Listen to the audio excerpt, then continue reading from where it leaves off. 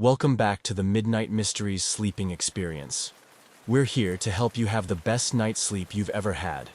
But first, like the video and comment where you're watching from as well as how late you're watching. Now get comfortable and have a nice night.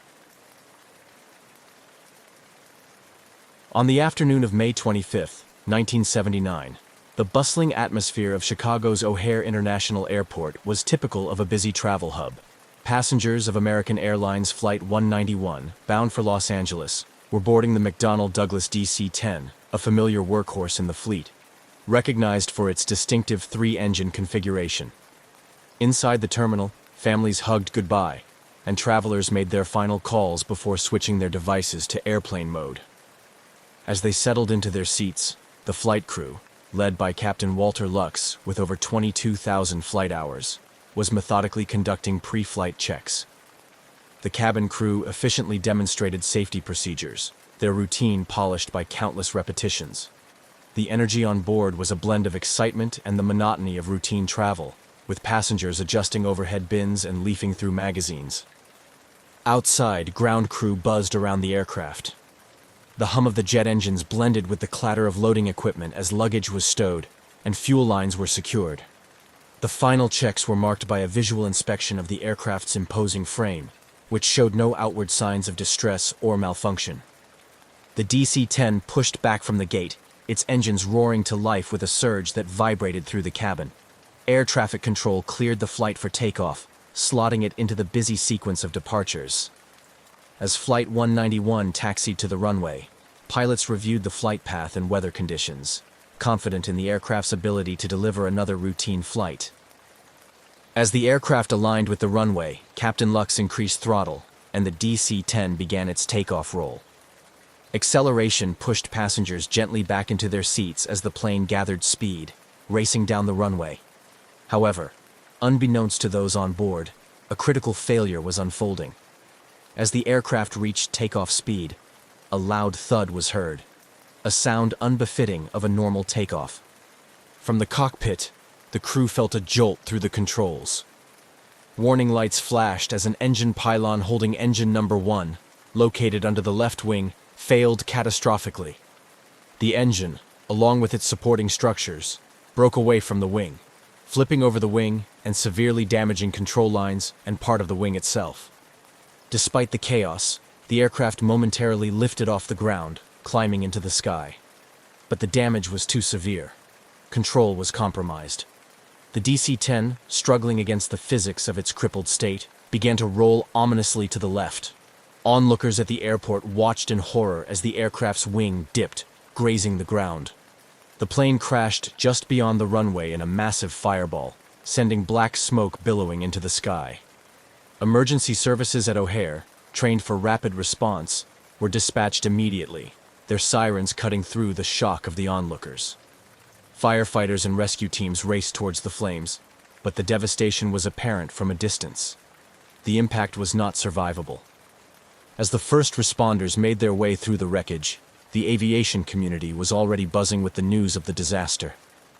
Flight 191 had become the deadliest aviation accident in U.S. history at that time, a tragic record marked by the loss of all 271 passengers and crew, along with 2 individuals on the ground. In the control tower, confusion compounded the tragedy, with reports that the flight crew had communicated with air traffic control post-crash, an impossible scenario that muddled an already chaotic situation. This eerie detail sparked immediate speculation and a flurry of theories about what had actually transpired in the cockpit in those final moments. This bizarre communication would later become a focal point of the investigation, adding a layer of mystery to the crash. As federal investigators descended upon the crash site, their task was to unravel not only the mechanical failures, but also to explore the procedural and human elements that led to this catastrophic event. The implications of their findings would resonate far beyond O'Hare, rippling through the aviation industry and leading to critical changes in aircraft design and maintenance practices. The crash of Flight 191 was a watershed moment in aviation safety, serving as a harsh reminder of the vulnerabilities inherent in complex systems and the perpetual need for vigilance in monitoring, maintenance, and regulatory oversight. The legacy of this tragic day would shape the future of aviation, compelling a re-examination of safety protocols to prevent a recurrence of such a disaster. As American Airlines Flight 191 ascended into the afternoon sky, those on board were unaware of the imminent disaster.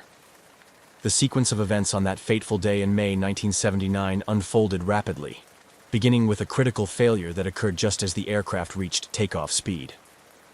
A loud sound, almost like an explosion, was heard as the left engine and its pylon assembly separated from the wing, flipping over the top and slamming against the fuselage. This catastrophic failure was not only audible, but also visible to those watching from the airport, who saw parts separating from the aircraft as it struggled to climb. The aircraft initially continued to ascend, albeit with difficulty. Inside the cockpit, Captain Walter Lux and his crew were suddenly fighting to control an aircraft that was quickly becoming uncontrollable.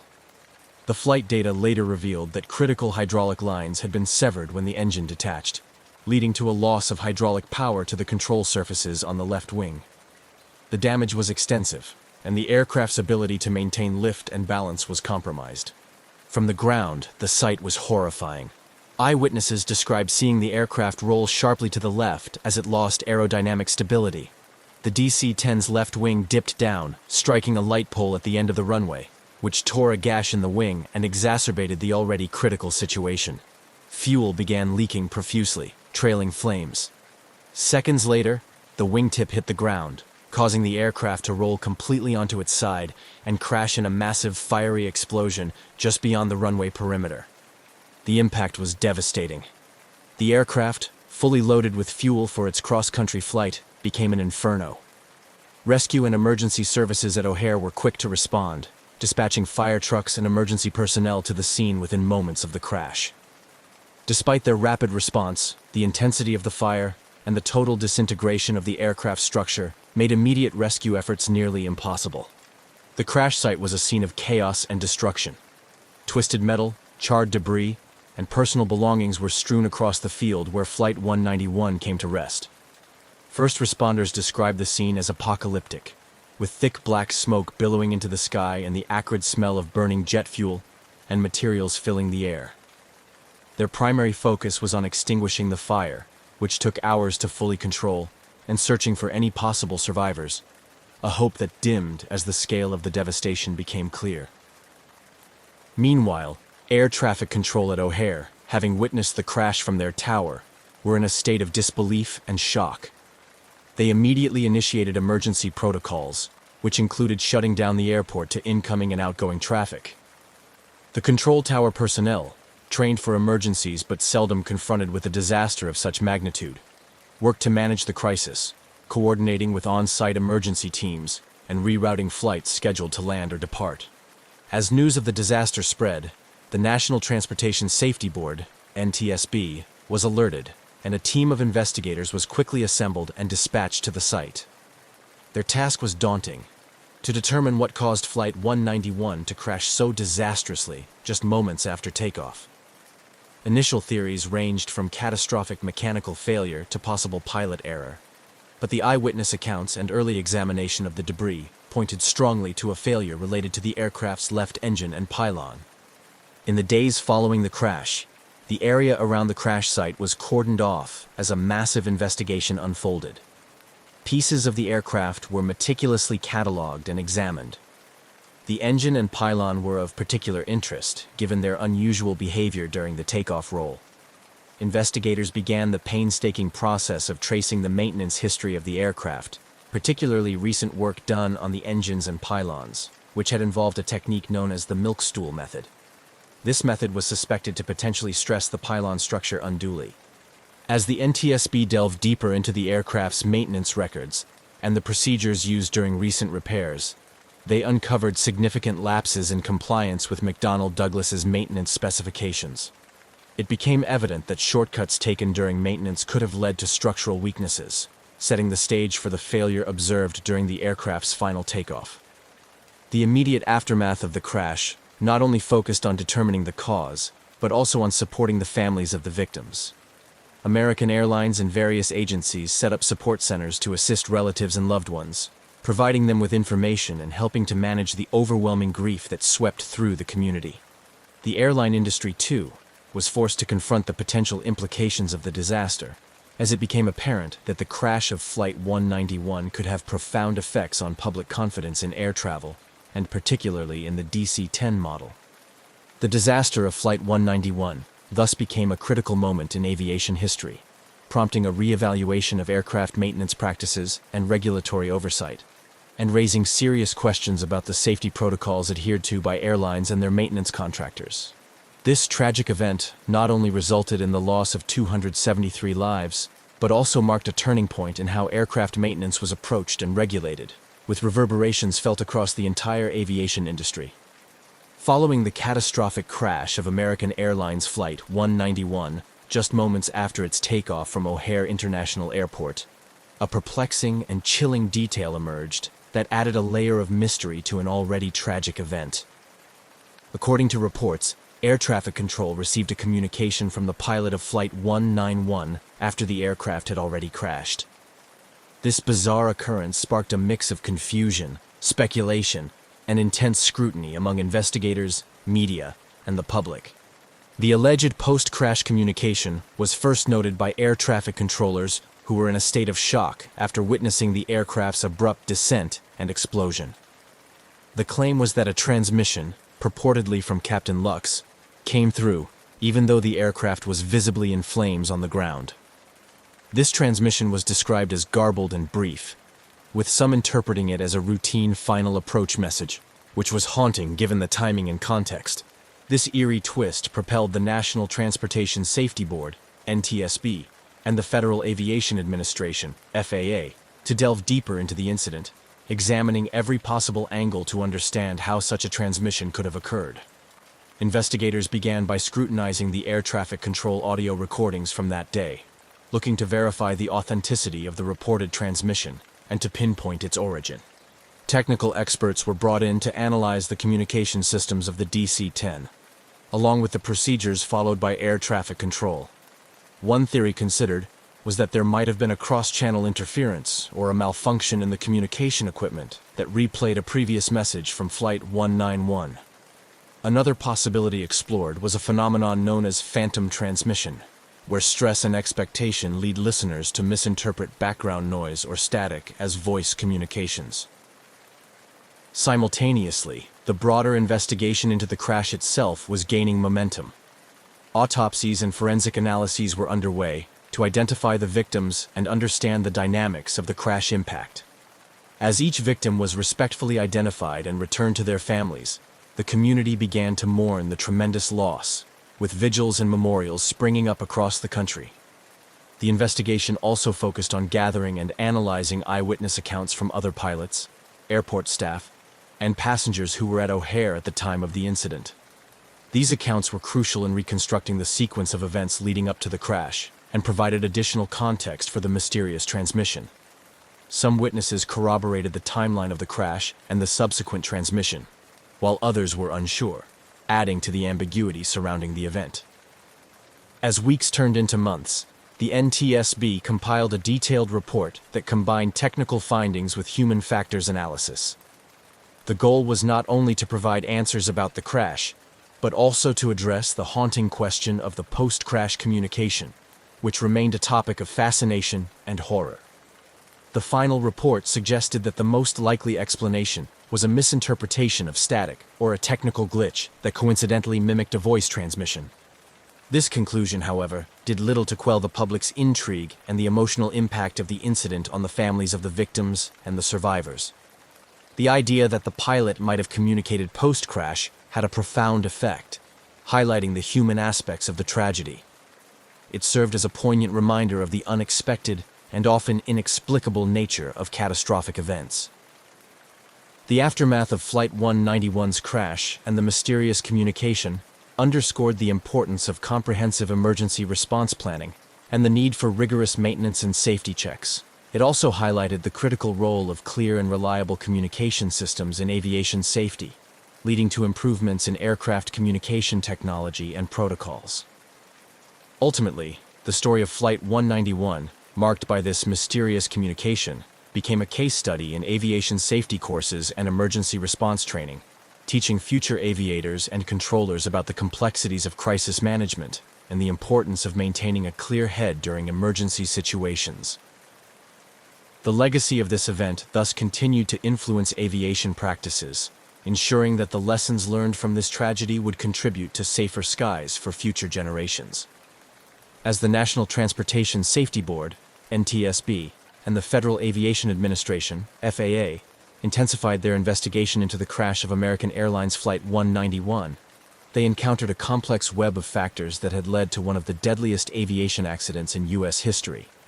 Their inquiry extended beyond the initial impact and the unsettling reports of a post-crash communication, delving deep into the aircraft's design, maintenance history, and operational procedures. The DC-10, like any sophisticated aircraft, relied heavily on its design and maintenance to ensure safety. Early in the investigation, it became evident that the engine and pylon assembly detachment was central to the catastrophe. Analysis revealed that the pylon attachment points had been subjected to maintenance using a procedure known as the milk stool method shortly before the incident. This method, though not standard, had been used to expedite the maintenance process, but was now under scrutiny for its potential to impose undue stress on the structure of the aircraft.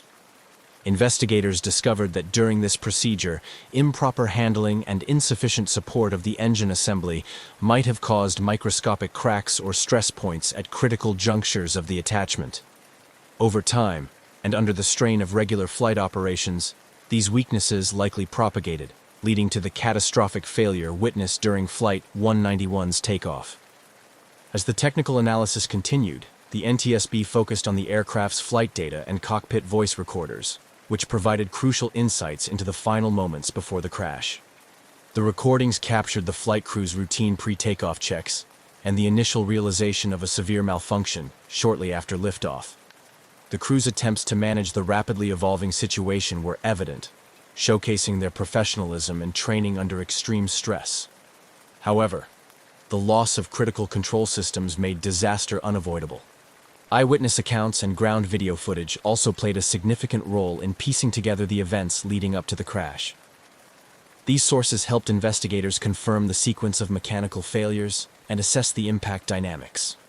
This evidence was crucial for reconstructing the accident and for validating the data extracted from the onboard recorders. Amidst these technical inquiries, the human aspects of the tragedy were ever present. The investigators' reports touched on the personal stories of the passengers and crew, emphasizing the profound loss experienced by their families. These narratives drove home the importance of the investigation's goal, to prevent such accidents from occurring in the future. The NTSB's final report on the crash of Flight 191 concluded that the primary cause was the improper maintenance procedure employed during the engine and pylon attachment.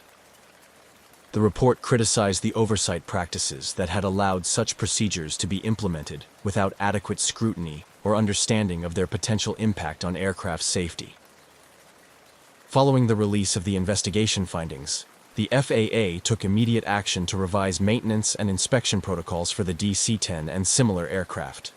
These new regulations mandated more rigorous oversight of maintenance practices and required additional training for maintenance personnel.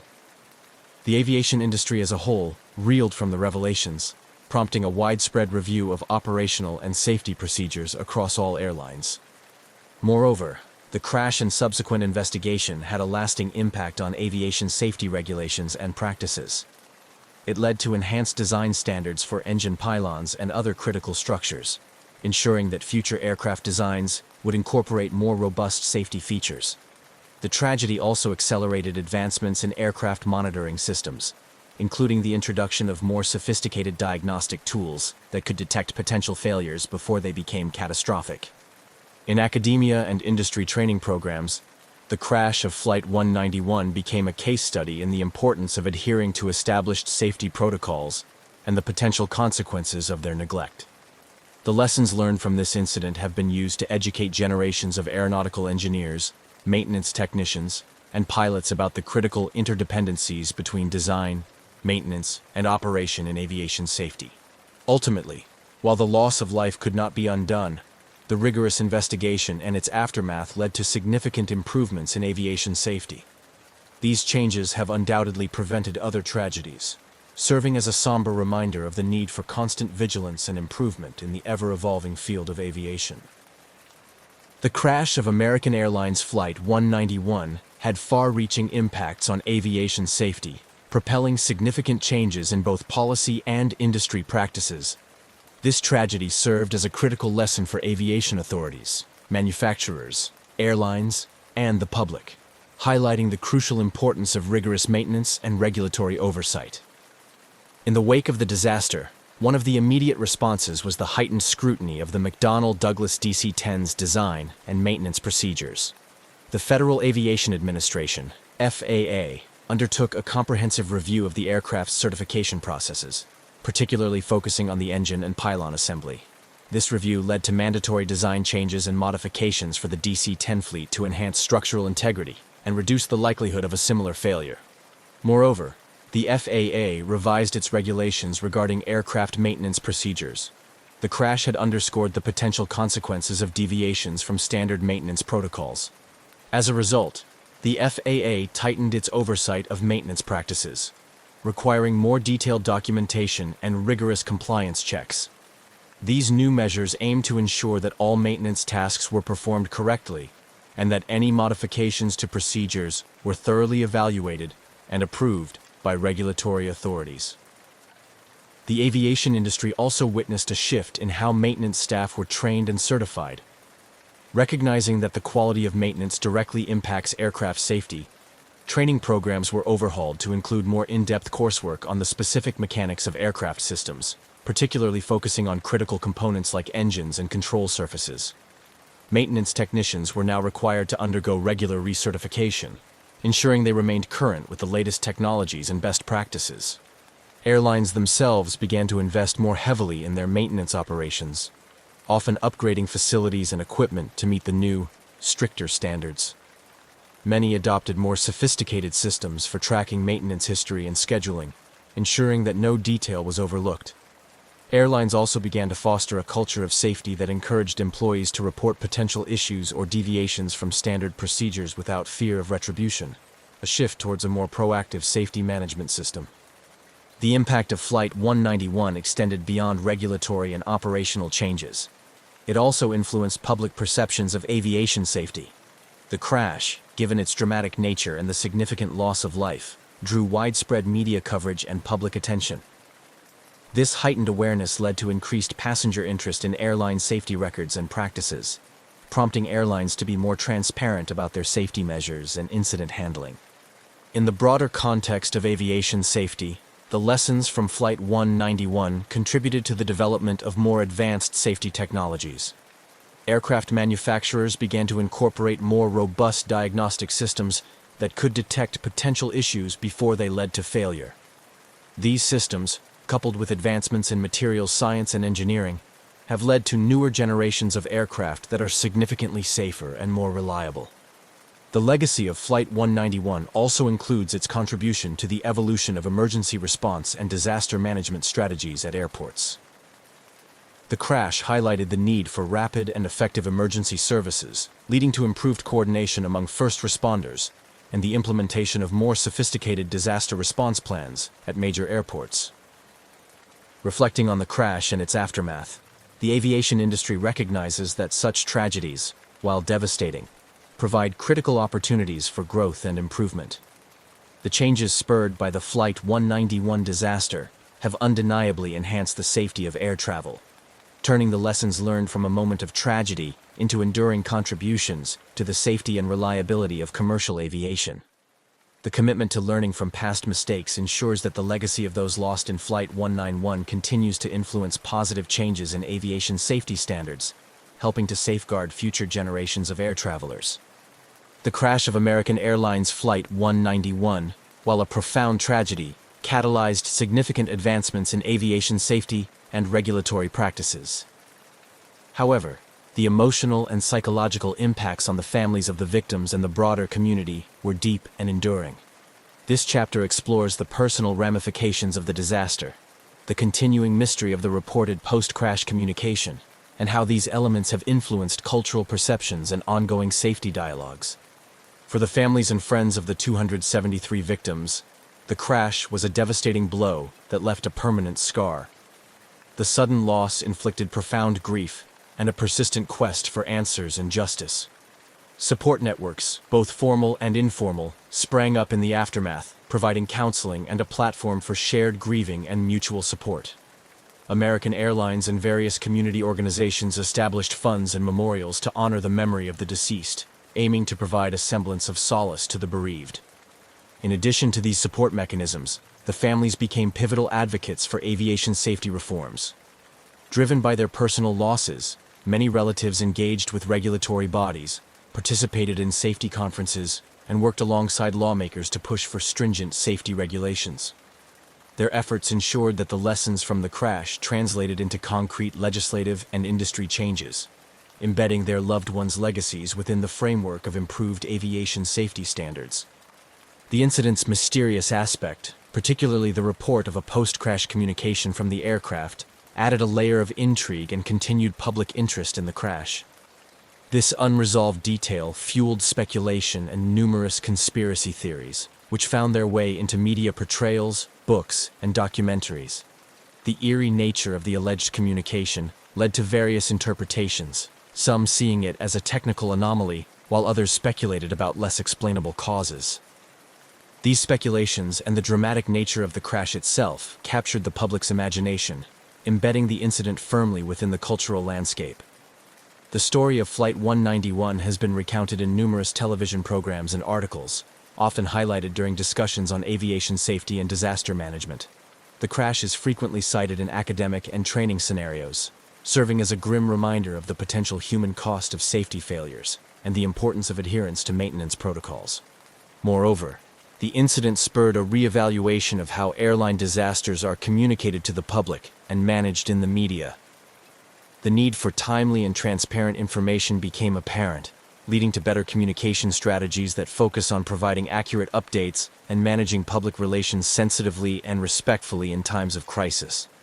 The ongoing dialogue about the crash of Flight 191 and its implications has also influenced the development of new technologies aimed at preventing similar tragedies.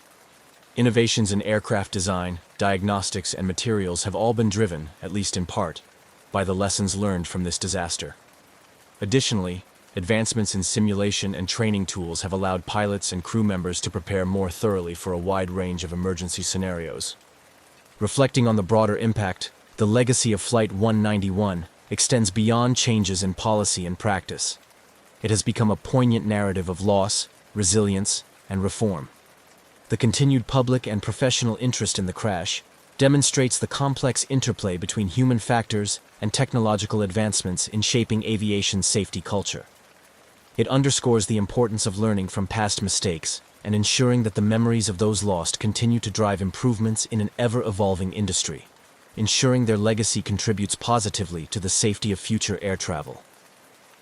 As the aviation community reflected on the aftermath of the crash of American Airlines Flight 191, it became evident that the incident had significantly altered the trajectory of aviation safety and regulatory practices. This part of the story delves into how the lessons learned from the crash have been implemented over time and continue to influence aviation safety today.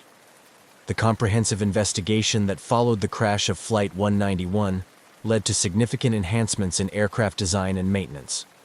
One of the most critical changes was the revision of the Federal Aviation Administration (FAA) regulations concerning aircraft maintenance procedures and inspection protocols. The crash had exposed serious flaws in the way engine attachments and other critical components were inspected and maintained. In response, the FAA mandated more stringent inspection routines, specifically targeting the attachment points of engines to the wings, and introduced requirements for more detailed reporting by maintenance crews. This shift was accompanied by a broader industry movement towards a more proactive approach to safety, known as the Safety Management Systems, SMS. This framework encourages airlines to not only comply with existing safety regulations, but also to continuously assess and improve their safety practices. The adoption of SMS has been pivotal in shifting the culture within airlines from reactive to proactive, focusing on the identification and mitigation of potential safety risks before they lead to accidents.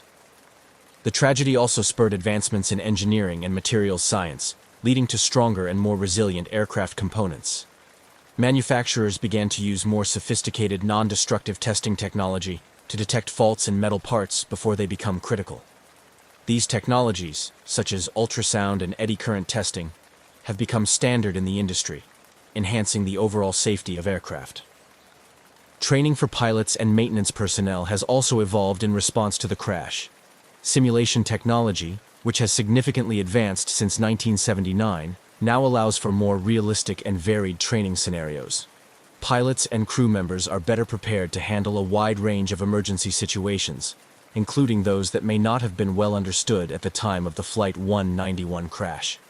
This comprehensive training is crucial in equipping today's aviation professionals with the skills they need to ensure passenger safety. Furthermore, the crash has had a lasting impact on emergency preparedness and response strategies at airports. Lessons learned from the response to the Flight 191 crash have led to improved coordination among emergency services, more effective disaster response plans, and better resources for handling mass casualty situations. Airports around the world have refined their emergency protocols, ensuring that they are better prepared to respond to accidents swiftly and effectively. The legacy of Flight 191 extends into public awareness and education about aviation safety. The crash underscored the importance of transparency and accountability in the aviation industry. Today, passengers are more informed about the safety records of airlines and the specifics of the aircraft they fly on. This informed passenger is a critical component of the aviation safety ecosystem, as public pressure and expectations continue to drive improvements in industry standards. In conclusion, the tragic crash of American Airlines Flight 191 was a pivotal moment that transformed the aviation industry. It brought about sweeping changes to safety protocols, regulatory oversight, and the technology used in aircraft manufacturing and maintenance. The lessons learned from this disaster continue to resonate, ensuring that the legacy of those lost lives on through each flight that safely reaches its destination. The improvements in safety practices and the ongoing commitment to preventing similar tragedies stand as a testament to the importance of learning from the past, no matter how difficult those lessons may be. There's something eerie about a plane with no passengers, a machine meant to carry hundreds of people, now sitting idle, its engines silent, its cabin empty. The Boeing 727-223 at Quatro de Fevereiro Airport in Luanda, Angola, had been sitting there for over a year. Unpaid airport fees kept it grounded. No flight attendants bustled through its aisles. No captains checked their instruments. Just dust, settling quietly over the aircraft's faded American Airlines stripes. This particular 727 had seen better days. Built in the 1970s, it once soared across the United States, carrying businessmen, families, and dreamers. But time had stripped it of its prestige. By the early 2000s, it was purchased by an American businessman named Miami-based Keith Irwin, who leased it to an Angolan airline for fuel hauling operations. Its new role? A flying gas station, refueling remote locations where fuel trucks couldn't go. But things weren't going smoothly. The aircraft sat unpaid, unwanted, and unmoving.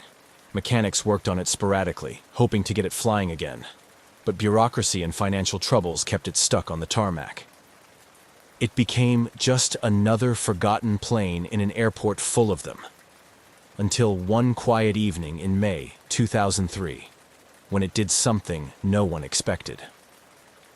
Without warning, the 727 powered up. Its once dead engines rumbled to life, sending a low vibration through the concrete beneath it. Airport workers paused, confused. There had been no flight plan filed, no clearance. No crew had officially boarded. Yet, there it was, moving. As the plane began to taxi, its lights remained off. No communication with the tower, no acknowledgement of commands. Just the deep growl of its engines as it turned toward the runway. By the time air traffic control realized what was happening, the Boeing 727 was already accelerating. Within seconds, its wheels left the ground, and the massive aircraft soared into the darkening sky. No distress calls, no transponder signals, just silence. One of the world's largest commercial jets had just vanished into thin air, and no one knew why. At least not yet. The sky was beginning to darken over Luanda, the air thick with the lingering warmth of an African evening. The hum of airport activity had started to quiet, but on the runway, something unusual was happening. The Boeing 727, long grounded and collecting dust, was moving. Its engines, once lifeless, now roared with a low, steady rumble. It wasn't scheduled for departure. No flight plan had been filed, no pilots had requested clearance. But here it was, slowly taxiing toward the runway, as if it had a mind of its own. Airport workers turned to watch. Some assumed it was a maintenance check, maybe a simple repositioning. But something felt off. The aircraft's exterior lights remained off, making it difficult to track in the growing darkness. No calls came through the radio. No one in the control tower had authorized the movement. Inside, if there was a pilot at all, they were flying blind. The 727 was a complex machine, typically requiring a 3-person flight crew to operate. A captain, a first officer, and a flight engineer. Yet, according to every log, no qualified flight crew had boarded that evening. The only 2 people suspected of being on the aircraft were Ben Charles Padilla, an American aircraft mechanic with some piloting experience, and John Mutantu, a Congolese aviation technician. Neither was licensed to fly a 727 solo, yet somehow the plane accelerated down the runway. Then, in a rush of displaced air and roaring engines, the massive jet lifted off the ground. Control tower operators scrambled to make contact. "Unidentified aircraft, please respond." Silence. "State your flight number and intentions." Nothing. The aircraft climbed westward, heading toward the Atlantic Ocean. It passed over the coastline, growing smaller and smaller, fading into the horizon. Then, it was gone. No distress calls. No emergency transponder signals. No radar track beyond a certain point. A 200,000-pound aircraft had just disappeared, and the world would never see it again. The night air over Luanda settled into a thick, humid stillness. The Boeing 727 had disappeared beyond the horizon, swallowed by the vast Atlantic.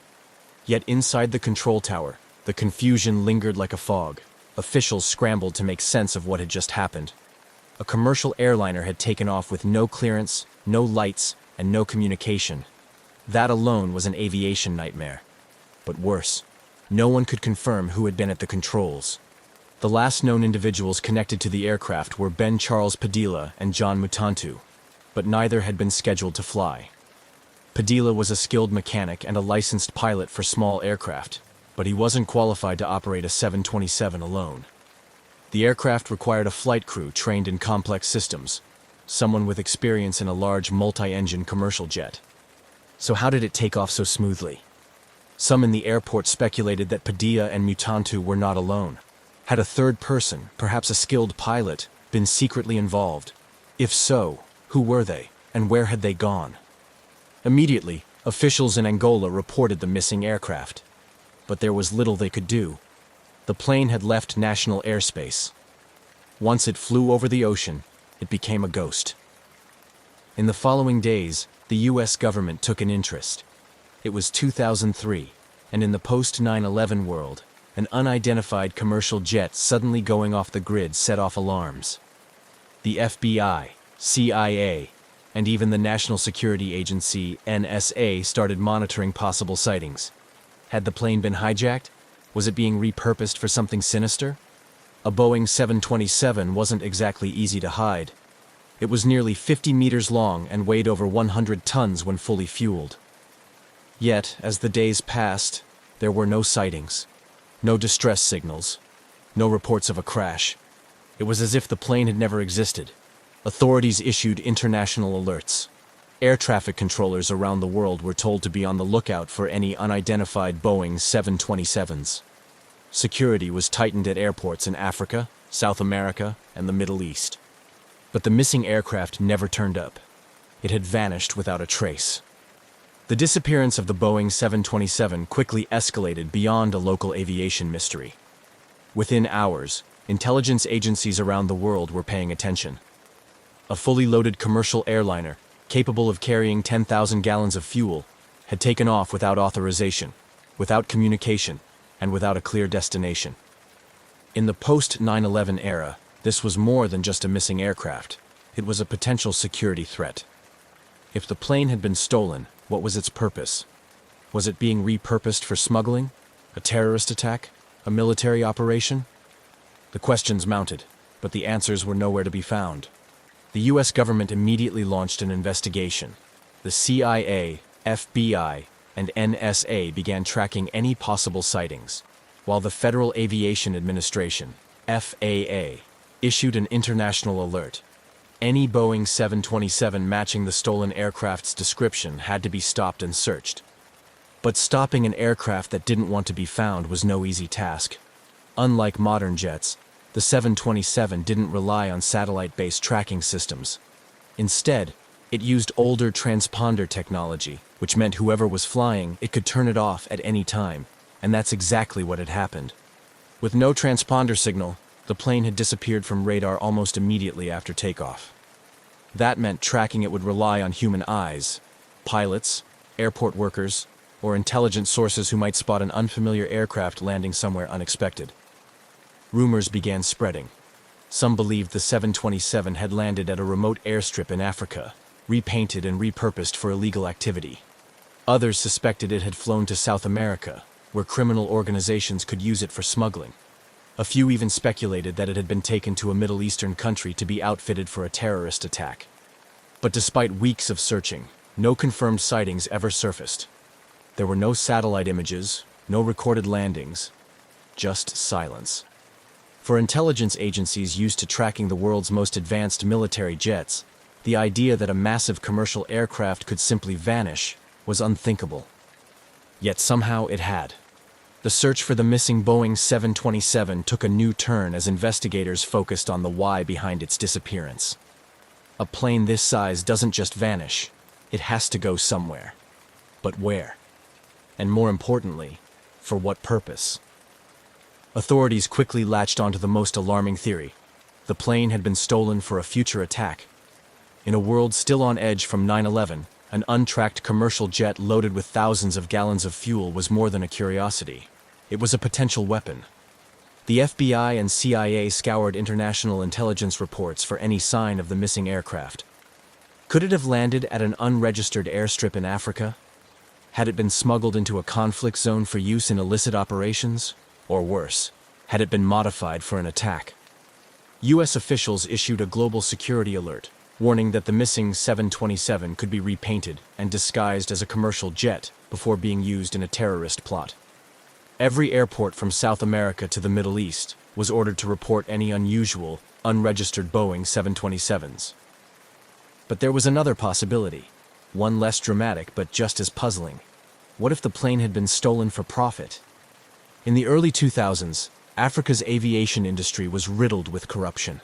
Stolen aircraft weren't uncommon, especially in regions where planes were used for illegal operations. Diamond smuggling, arms dealing, and even drug running. A Boeing 727, if properly hidden and repainted, could become an untraceable aircraft. Smugglers could use it for years, operating out of remote airstrips beyond the reach of law enforcement. Intelligence agencies turned their focus toward known criminal networks in Angola, the Democratic Republic of Congo, and South America. Was the plane hidden in a jungle airstrip, making illicit runs between continents? Or had it been dismantled for parts, piece by piece? Leads came in, but none led to the missing plane. No verified sightings, no satellite images, no answers. The idea that a massive, fuel-hungry commercial aircraft could operate in secrecy for this long seemed impossible. Yet, months passed, and still, nothing. It was as if the Boeing had simply ceased to exist. The deeper investigators looked, the stranger the case became. The theories about terrorism or smuggling made sense, but something wasn't adding up. How do you keep a Boeing 727, a plane nearly 50 meters long, hidden for so long? Some believed the aircraft had crashed into the Atlantic shortly after takeoff, possibly due to fuel mismanagement or pilot error.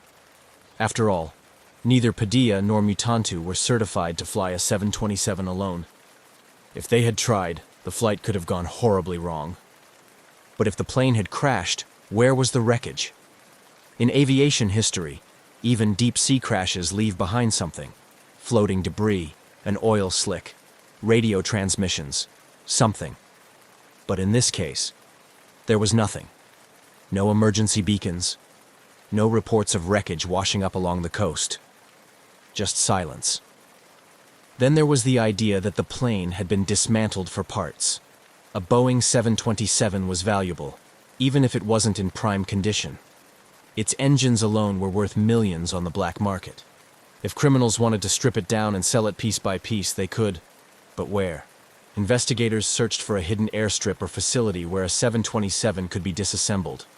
Remote airports in Africa, illegal smuggling hubs in South America, anywhere a plane could be secretly torn apart. But again, nothing.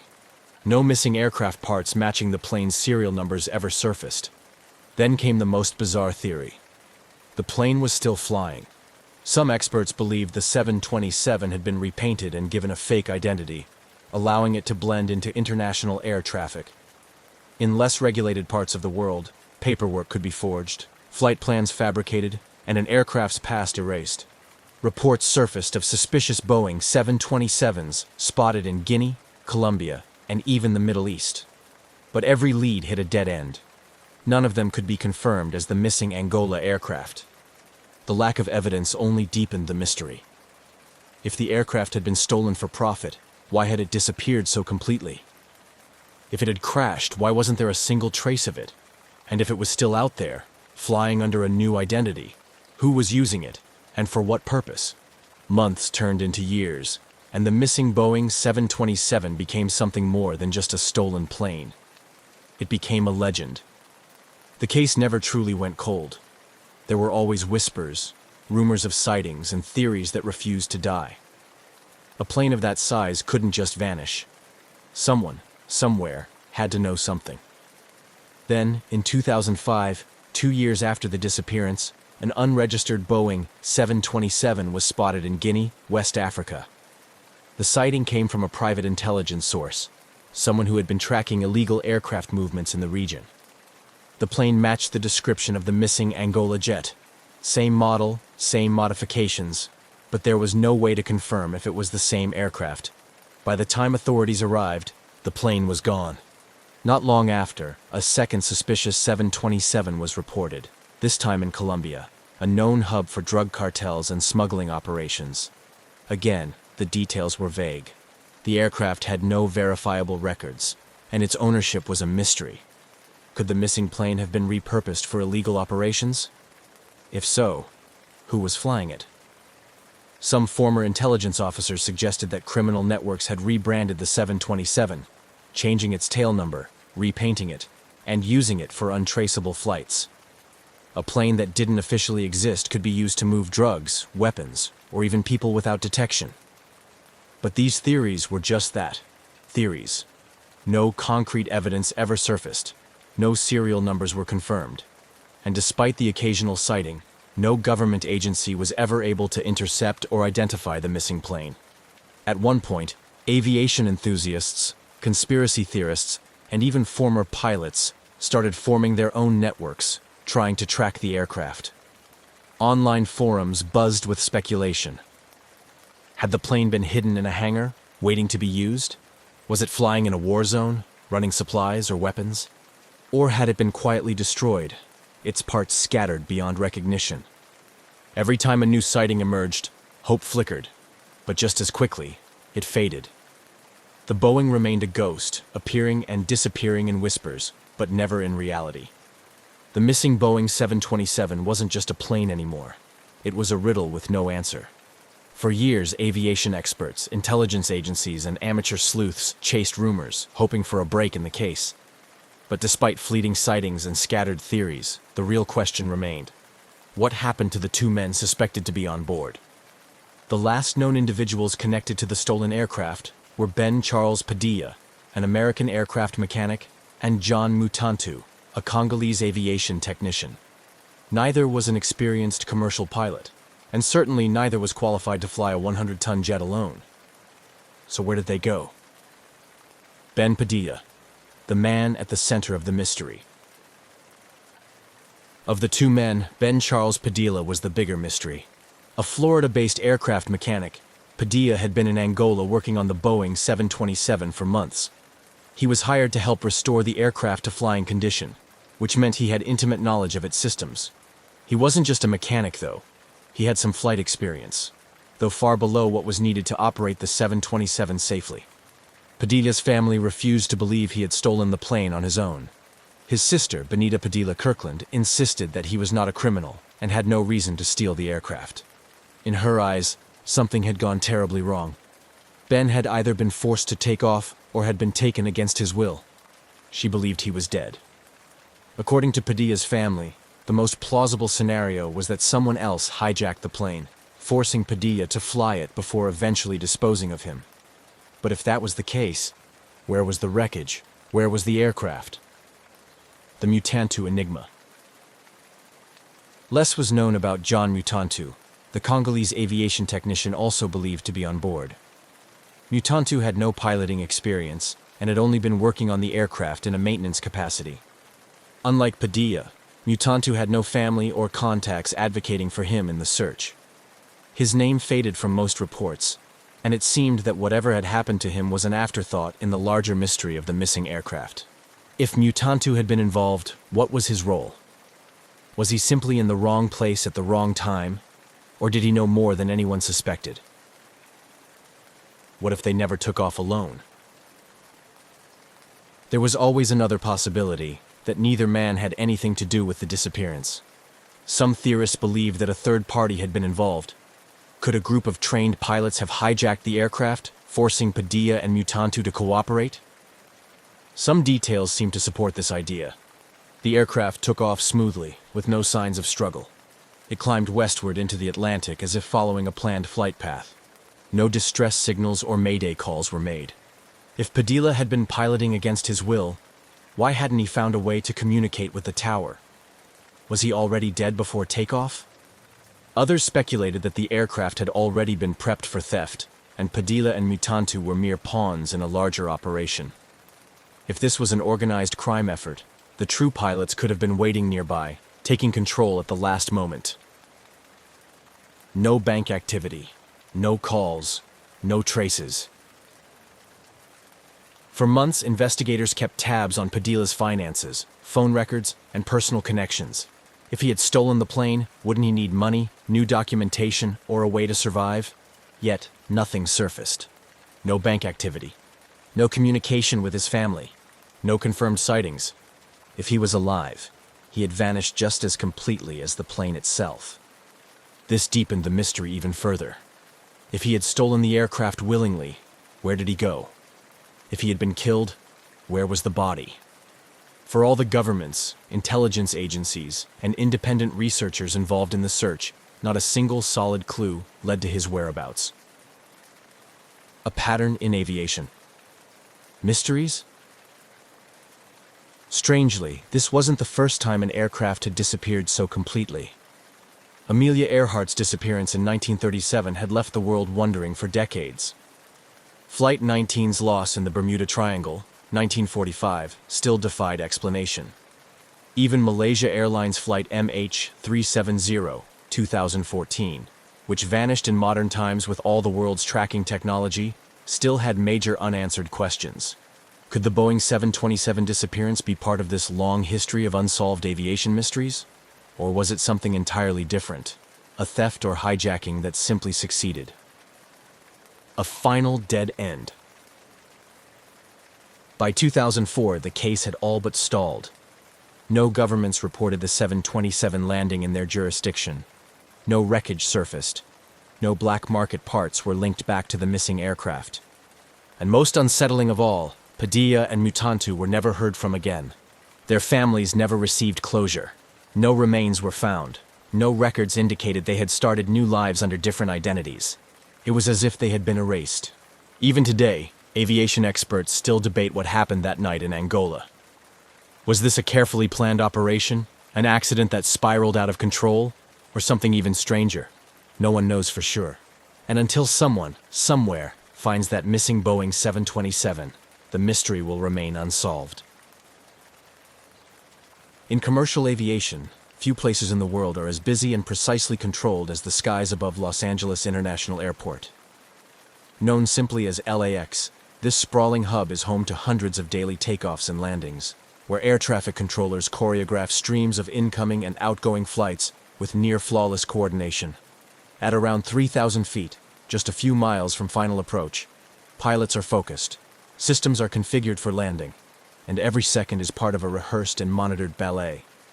So when an American Airlines pilot, flying a routine approach into LAX on August 30th, 2020, looked out his window and reported seeing something wildly out of place, the entire system paused to take notice. Tower, American, 1997. We just passed a guy in a jetpack. The transmission was calm, clipped, and strangely casual, but the words hung in the air like vapor. A guy. In a jetpack.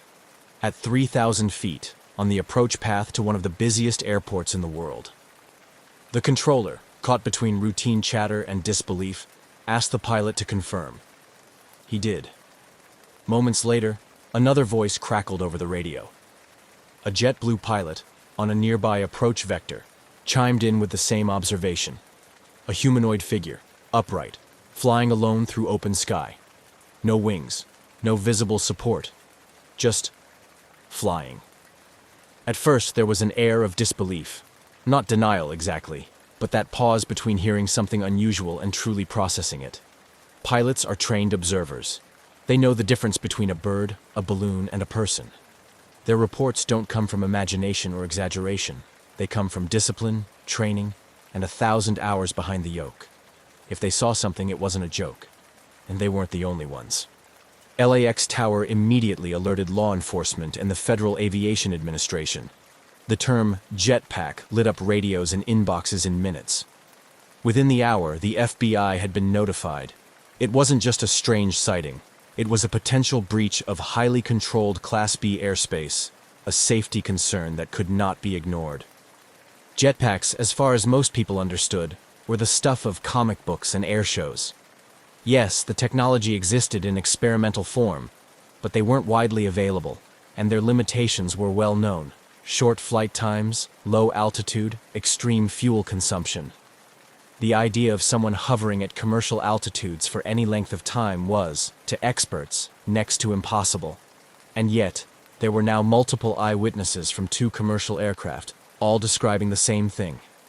LAPD dispatched helicopters to canvass the area. News crews began calling aviation authorities.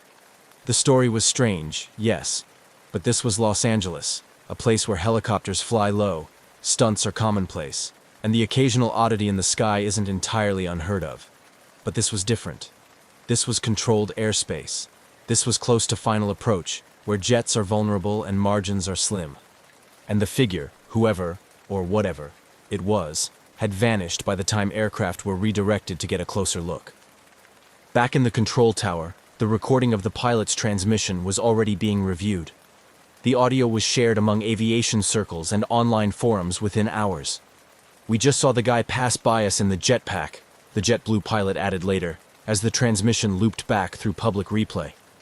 The reports were consistent. Upright figure, no wings, no obvious propulsion source, just flying alongside a jet. Within days, the sighting was national news. Headlines toggled between amused curiosity and serious safety concern. Was this a rogue inventor, a publicity stunt, a drone designed to look like a person, or something more advanced than what the public knew? The FAA launched an investigation, as did the FBI, citing potential violations of airspace regulations and serious risks to flight safety. But no individual came forward. No known jetpack test flight had been scheduled or cleared in the region, and no wreckage, equipment, or follow-up sighting was found that day. The skies above LAX returned to normal, but the radar logs now included a gap, a moment when something unexplainable shared airspace with a Boeing 737. For the pilots involved, it was a brief moment, an odd blip in an otherwise standard descent. But for investigators, it was the beginning of a deeper mystery, one that would repeat itself in the months to come. Because this wasn't the last time Jetpack Guy would appear over Los Angeles. In fact, it was just the first. 6 weeks after the initial report, the skies over Los Angeles once again played host to something no one could quite explain.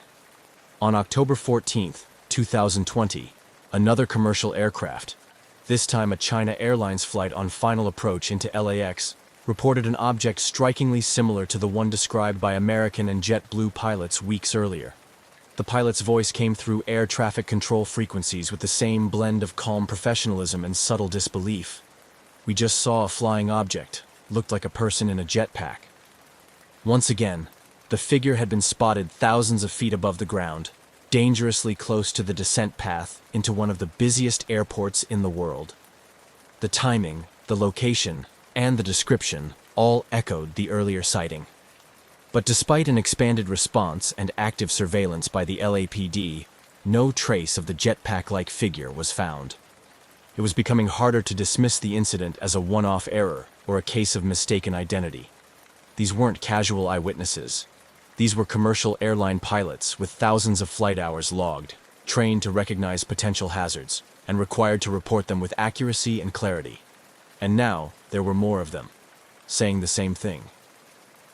The FAA confirmed both sightings had been officially logged. Investigators reviewed radar data, flight paths, and local air traffic activity. Still, nothing showed up on radar. No transponders were active. No known aircraft, manned or unmanned, were authorized in the area at those altitudes. If someone was truly flying a jetpack near LAX, they were doing so without coordination or clearance, a major violation of U.S. airspace regulations. Jetpack manufacturers were quick to comment, some with interest, others with frustration. The consensus among industry experts was simple: this shouldn't be possible. The technology to fly solo with a jetpack does exist, but it comes with sharp limitations. Current jetpacks can fly for only 30 seconds to a few minutes, rarely above 1,500 feet, and require highly controlled conditions to remain airborne safely, and certainly not at the altitudes and distances described by pilots in controlled airspace, above dense urban sprawl and near passenger aircraft. David Mayman, CEO of Jetpack Aviation, a Los Angeles-based company developing jetpack technology, openly stated that if someone had built a device capable of flying for extended periods at commercial altitudes, it would represent a leap beyond the current state of the art, and he would know. His company's jetpacks, while impressive, are not capable of the range, altitude, or stealth described in these incidents. As aviation authorities scrambled for explanations, the general public latched onto the mystery. News outlets began calling the figure Jetpack Guy. It became a social media curiosity. Memes and mock videos popped up, some humorous, others speculative. But behind the levity was a growing concern. Whoever, or whatever, was in the skies near LAX wasn't just turning heads. They were entering protected airspace, putting aircraft, passengers, and crews at risk. By November, the FAA and FBI had launched a joint investigation. Every agency with a stake in aviation safety was now watching closely. They reviewed reports, canvassed local airports, questioned operators of experimental aircraft, and scanned satellite imagery. Helicopters were deployed in the area with infrared and high-resolution cameras. Still, no definitive source. Then came a new lead. Around the same time as the second sighting, a video surfaced online showing what appeared to be a human-like figure drifting along the coast near Palos Verdes, south of LAX. Captured by a local flight school during a training exercise, the video showed a floating object, dark in shape and upright in posture, slowly moving through the air at around 3,000 feet. It didn't behave like a balloon, but it also didn't appear to have visible propulsion. It hovered, it drifted, and then disappeared into the haze. The footage deepened the mystery. Was this the same entity spotted by commercial pilots? Was it a drone made to resemble a person, perhaps even with a mannequin attached? Or was this simply a case of optical illusion, a stray object caught in the right light, seen from the wrong angle? Speculation began to stretch. Some experts suggested a sophisticated drone, possibly a hobbyist project gone too far. Others floated the idea of an elaborate hoax, though how such a prank could evade multiple radar systems and fly alongside aircraft without consequence remained unanswered. What was certain, however, was that this wasn't going away.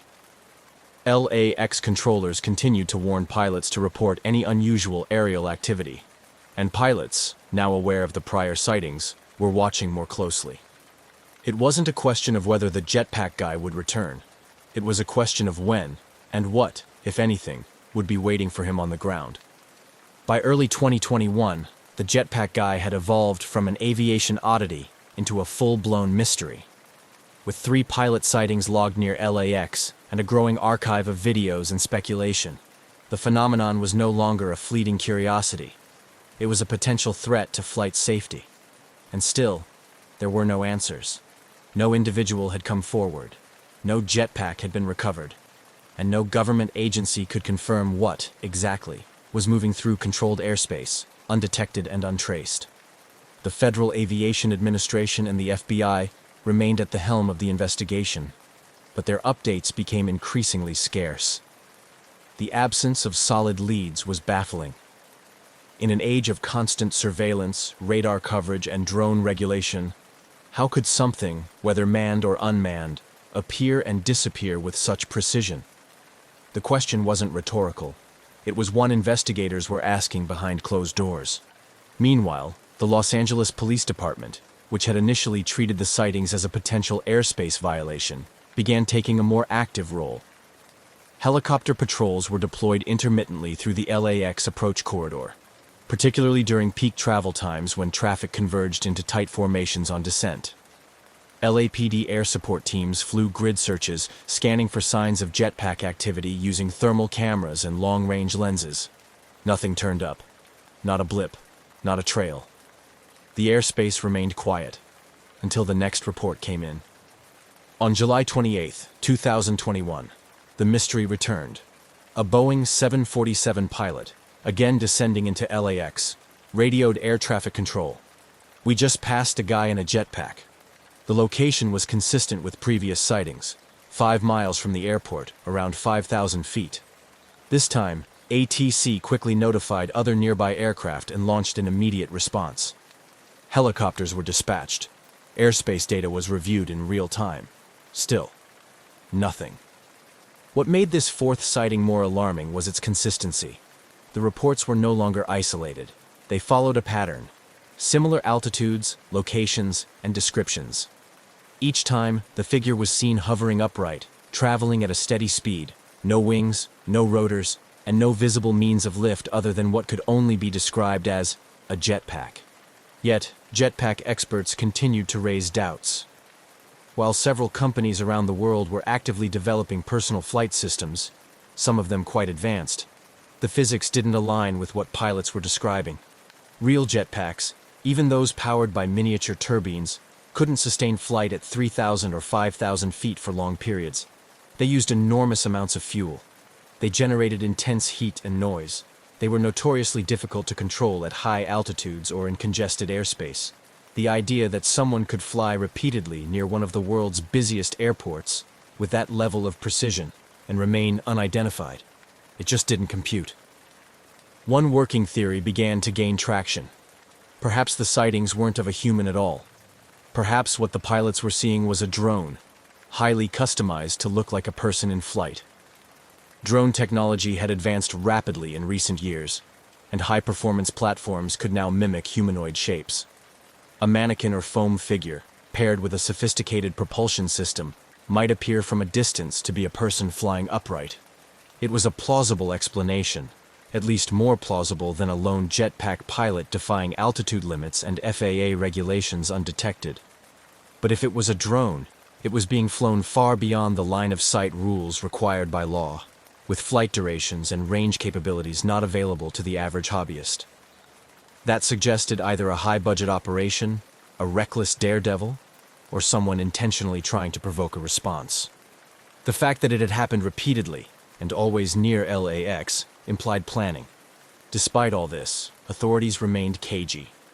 Official statements confirmed that investigations were ongoing, but declined to share technical details. Internally, FAA analysts were reviewing radar logs and ADS-B tracking data from the time of the sightings.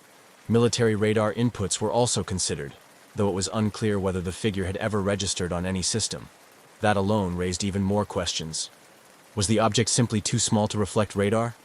Or was something else interfering? Journalists covering the story began to dig deeper. They contacted jetpack companies, aerospace experts, and drone hobbyists. Most agreed. This wasn't likely to be a prank. Whoever was doing this had access to advanced equipment, knowledge of aviation corridors, and a clear sense of timing. And still, nothing concrete emerged. The media narrative oscillated between playful headlines and serious concerns. The FAA reiterated its warnings. Entering controlled airspace without clearance, especially in proximity to commercial aircraft, could result in severe penalties or prosecution. But no suspect was named. No arrests were made. No footage, beyond the now famous Palos Verdes video, had captured the figure up close. By mid-2021, the jetpack guy had become aviation's high-altitude phantom, real enough to be seen, but elusive enough to vanish without a trace. Pilots were instructed to continue reporting any sightings. Radar techs kept their eyes on unusual returns. And overhead, the descent into Los Angeles continued, one jet at a time, gliding through the sky where something unknown had passed not long before. By the end of 2021, the mystery of the so-called jetpack guy had transformed from an odd aviation anecdote into an unsolved case drawing attention from pilots, investigators, and even intelligence analysts. Despite 4 confirmed pilot reports, ground searches, and a viral video, there was still no definitive explanation. And then came something new. A clue, but of a different kind. In December 2020, a video began circulating on aviation forums and social media. It had been captured several months earlier by flight instructors near Palos Verdes, south of LAX. In the grainy footage, a humanoid-shaped figure appears to hover motionless at high altitude over the ocean. There were no wings, no contrail, no visible propulsion. It simply floated. The figure's legs dangled loosely, as if from a mannequin, and it drifted with the wind, eerily steady in its upright posture. Some experts quickly pointed to the possibility that the object wasn't a person at all, but a balloon. A very specific kind of balloon. Perhaps a novelty inflatable shaped like a human or superhero. Others weren't convinced. The object's stability and behavior in the air suggested more than passive drifting. Still, the theory gained ground. Could this explain the pilot sightings? Could a life-sized balloon, caught in a thermal or carried by upper-level winds, be the entire mystery? The FBI quietly acknowledged the theory in early 2021, noting that one working theory was that the sightings involved a balloon made to resemble a jetpack-equipped figure. But they didn't confirm that this explained everything. The locations didn't quite match. The altitudes reported by pilots seemed high for a standard inflatable, and the behavior, floating alongside jets on approach, didn't fully add up. The Palos Verdes footage complicated rather than clarified things. If it was a balloon, who launched it? Why? And why hadn't it been recovered? Investigators were left with another piece of the puzzle, but no corner pieces to frame the bigger picture. For many, the mystery only deepened. Because while the balloon theory might explain a few things, it didn't explain everything, especially not why pilots, trained observers, flying in broad daylight, continued to describe a person, not a drifting figure, a man, in a jetpack.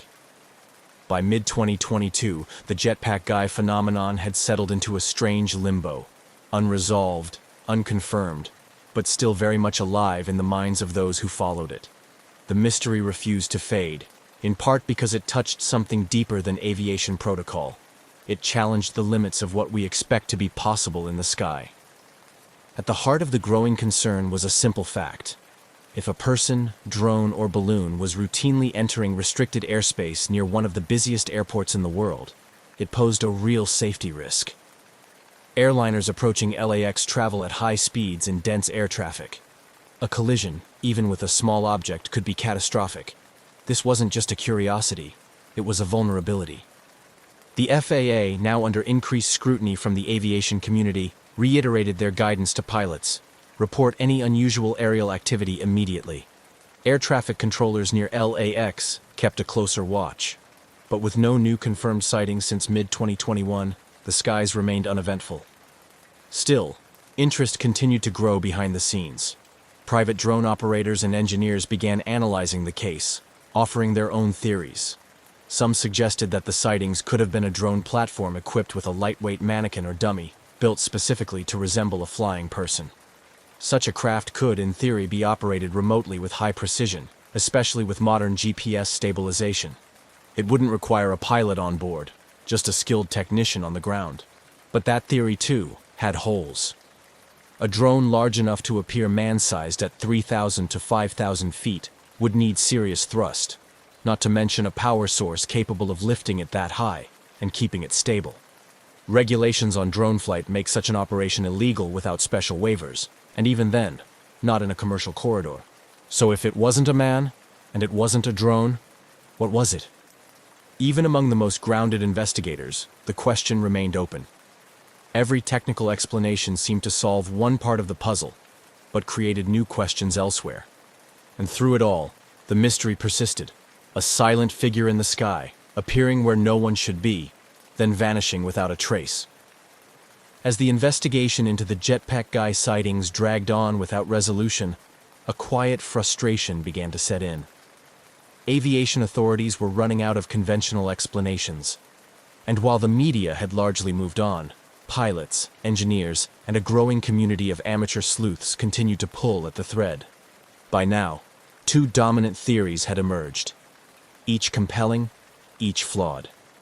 The first was the drone theory, that someone had built or modified a drone to look like a human in a jetpack, perhaps using foam, a mannequin, or lightweight materials.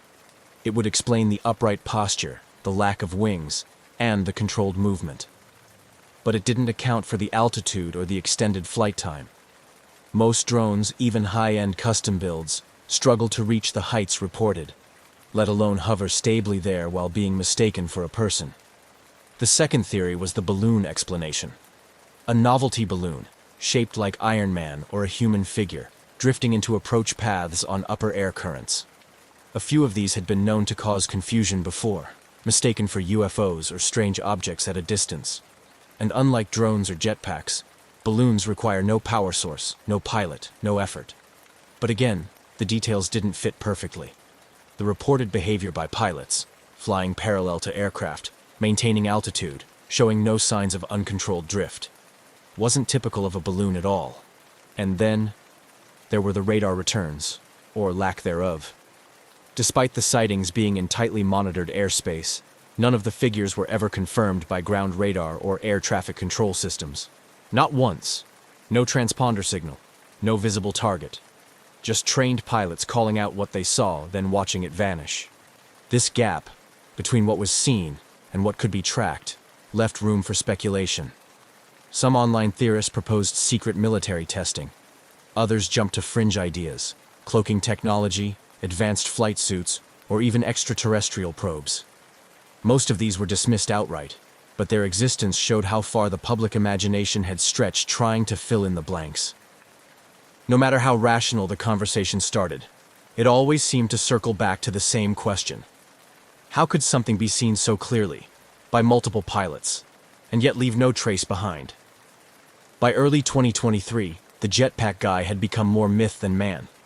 His presence in the skies reduced to speculation and echo. There were no new sightings, no breakthroughs. The FAA stopped releasing updates, and the FBI, after a period of quiet probing, also fell silent. Whatever momentum had once propelled the investigation had faded into a holding pattern. The skies above LAX were busy as ever, but the strange visitor hadn't returned. For some, the mystery's slow disappearance was the answer itself. If it were a drone prank or an unsanctioned experiment, maybe the operator had stopped after realizing the risk, or after being quietly warned. If it was a one-off balloon incident, maybe it had been a fluke that gained more attention than it ever deserved. The absence of further appearances made a convenient case for coincidence, but others weren't so convinced. Many within the aviation world remained unsettled. Pilots who had seen the figure firsthand didn't walk away thinking they'd misjudged a balloon. These were professionals trained to identify threats in the sky, and they had described a person, upright, in motion, at altitudes where no solo flyer should be. Their stories hadn't changed, even when the world moved on. Investigative journalists revisited the case, looking for missed connections, any overlooked detail in radar logs, any unreported test flights, any quiet payoff or sealed file. Nothing surfaced. Radar operators from the original incidents remained baffled. One admitted in a later interview, "We had guys scanning the scopes live when it happened, and there was nothing there.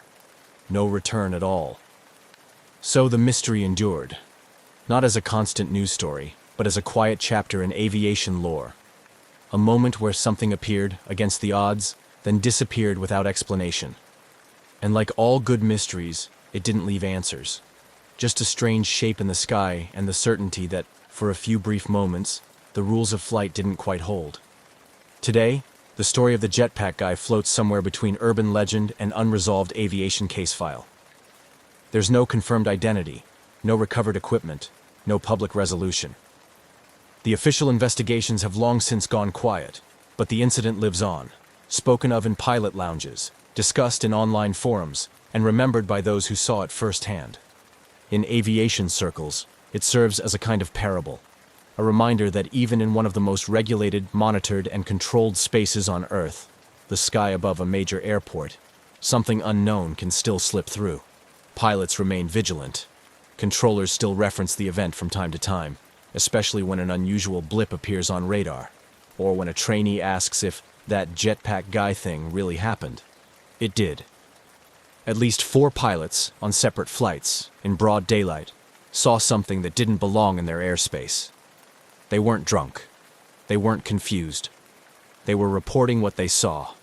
A figure, flying upright, alone, thousands of feet in the air. The FAA still logs it as an unresolved aerial occurrence. The FBI, when pressed, simply refers to the case as open, but inactive. There's nothing more to pursue, unless someone speaks up or something new appears. And so, it joins the quiet catalog of aviation anomalies, like the phantom aircraft that appear on radar but never visually materialize, like the ghost flights tracked over empty oceans. It's part of a strange truth about aviation. For all our technology, our control, and our charts of the sky, there are still moments that slip through the gaps. Jetpack Guy may never return, but if he does, if another voice crackles through the radio to say, "We just passed someone in a jetpack," pilots will believe it. They've seen it before. And the sky, for all its predictability, still has room for a little mystery. The Learjet 35 is a sleek, nimble business jet, built for speed and comfort at high altitude. Often seen shuttling celebrities, executives, and professionals across the skies, it's a symbol of precision engineering and luxury. On October 25, 1999, one such Learjet, tail number N47BA, was scheduled for a short, uneventful flight from Orlando, Florida to Dallas, Texas. Its flight plan was simple, its weather clear, and its systems all checked out. What should have been a routine trip would instead unfold into one of the eeriest and most heartbreaking mysteries in modern aviation: the flight that flew itself. That morning began quietly at Orlando Sanford International Airport. The Learjet sat prepped and fueled on the tarmac, awaiting its crew and passengers. Among those on board would be professional golfer Payne Stewart, fresh off recent victories and with a bright career still ahead of him. Stewart, known for his charismatic presence on and off the green, was headed to Dallas for business, traveling with his agents and close companions. The crew, consisting of 2 experienced pilots, arrived early, conducted their inspections, and found everything in working order. No warning lights, no strange behavior. Nothing to suggest anything other than a smooth flight ahead. At 9:19 a.m. Eastern Time, the Learjet taxied down the runway and lifted effortlessly into the morning sky. Controllers noted a smooth ascent and acknowledged a routine check-in as the plane climbed through 23,000 feet. The crew confirmed their heading, received clearance for further ascent, and switched frequencies as instructed. But after that final handoff to a new air traffic controller, radio silence. Repeated calls to the aircraft went unanswered. Controllers began to suspect a simple communications issue. Perhaps the crew was just slow to tune to the new frequency. It happens. But the silence continued. Minutes turned to more than 10. Then 20. As the Learjet continued climbing to its cruising altitude of 39,000 feet, concern quietly began to spread through the radar stations watching its steady path. There were no turns off course, no erratic behavior, no deviation in altitude. It flew with an eerie steadiness, almost like a textbook autopilot demonstration. But the longer it flew without a response, the more unusual the situation became. Air traffic control centers along its path continued to attempt contact, escalating alerts and reaching out to the aircraft again and again. Nothing. When the plane crossed into Missouri airspace and still had not responded, the Federal Aviation Administration began coordinating with military authorities. NORAD, the North American Aerospace Defense Command, was notified, and preparations began to scramble fighter jets. The goal was to intercept the Learjet, attempt visual contact, and determine whether the crew was in distress or the aircraft had been hijacked. But even as the military moved into action, there was still no sign of deviation. The jet flew northwesterly, passing over Georgia, Alabama, Mississippi, and into the Midwest. It flew for hour after hour, eerily consistent in its heading and altitude, cruising far above the ground as though everything was perfectly normal. All the while, those tracking it from the ground grew increasingly uneasy. Planes don't just go silent for no reason. Pilots don't miss repeated check-ins. Something was wrong. But what? And what were the people on board experiencing at that moment, if anything at all? F-16 fighter jets were finally scrambled from an Oklahoma Air National Guard base.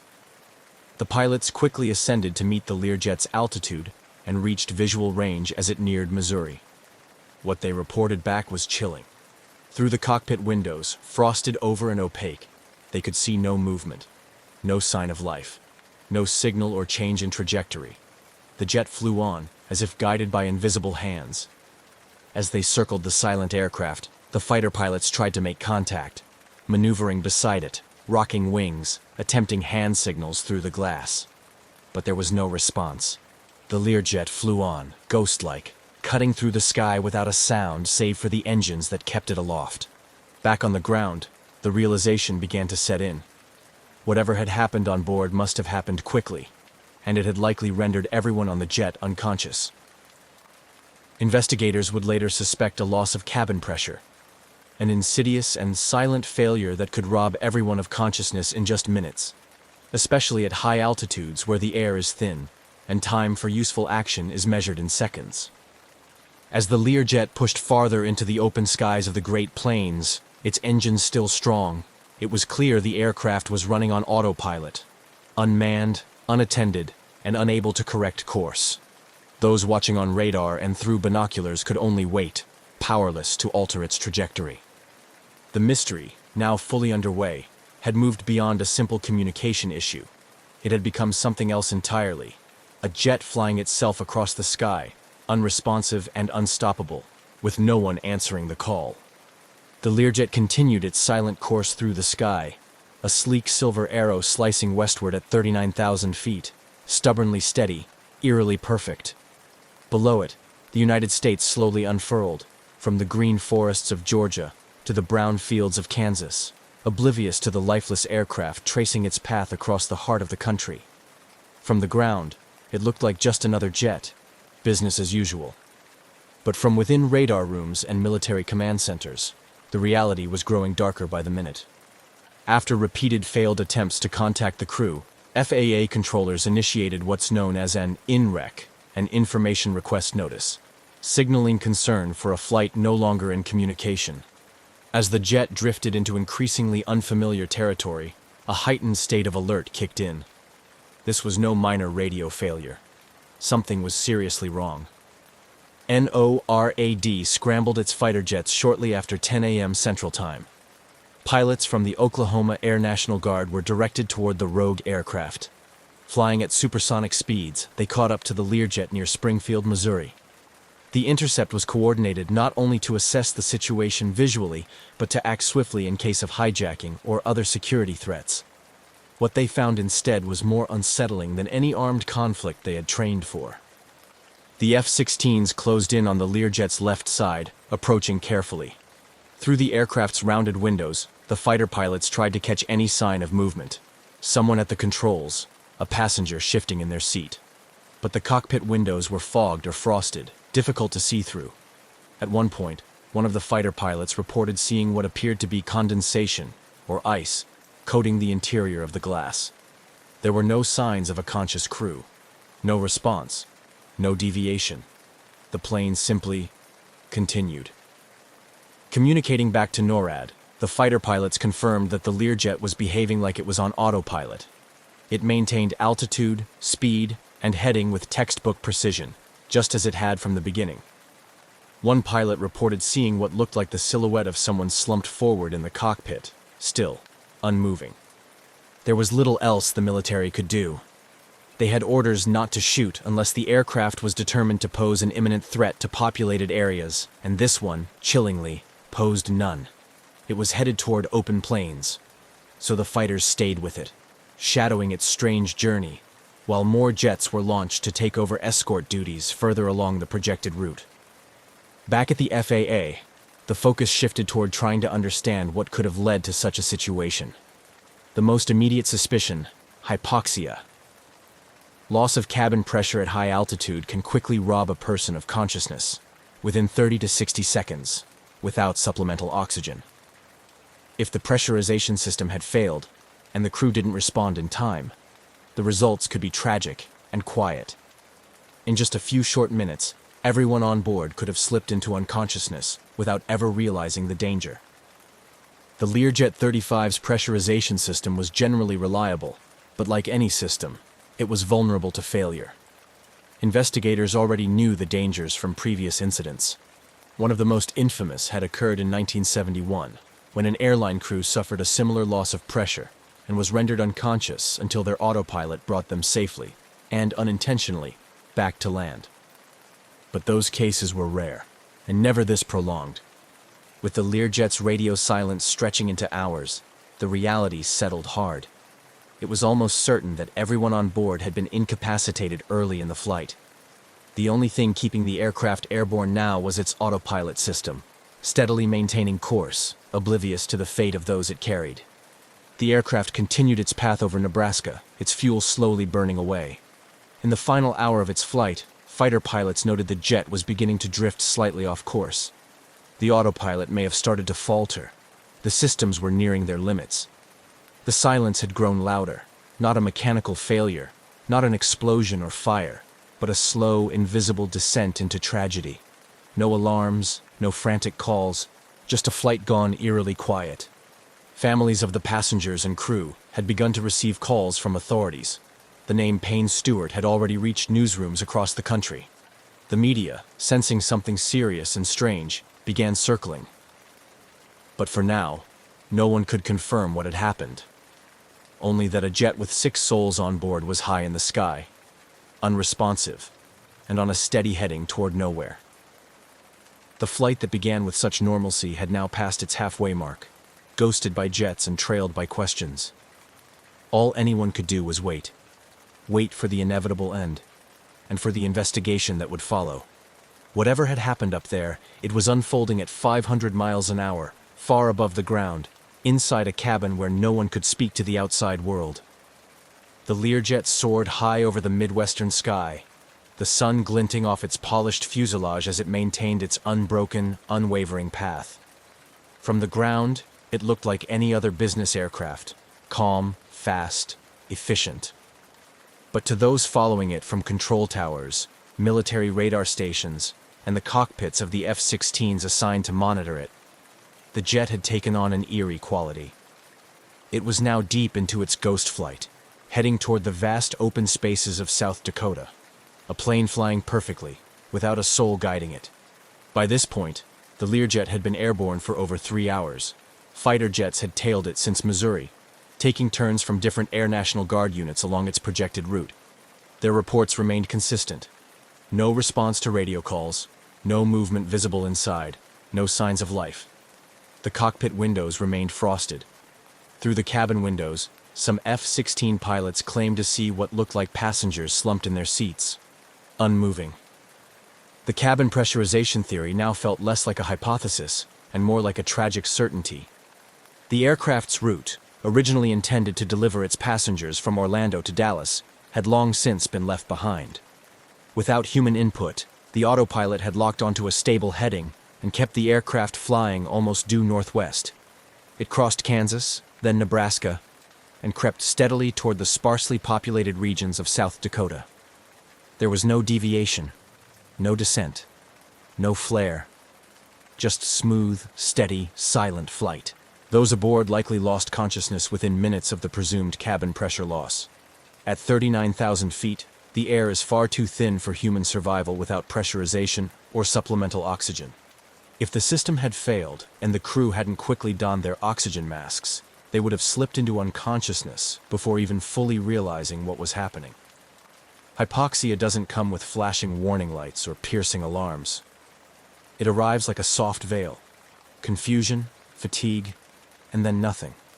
And in the calm quiet of a smooth climb, it's easy to miss until it's too late.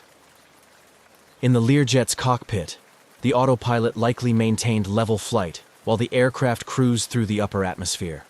There were no inputs from the pilots, no course corrections, no descent planning. It simply flew, mechanically perfect and unnervingly indifferent to the condition of the people on board. The fighters assigned to shadow it could do little but watch. They flew alongside at a respectful distance, occasionally adjusting positions to recheck for visual clues. Radio calls continued, but no response ever came. With the Learjet not exhibiting any signs of aggression, deviation toward populated areas, or threat to national security, there was no justification to intervene physically. NORAD issued strict standing orders: do not shoot. Meanwhile, across the country, the story had begun to emerge. News outlets picked up on reports of a plane flying unresponsive across several states. As word spread, the name Payne Stewart entered headlines and broadcasts. The golfing world, already buzzing with his recent success at the US Open, was stunned. Fans, colleagues, and sports journalists held their breath, hoping for a miraculous explanation, or at least a safe landing. But aviation experts understood what the signs meant. This was not a survivable scenario. Just after 12 p.m. Central Time, fuel began running low. The jet, having traveled over 1,500 miles, had nearly exhausted its supply. Those tracking it braced for the inevitable. The aircraft could no longer stay aloft. There would be no emergency landing, no radioed mayday. There were no conscious hands at the controls. It was only a matter of time. Radar data showed the Learjet slowly beginning to descend.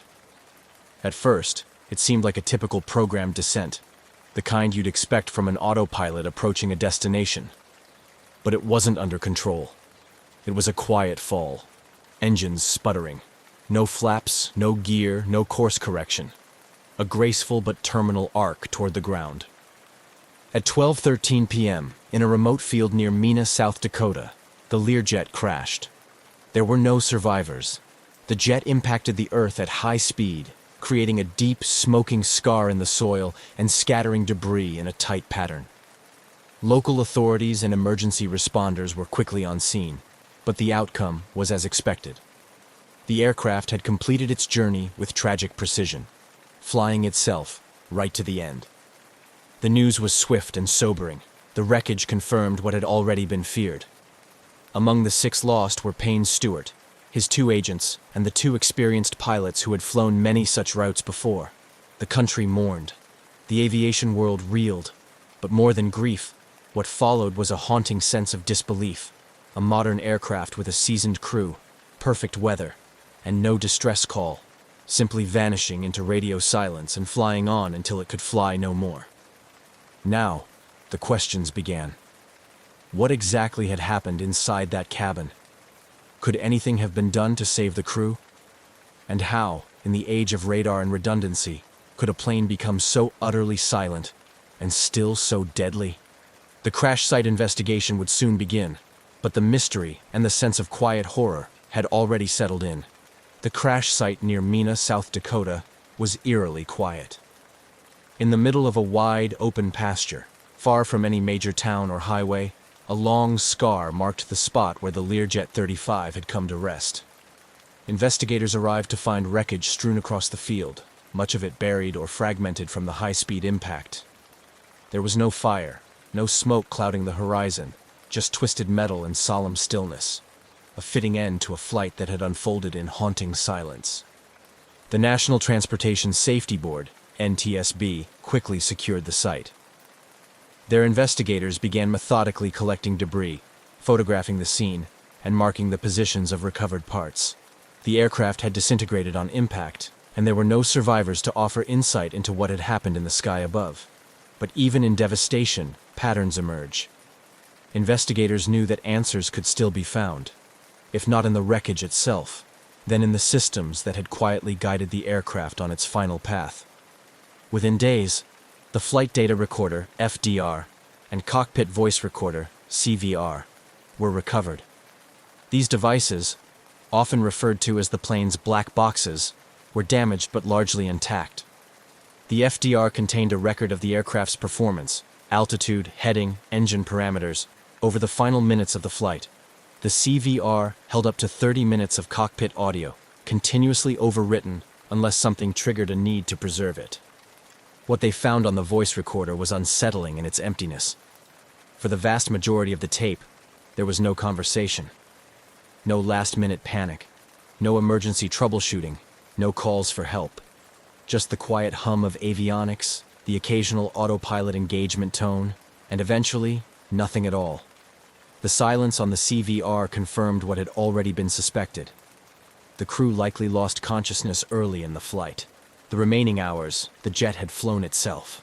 Further analysis of the flight data showed that the aircraft had performed normally for the first few minutes after takeoff. The climb was steady, the speed within normal limits, and all signs pointed to a well-handled departure. But around the time the aircraft reached its cruising altitude, 39,000 feet, everything stopped changing.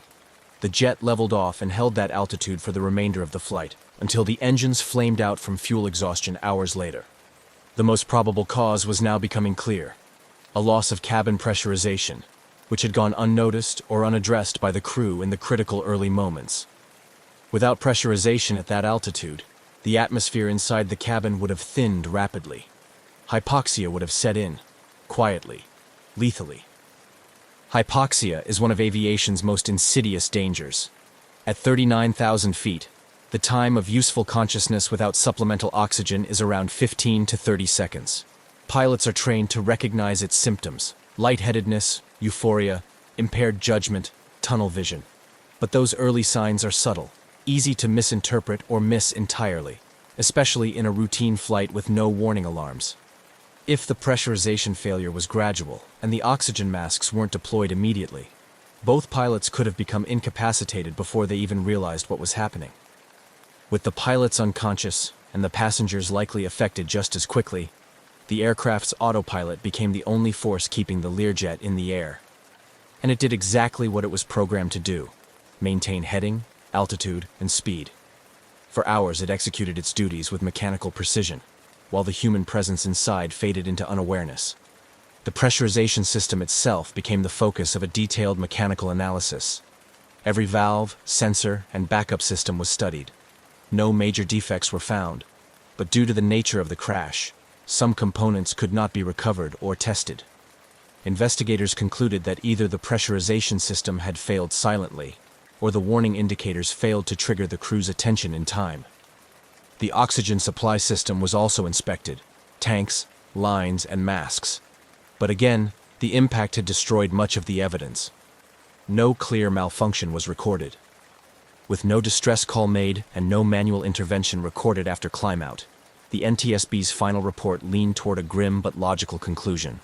The crew was incapacitated by hypoxia, the aircraft continued on autopilot until fuel exhaustion, and the crash was the tragic culmination of a system working exactly as designed, but without its most important component: conscious humans. The findings were sobering. There was no singular mechanical failure to blame, no villain, just a cascade of small failures or missed moments that allowed a routine flight to become a national tragedy. The very design of the aircraft, to fly smoothly, efficiently, and without pilot input for long stretches, had become its undoing. As the investigation closed in on its final findings, the public's questions shifted. If something so silent and sudden could render an entire cabin unconscious, what could be done to prevent it from happening again? The focus would soon turn to procedure, training, and systems design. But for now, the most haunting detail remained: a jet, silent and sleek, flying flawlessly across a cloudless sky, with no one left awake to see where it was going. In the weeks following the crash, the National Transportation Safety Board worked through every angle of the case, determined to understand exactly what went wrong aboard Learjet N-47BA, and what could be done to keep it from happening again. The deeper they probed, the more chilling the reality became. This was not a case of one catastrophic failure, but a quiet chain of small, subtle oversights and missed opportunities that ultimately allowed a deadly scenario to unfold unnoticed and unchallenged. The investigation zeroed in on one element above all: cabin pressurization. At 39,000 feet, the human body cannot survive for more than a minute or two without supplemental oxygen. Commercial jets are designed to automatically pressurize the cabin as they ascend, mimicking a lower, livable altitude inside. If that system fails and the cabin pressure drops, hypoxia sets in fast, often before the symptoms are even recognized. The signs can be deceptive: dizziness, tingling, euphoria, confusion. It feels like nothing at first. That's what makes it so deadly. The Learjet's pressurization system was mechanically sound during its most recent inspections, with no known issues on record. But because the aircraft was destroyed upon impact, investigators couldn't recover every component. They couldn't confirm whether a slow leak had begun early in the flight, whether a valve had malfunctioned, or whether a system setting had been overlooked by the crew. What they did know was that at some point during or shortly after climb-out, something went wrong. Under normal procedures, a crew reaching altitude would check cabin pressure levels and confirm that the pressurization system was functioning correctly. If a warning light illuminated or an alarm sounded, pilots were trained to immediately don oxygen masks and begin emergency descent. That's the critical window. Seconds, not minutes. The crew of N-47BA didn't make a call. They didn't descend. They didn't engage emergency protocols. The only conclusion? They lost consciousness too quickly to act. The aircraft's oxygen system also came under scrutiny. Investigators wanted to know if the emergency supply, stored in high-pressure tanks and delivered through masks, had failed in some way. But there was no way to verify whether the masks had deployed or whether they had been used. The voice recorder revealed no conversation indicating trouble, no sounds of masks being donned, no struggle, no effort to troubleshoot. Just silence. This raised unsettling questions. Had the crew ignored early warning signs? Had they mistaken hypoxia's onset for simple fatigue or pressure changes? Or had the failure been so sudden and complete that they never stood a chance? The flight data reinforced a consistent pattern. Once the jet reached cruising altitude, it never deviated. Autopilot held the aircraft at 39,000 feet for nearly 4 hours. This indicated that the autopilot had been set properly before the crew lost awareness, but also that it had never been disengaged or overridden afterward. The aircraft remained in a perfectly stable cruise, flying as it was told, right up to the moment its engines gave out from fuel starvation. The NTSB's findings, while incomplete in hard physical evidence, pointed with overwhelming probability to a gradual loss of cabin pressure and a failure to react in time. It wasn't negligence. It wasn't sabotage. It was a quiet breakdown in human response, masked by the reliability of technology and the subtle danger of altitude. The report's conclusion was concise but grave. The probable cause of this accident was incapacitation of the flight crew members as a result of their failure to receive supplemental oxygen following a loss of cabin pressurization for undetermined reasons. It was a hard truth. This was an aircraft that did exactly what it was built to do. It flew straight and smooth, held its course, and executed every function as designed. And that was part of the problem.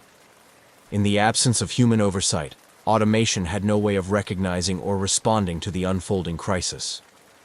The industry had long viewed automation as a safeguard, a way to reduce human error and lighten pilot workload.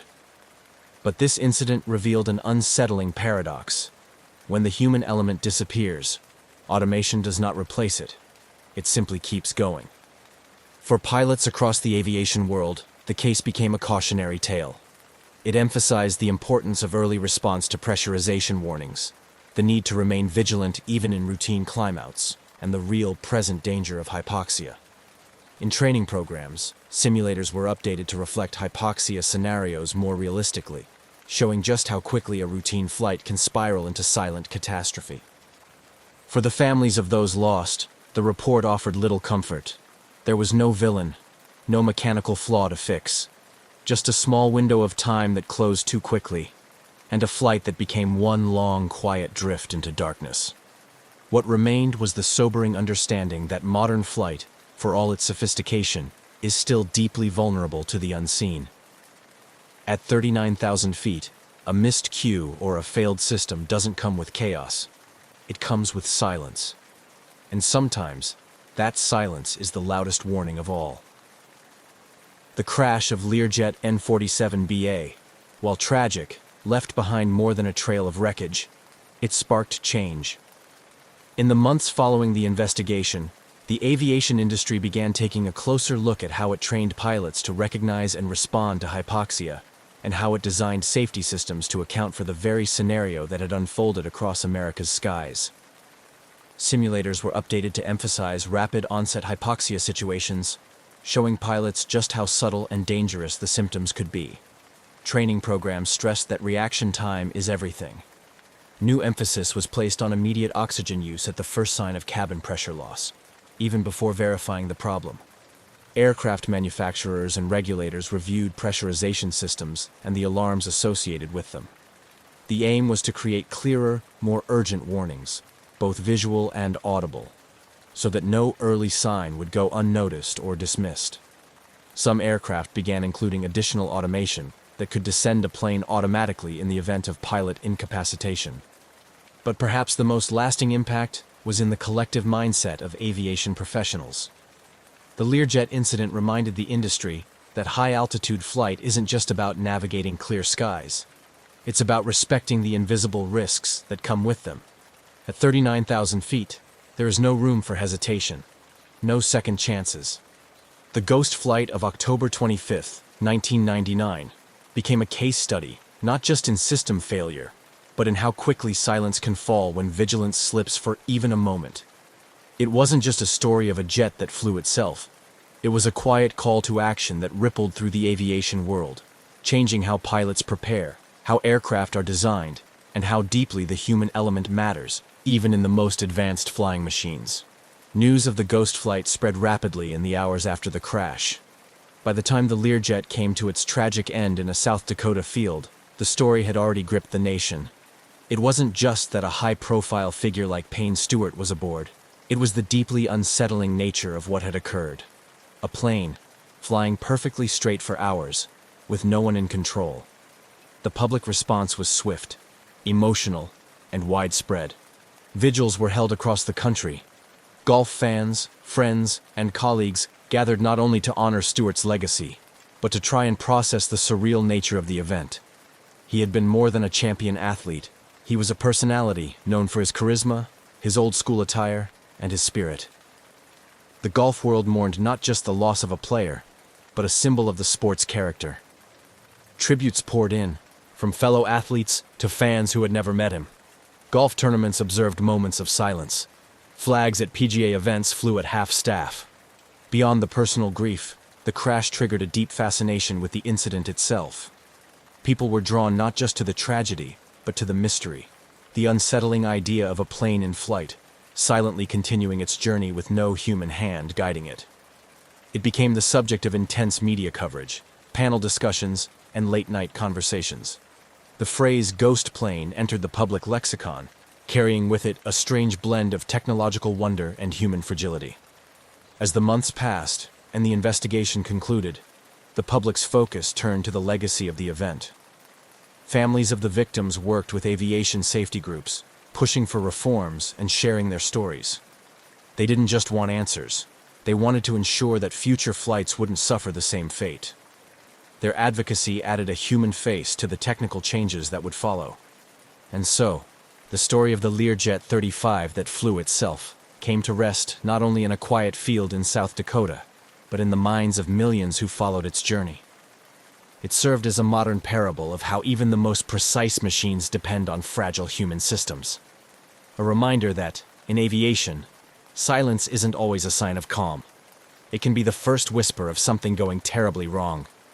In the years since, the incident has remained one of aviation's most haunting modern mysteries. It is taught in flight schools, discussed in safety briefings, and referenced in conversations about the evolution of autopilot systems and cockpit protocols. The aircraft's flight path has been recreated in simulations, studied in classrooms, and depicted in documentaries. But above all, It endures because it touched a nerve, a flight that began like any other, guided by trusted hands and bound for familiar skies, only to drift slowly into the unknown.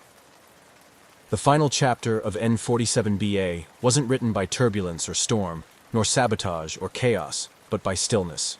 A quiet cabin, a plane flying itself through clear skies, and a world below, watching, wondering, and learning. Prepared for what was to be the most challenging leg of her ambitious quest to circumnavigate the globe. Alongside her was navigator Fred Noonan, whose skills would be crucial in navigating the vast and treacherous expanse of the Pacific Ocean. Their aircraft, a modified Lockheed Electra, was equipped with additional fuel tanks, transforming the cabin into a cramped space filled with just enough room for the pilots and essential navigation equipment. This setup underscored the gravity and daring nature of their journey. Amelia Earhart was not just a pilot. She was a visionary, who had already broken numerous records and established herself as a formidable figure in the rapidly evolving field of aviation. Her goal to fly around the world was more than a personal challenge. It was a statement about the possibilities of air travel and the role of women in its future. As the Lockheed Electra took off from Lae, New Guinea, the weight of this ambition was palpable. The flight to Howland Island, a tiny sliver of land in the vast Pacific, was one of the most critical phases of her journey. The island would serve as a crucial refueling stop, without which the completion of the circumnavigation would be impossible. The preparation for this leg of the flight had been meticulous. Earhart and Noonan had spent countless hours poring over maps and flight charts, calculating and recalculating their planned route to account for the myriad of challenges they faced, including unpredictable weather patterns and potential navigational errors. The Lockheed Electra itself had undergone numerous modifications to maximize its range and reliability, tweaks that were tested and retested to meet the exacting demands of their journey. Their departure from Lae on July 2nd was watched by a small crowd, a mix of well-wishers and press, all aware of the significance of the moment. Earhart, ever the emblem of confidence and calm, waved from the cockpit, her expression one of determined focus. As the engines roared to life and the plane lumbered down the runway, there was a collective holding of breath among those watching.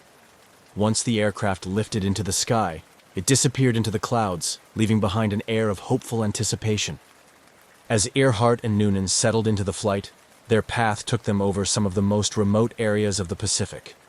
Communication during this leg was limited to scheduled transmissions with the Coast Guard ship Itasca, which was stationed near Howland Island to provide radio guidance and weather updates. The vastness of the ocean around them was a constant reminder of the isolation and risks inherent in their undertaking. The last communication with the Itasca was both routine and ominous. Earhart reported cloudy weather, some rain, and rough seas below. She mentioned they were flying on a line of position noted on their maps that should have brought them directly over Howland Island. However, as time passed, further attempts to establish radio contact proved fruitless. Noonan's expertise as a navigator, crucial for their success, was up against the daunting challenge of finding a minute target in the immense Pacific.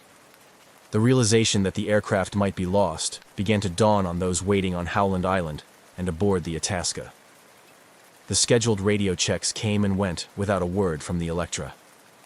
Anxiety turned to alarm as hours passed with no sign of Earhart or Noonan. The Itasca began broadcasting a constant stream of messages, hoping to guide the Electra in by radio if they were close enough to hear but unable to respond. When the full scope of the situation became apparent, a massive search operation was quickly mobilized. The U.S. Navy and Coast Guard, along with other available Pacific military resources, launched one of the most extensive search and rescue missions of the time. Planes and ships scoured thousands of square miles of ocean, retracing Earhart's planned route and exploring other areas where she might have gone down. Despite these efforts, no trace of Amelia Earhart, Fred Noonan, or the Lockheed Electra was ever found. The disappearance became one of the greatest aviation mysteries of the 20th century, prompting a myriad of theories and continuing explorations that spanned decades. Amelia Earhart's legacy, fueled by her daring and her mysterious fate, continued to inspire adventurers and aviators, ensuring that her story, emblematic of the era's bold strides in aviation and the lingering risks of uncharted territories, would not be forgotten.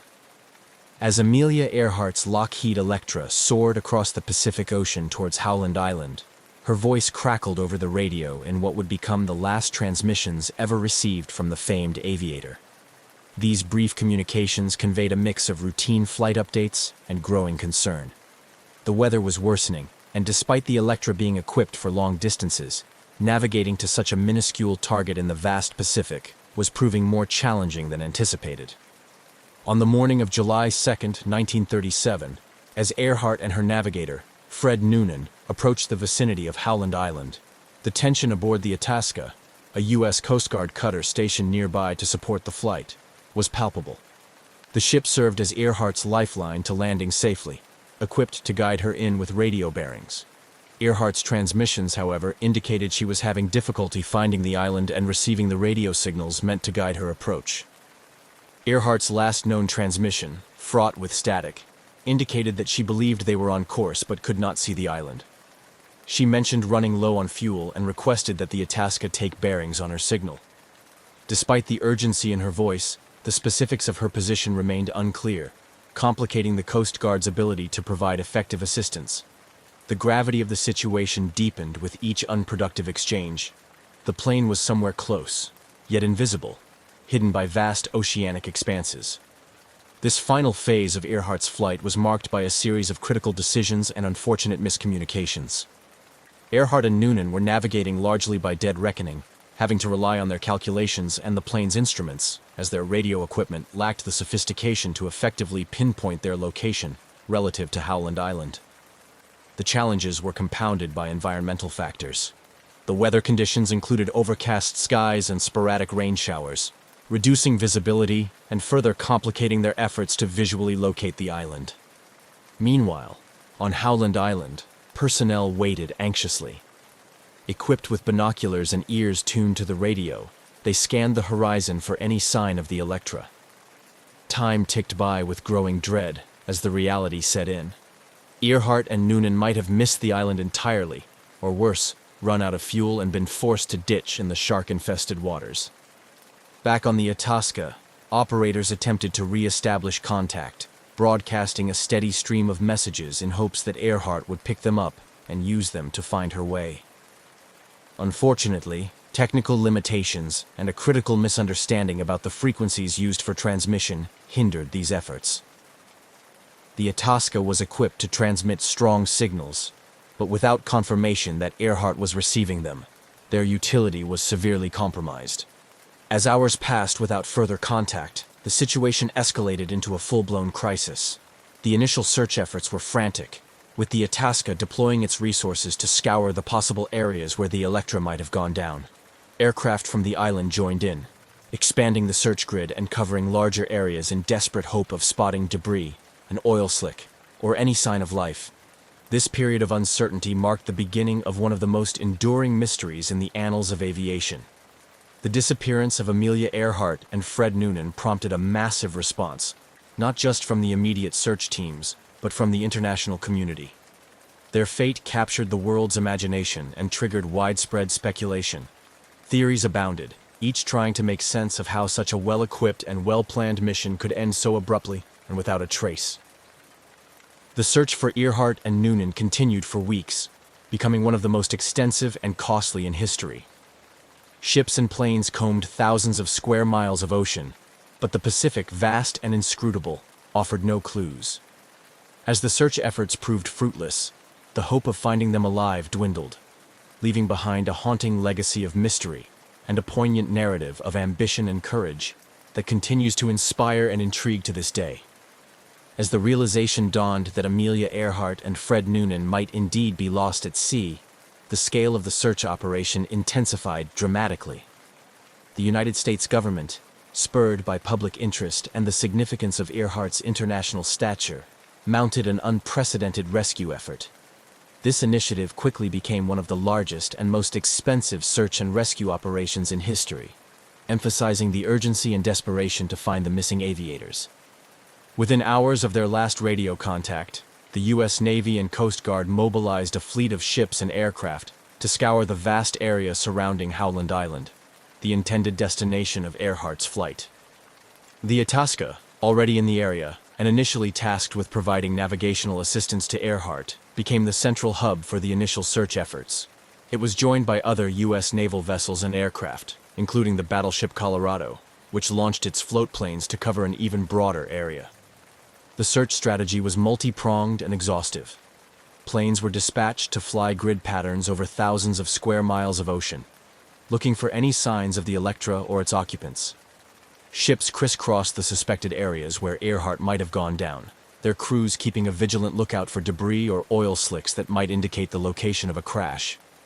Infrared cameras and other advanced, for the time, sensing technologies were employed in the hope of detecting the aircraft or life rafts. Despite these extensive efforts, the vastness and depth of the Pacific Ocean presented formidable challenges.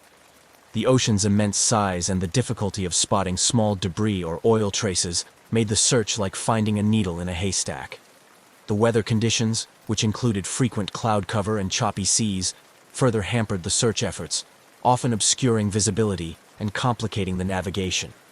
As days turned into weeks, the urgency of the search began to wane, with each passing day reducing the likelihood of finding Earhart and Noonan alive. The emotional toll on the search teams and the public was considerable.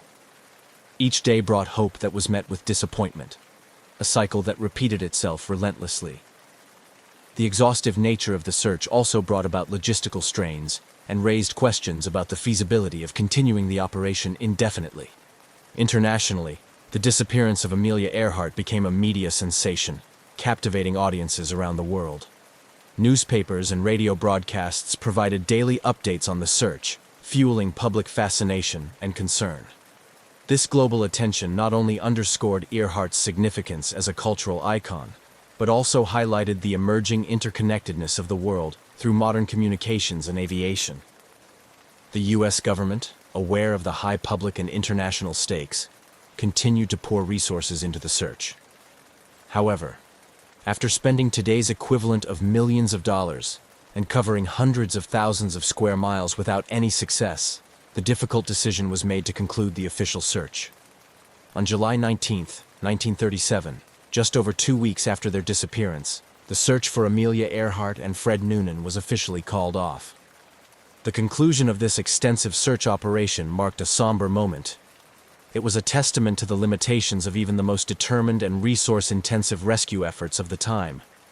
The failure to find any trace of Earhart, Noonan, or the Electra left a void filled with speculation, sorrow, and unresolved mystery. This outcome not only deepened the enigma surrounding their fate, but also set the stage for decades of theories and explorations, each aiming to provide some resolution to one of the greatest aviation mysteries of the 20th century. The disappearance of Amelia Earhart and Fred Noonan over the Pacific Ocean in 1937 catalyzed a myriad of theories and extensive speculation that sought to explain the fate of these two aviators. Over the years, several prevailing theories emerged, each supported by various degrees of evidence and expert opinion, reflecting the persistent intrigue and the complex nature of their unsolved disappearance. The crash and sink theory is perhaps the simplest and most widely accepted explanation. It posits that Earhart's Lockheed Electra ran out of fuel while searching for Howland Island, leading to a crash into the vast Pacific Ocean. This theory is supported by the last transmissions from Earhart, which indicated that they were running low on fuel. The absence of any confirmed debris or oil slick could be attributed to the immediate sinking of the aircraft in deep water, leaving little trace on the surface to be detected by the search teams.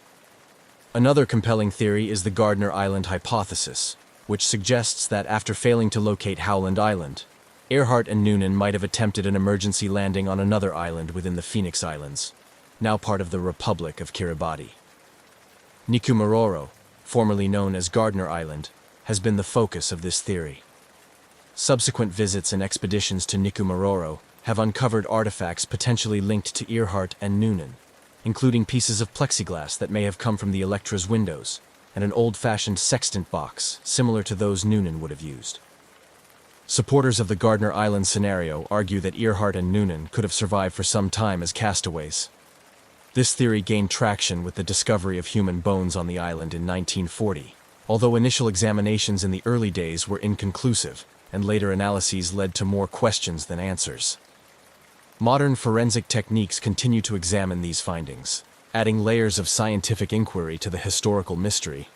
A more controversial theory involves speculation of capture by Japanese forces, suggesting that Earhart and Noonan might have landed or crashed in the Japanese-controlled Marshall Islands. Some proponents of this theory argue that they were taken as prisoners under the suspicion of being American spies, and that their ultimate fate was covered up amidst the geopolitical tensions leading up to World War II. However, this theory is based largely on anecdotal evidence and has been met with skepticism by mainstream historians due to the lack of concrete archival proof from US or Japanese sources. Each of these theories has been the subject of books, documentaries, and continued research, reflecting the global fascination with Earhart's story and the human desire for resolution.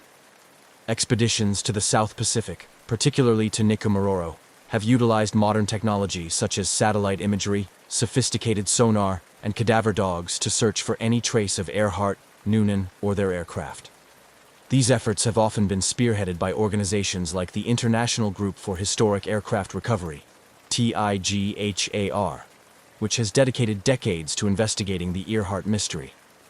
The public's fascination with these theories is not merely about solving a mystery, but also about connecting with the past and understanding more about a time when global aviation was still in its early, daring days. Earhart's legacy as a pioneering aviator and a symbol of courage, adventure, and the limitless potential of human ambition continues to inspire these investigative efforts. Each new piece of evidence, whether it conclusively supports a particular theory or deepens the mystery, contributes to the ongoing narrative surrounding Amelia Earhart's final flight. While definitive answers may still elude those who seek them, the pursuit of these answers serves as a testament to the enduring impact of her life and the intriguing nature of her disappearance. In the decades following the disappearance of Amelia Earhart and Fred Noonan, advancements in technology and methodology have rejuvenated efforts to solve one of aviation's greatest mysteries. These modern investigations have not only provided new leads, but have also refined our understanding of what might have happened to Earhart's Lockheed Electra on that fateful day in 1937. One of the most persistent efforts has been led by the International Group for Historic Aircraft Recovery, which has conducted numerous expeditions to Nikumaroro Island, formerly known as Gardner Island. This atoll, part of the Phoenix Islands in the Republic of Kiribati, is central to the hypothesis that Earhart and Noonan may have landed there when they could not locate Howland Island. TIGHAR's expeditions have focused on systematic searches both on the island and in the surrounding waters, employing advanced forensic techniques and technologies. Significant among the findings from these expeditions are items that could plausibly be linked to Earhart, Noonan, or their aircraft. These include fragments of a plexiglass window that closely matches the type used in the Lockheed Electra and an aluminum panel that appears to be aircraft debris. Additionally, the discovery of a 1930s woman's shoe, a jar of anti-freckle cream — Earhart was known to dislike her freckles — and improvised tools suggest the possibility of castaways attempting to survive. Moreover, TIGHAR's efforts have extended to analyzing bone fragments and other biological material found on the island. Initial analyses in the past were inconclusive, or led to the determination that they were from a male, which contradicted the hypothesis that they might belong to Earhart. However, with the advent of more sophisticated DNA technology, these materials are under continuous re-examination, holding out the possibility that one day they might conclusively link them to Earhart. These expeditions have also benefited from technological advancements in satellite imagery and underwater robotics. High-resolution satellite images have allowed researchers to scour the island for signs of an aircraft from the comfort of their laboratories before setting foot on the island. Underwater drones, equipped with cameras and sonar, have explored the deep waters around Nikumaroro for any signs of the wreckage, which would be definitive proof of the plane's final resting place. Despite these promising leads, each expedition has also underscored the monumental challenges of such an endeavor. The remote location of Nikumaroro, combined with its harsh environment, means that each trip is not only costly but also fraught with logistical difficulties. The coral reefs surrounding the island pose a hazard, potentially hiding and even destroying evidence of the Lockheed Electra's landing or crash.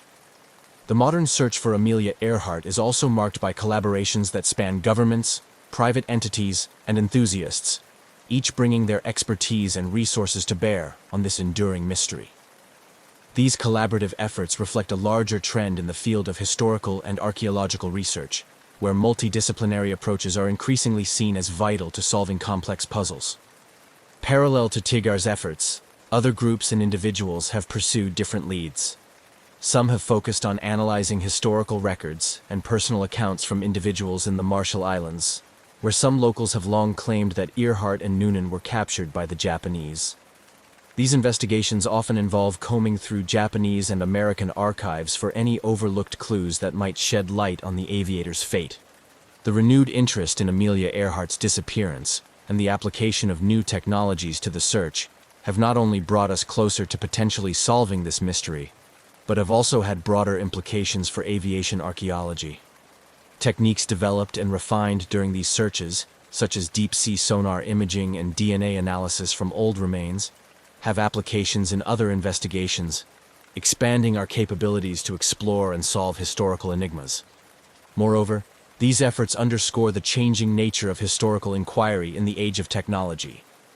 With each new tool and each expedition, the public's fascination with Earhart's story is rekindled, ensuring that her legacy continues to inspire and that the quest for answers remains alive. Whether or not these modern investigations will ever conclusively solve the mystery of what happened to Amelia Earhart, they stand as a testament to the enduring human spirit to seek answers, no matter how elusive they may be. Amelia Earhart's disappearance in 1937 transcended the realm of a mere aviation mystery to become a powerful symbol of courage, adventure, and the endless quest for equality. Her legacy has profoundly impacted not only aviation, but also the role of women in STEM and broader societal contexts, inspiring countless individuals and shaping cultural narratives across decades. Earhart was more than an aviator. She was a pioneering spirit of her time, breaking numerous records and challenging societal norms that restricted women's roles both on the ground and in the skies. Her attempt to circumnavigate the globe was a bold assertion of her belief in women's capabilities and their right to compete on equal footing with men. This aspect of her legacy has made her an enduring icon in the feminist movement, symbolizing the struggle for equality and the fight to break through traditional gender barriers. In the world of aviation, Earhart's influence has been equally significant. She was instrumental in the formation of the 99s, an international organization of women pilots established in 1929 to provide support and advocacy for female aviators. Her leadership and vision set the stage for future generations of women in aviation, encouraging them to pursue careers as pilots, engineers, and space explorers. The organization continues to thrive, supporting women in aviation through scholarships, education, and mutual support, perpetuating Earhart's legacy of empowerment and involvement in the field. Moreover, Earhart's story has been a persistent presence in media and popular culture, serving as a rich source of inspiration for films, books, and plays. Each portrayal explores different facets of her life and disappearance, reflecting the public's enduring fascination with her story. These portrayals often emphasize her bravery and the mysterious circumstances surrounding her final flight. But they also highlight her role as a trailblazer for women's rights and her contribution to the early days of aviation. Her disappearance has also sparked numerous conspiracy theories and alternative explanations, which have been featured in various documentaries and investigative reports. This ongoing intrigue ensures that her name remains in the public consciousness, continually sparking new discussions about her life and legacy. The mystery of her fate invites people to explore not only the facts, but also the symbolic meanings of her journey and disappearance. Educationally, Earhart's life and career are studied in schools around the world, where her story is used to teach lessons about perseverance, courage, and the importance of pursuing one's dreams despite obstacles. This educational impact is perhaps one of the most enduring aspects of her legacy, inspiring students to learn from her achievements and challenges. Additionally, Earhart's influence extends to advocacy for aviation safety and technological advancements in flight. Her disappearance highlighted the limitations of aviation technology of the time and underscored the need for advancements in navigation and communication systems. Today, modern satellite and GPS technologies, which provide real-time tracking of aircraft, are part of her legacy. addressing the very challenges that contributed to her disappearance. On a more personal level, the annual remembrance events and continued interest in her life have provided a form of closure for those inspired by her story. For many, especially young women and girls, Earhart is a figure who represents the limitless possibilities of the human spirit. Her life encourages them to dream big and pursue those dreams with the same determination and fearlessness that she did. In sum, the legacy of Amelia Earhart is a tapestry woven from her achievements in aviation, her role as a cultural and feminist icon, and the ongoing mystery of her disappearance. As each new generation discovers her story, they find in her a source of inspiration, a reminder that the sky is not the limit, but just the beginning. The quest to uncover the truth of her final flight continues to evolve with new investigations and technologies, ensuring that her legacy will endure as long as the skies are flown. The enduring mystery of Amelia Earhart's disappearance continues to fascinate and inspire people around the world, transcending generations and cultivating a rich legacy that is as vibrant today as it was in the early 20th century. Her story resonates not only as a historical enigma, but also as a profound symbol of adventure, courage, and the relentless pursuit of dreams against formidable odds. This ongoing mystique contributes to her status as an iconic figure in history, aviation, and women's rights. Amelia Earhart's legacy is commemorated in various ways, from museums and educational programs to annual events that celebrate her life and achievements. Institutions like the Amelia Earhart Birthplace Museum in Atchison, Kansas, which was her childhood home, serve as custodians of her legacy, offering insights into her life and the era she influenced so deeply. These venues play a crucial role in educating the public and preserving the memory of Earhart's pioneering spirit. Moreover, Earhart's attempt to circumnavigate the globe and her subsequent disappearance have become a powerful narrative used in educational curricula across various disciplines. Schools and universities leverage her story to teach about early aviation history, the challenges of global navigation, and the societal context of the 1930s, particularly regarding gender roles and expectations. Educators also use her story to instill values of perseverance and resilience, highlighting how her life was a testament to overcoming obstacles and breaking barriers. In the broader cultural context, Amelia Earhart is a perennial subject in media and popular culture, her story having inspired numerous films, documentaries, books, and articles. Each new project that seeks to unravel the mystery of her disappearance or celebrate her achievements reintroduces her legacy to a new audience, ensuring that her impact is not confined to history books, but continues to be relevant in contemporary discussions about gender, technology, and exploration. The mystery surrounding Earhart's fate also continues to inspire adventurers, scientists, and historians.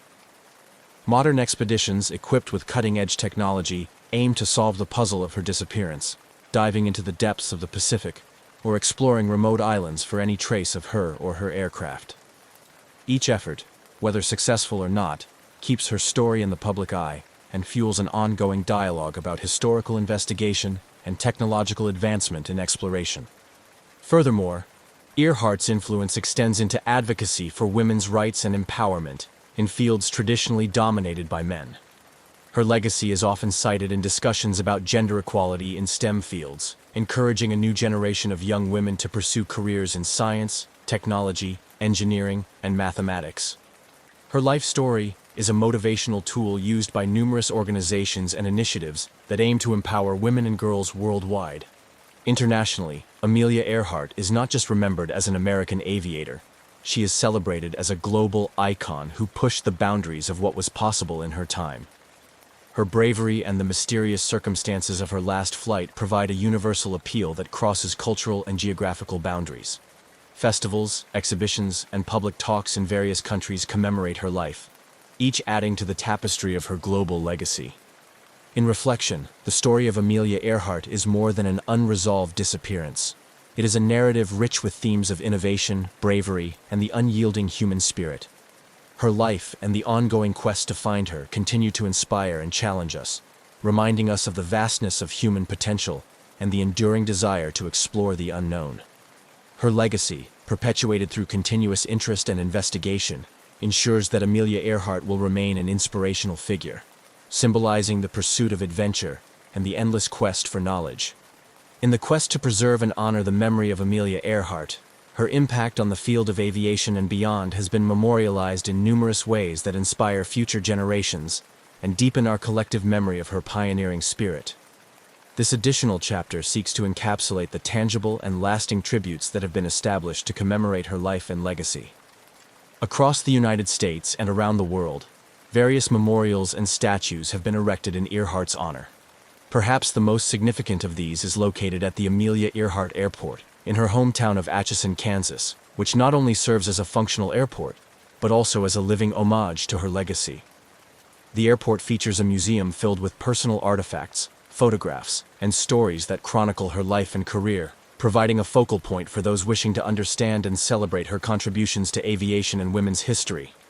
Educational scholarships and programs bearing her name continue to support aspiring female aviators, encouraging them to pursue their dreams with the same boldness and determination that Earhart exemplified.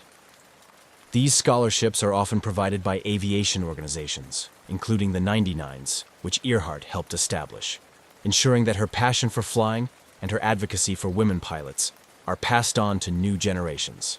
Furthermore, Earhart's influence extends into annual events and educational programs that not only celebrate her achievements, but also look at her life through the lens of modern feminist and technological perspectives. Conferences and symposiums discuss her impact on navigation technology, global communication, and gender equality, reflecting on how her legacy aligns with contemporary issues in these fields. Additionally, the mystery surrounding her disappearance has inspired a variety of creative works, including plays, novels, and films that explore the many facets of her character and the era she influenced. These portrayals contribute to a broader understanding of her as a complex and multifaceted figure, not only as a heroine in flight, but also as a person who faced immense challenges with courage and resilience. As these memorials, scholarships, and cultural portrayals continue to proliferate, they ensure that Amelia Earhart's legacy remains vibrant and relevant. Each tribute serves as a reminder of her contributions to aviation and her role as a trailblazer for women, proving that her spirit continues to soar in the hearts and minds of those who follow in her footsteps. Through these enduring symbols and initiatives, Amelia Earhart's life and legacy continue to inspire awe and admiration, securing her place as an eternal icon of bravery and innovation. British Airways Flight 9 was a Boeing 747-236B, a wide-bodied giant of the sky built to travel oceans and continents in quiet, high-altitude grace. With 4 Rolls-Royce engines, a double-deck cabin, and an enviable safety record, the aircraft was an icon of international aviation, reliable, powerful, and capable of carrying hundreds of passengers comfortably across the globe. It was not a plane one expected to see in distress, let alone gliding silently through the dark with all 4 engines out. But on the night of June 24, 1982, this very aircraft, registration GBDXH, would be at the center of one of aviation's most remarkable survival stories. The flight was part of a long journey from London to Auckland, New Zealand, broken into multiple legs. That evening, Flight 9 had just completed a brief stop in Kuala Lumpur, Malaysia. Passengers had stretched their legs, grabbed snacks, or wandered through the small terminal. Most were weary but in good spirits. They were nearing the final stretch. Next stop, Perth, Australia. At the controls for this segment was Captain Eric Moody, an experienced pilot with thousands of flying hours under his belt. Alongside him in the cockpit were First Officer Roger Greaves and Flight Engineer Barry Townley Freeman. All 3 were seasoned, calm professionals, the kind of crew passengers rarely think about, because everything always goes to plan. As the aircraft taxied for departure, the weather was reported as good. It was a routine evening in Southeast Asia, humid but clear, and the crew saw nothing of concern on their instruments. The 747 rolled down the runway with the familiar surge of thrust, lifting into the sky just after 8:40 p.m. local time. Inside the cabin, lights dimmed to a gentle glow as the plane climbed to its cruising altitude of 37,000 feet. By now, passengers had settled into the lull of overnight flight.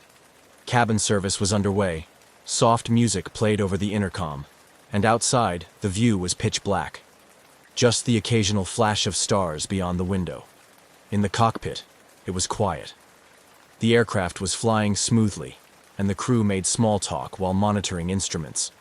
Over Indonesia's Java Sea, the aircraft's flight path would soon arc southward toward the Indian Ocean, placing it above volcanic regions, but the skies looked clean. Then, somewhere near the halfway mark between Jakarta and Perth, subtle changes began. It started with something beautiful. Strange blue-white sparks began dancing on the cockpit windscreen. They crawled along the glass like electric tendrils, glowing at the edges of the wipers. This phenomenon, known as St. Elmo's fire, wasn't entirely unheard of. It's an atmospheric electrical effect caused by static buildup, often seen near thunderstorms. But tonight it was different. The glowing shapes were brighter, more intense, and they were being noticed not just by the flight crew, but by passengers as well. Back in the cabin, a strange haze was forming. A soft mist seemed to be drifting from the vents. Some passengers thought it was smoke, others assumed it was condensation. Flight attendants moved through the aisles calmly, checking in with passengers but noticing it too. The haze was odd, and it had a faint smell. Something slightly metallic, a little like sulfur. Nothing alarming, but strange enough to raise eyebrows. Then the cockpit received its first real surprise. Engine 4, on the far right, began to lose power. Warnings flashed briefly, and then Engine 2 began surging. Within seconds, both Engine 1 and Engine 3 began spooling down. The noise in the cabin changed from the steady hum of jet thrust to something quieter, almost unsettling. And then the unimaginable happened. All 4 engines failed. For a moment, the silence was total. No engine roar. Just the rush of wind over the fuselage and the quiet chime of alerts in the cockpit. The 747, one of the most reliable aircraft in the skies, had become a glider at 37,000 feet. The crew checked and rechecked the instruments. This wasn't a gauge failure. The engines were out, every one of them. The aircraft was descending, gliding through the darkness with no power and no clear reason why. It was then that Captain Moody did something extraordinary in its calmness. He picked up the cabin PA and addressed the 263 passengers on board with the now famous words, "Ladies and gentlemen, this is your captain speaking. We have a small problem. All 4 engines have stopped.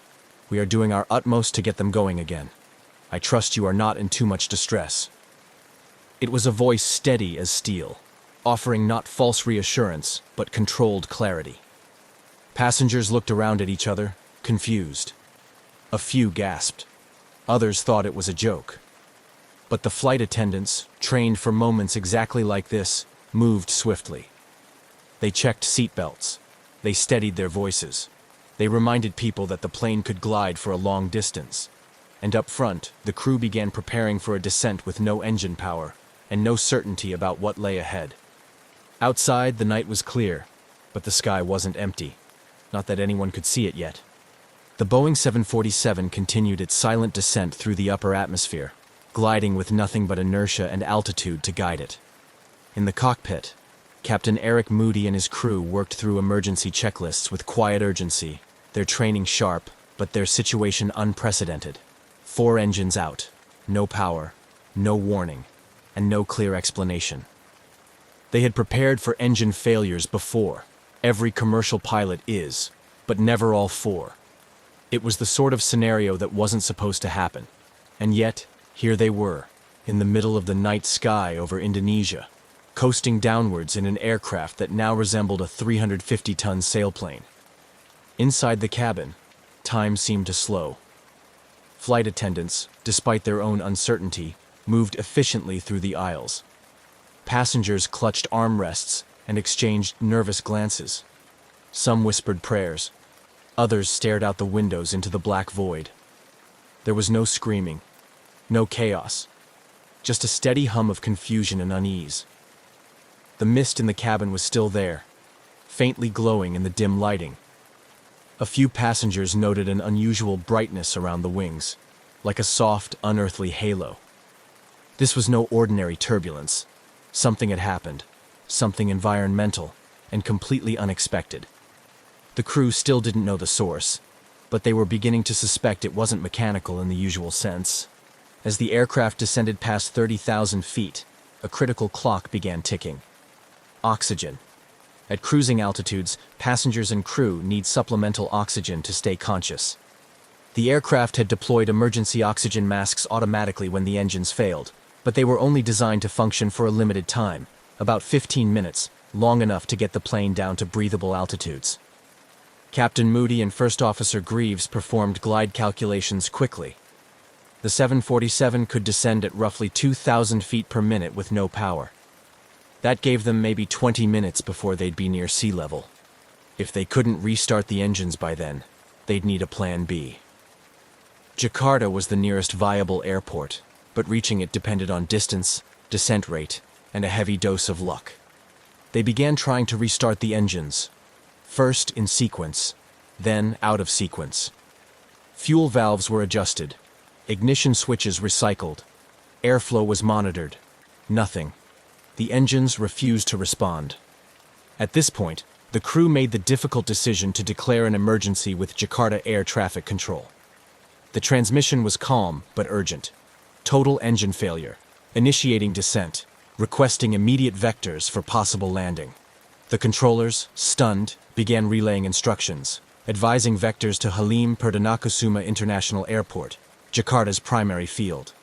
What no one in the aircraft knew was that they were flying directly through a dense, invisible ash cloud, part of a massive plume released hours earlier by Mount Galunggung, a volcano in West Java that had erupted without warning. Volcanic ash doesn't show up on traditional weather radar, and it doesn't look like a thunderstorm cloud from the outside. It's dry, fine, and composed of glass-like particles that can sandblast a windshield and choke jet engines. The volcanic ash had entered all four of the 747's engines, melting internally at high temperature, coating turbine blades, and then solidifying as it cooled. The engines had essentially suffocated, starved of clean air and jammed by glass dust. And because this phenomenon was not widely understood at the time, the crew had no idea what they were up against. Still descending, they passed through 25,000 feet, then 20,000. The lights flickered, the silence remained, and then something changed. Engine 4, on the far right, gave a cough, then a rumble, and then, against every odd, it restarted. The cockpit came alive with energy. If one engine could be revived, so could the others. Restart procedures were repeated immediately. Moments later, Engine 3 sputtered to life, then Engine 1. Within another minute, Engine 2 followed. All four engines were back, but celebration was premature. The engines had only come back online after the plane had descended beneath the ash cloud. It wasn't until they had cleared the volcanic particles that clean airflow allowed combustion again. And now, having regained power, the aircraft was still in a precarious position, descending, engines unstable, and visibility worsening by the second. The windshields, now coated with a layer of ash and microscopic debris, had been rendered nearly opaque. The crew could barely see forward. Forward lighting produced a milky white glare on the glass, like headlights in a foggy snowstorm. The approach to Jakarta would have to be managed not by sight, but by instruments, and by looking through the tiny clear strips on the side windows where the wipers had kept the view somewhat unobstructed. Passengers, meanwhile, hadn't fully grasped what had just happened. The engines had fallen silent and returned without fanfare. Most remained in a quiet daze, holding tightly to the armrests, oxygen masks dangling now, unsure of whether the danger had passed or only just begun. The crew adjusted altitude, stabilized speed, and turned toward Jakarta. The flight, once a simple overnight leg, had now become a race against further ash exposure, fuel calculations, and a difficult approach into an unfamiliar airport. With limited visibility, potential engine damage, and 263 lives in the balance. British Airways Flight 9 was no longer a glider, but it wasn't out of danger. As the crew steadied the now breathing engines and recalibrated their approach toward Jakarta, the stress inside the cockpit remained razor sharp. The 747 had dropped from 37,000 feet to below 13,000 during the terrifying engine outglide. With the engines back online, they were climbing slightly to maintain safe maneuvering altitude, but none of the four power plants could be trusted yet. Captain Eric Moody, calm as ever, knew the aircraft had passed through something dangerous. Volcanic ash still wasn't even on the flight crew's radar, literally and figuratively. But the damage it had caused was evident in every system readout. The engines were now operational, but only just. And the flight deck's view of the outside world was a ghostly blur. The front windscreen, once a clear panel offering visibility for miles, was now frosted with a fine, gritty residue, etched by the abrasive glass particles of volcanic ash. Headlights reflected off it in a white, opaque haze. From the captain's seat, forward visibility was next to nothing. They could see a little more through the outer side windows, where the wipers had pushed away enough ash to form narrow slits of clarity. But the view directly ahead was like staring into a lit fog. Instrument flight rules, IFR, would have to carry them through the landing. That meant relying entirely on gauges, sensors, radio beacons, and air traffic control guidance. It wasn't uncommon in bad weather or fog, but this was different. The ash damage added an unpredictable element to everything. From airspeed indicators to engine temperature readings, everything had to be double-checked. Meanwhile, back in the cabin, the atmosphere was a mix of subdued tension and whispered relief. The engine's return brought a noticeable change in sound, and with it, a flicker of hope. But no announcement had yet come explaining what had happened. The flight attendants, trained for every possible scenario, kept the passengers calm with measured voices and quick, practiced movements. They offered reassurances, collected used oxygen masks, and quietly passed information back to the cockpit. Then came the announcement. Captain Moody's voice crackled over the intercom, deliberate, composed, and unmistakably British. He informed the passengers that all 4 engines had temporarily failed, and that the aircraft had descended to a lower altitude before successfully restarting them. He offered no dramatics, no guesswork, just facts. He ended with a line that would later be remembered by those on board for its surreal restraint. "We trust you are not in too much distress." The tone of the announcement left many passengers blinking in disbelief. The word temporarily didn't seem to carry the gravity of what they'd just endured. But Moody's cool demeanor had its effect. Panic never truly took hold. Instead, there was a strange kind of stillness, the calm that follows when people realize they're part of something far bigger than themselves, but are being led by someone who won't let go of the wheel. Below them, the lights of Jakarta began to come into view, dim through the smeared glass of the side windows. The aircraft had been cleared for approach to Halim Perdanakusuma International Airport, a military civilian facility with a long enough runway for a wide-bodied 747. But this was no ordinary landing. With forward vision compromised and concerns still hanging over the engine's reliability, the crew approached the descent with surgical precision. The autopilot assisted in keeping their trajectory clean, while instruments guided them along the glide path. They flew almost blind, save for those narrow bands of semi-clear vision and the glowing instruments inside the flight deck. As they neared 6,000 feet, small sparks danced along the wing edges again. St. Elmo's fire, the same eerie electrical phenomenon from earlier. It was a reminder they might not be entirely clear of the ash cloud yet. The atmosphere remained unpredictable. Any moment, an engine could surge or fail again. The crew made final landing checks. Landing gear down, flaps extended, speed adjusted, altitude descending. Through the side window, Moody could just make out the lights of the runway, but he would need help lining up. First Officer Greaves leaned to his side to aid with visuals, while Flight Engineer Townley Freeman monitored the engine's delicate parameters. It was a cockpit ballet, each man doing his part, trusting the others, moving in rhythm through one of the most demanding approaches in their flying careers. As the runway drew closer, there was no drama in the cabin, no countdown, no fanfare.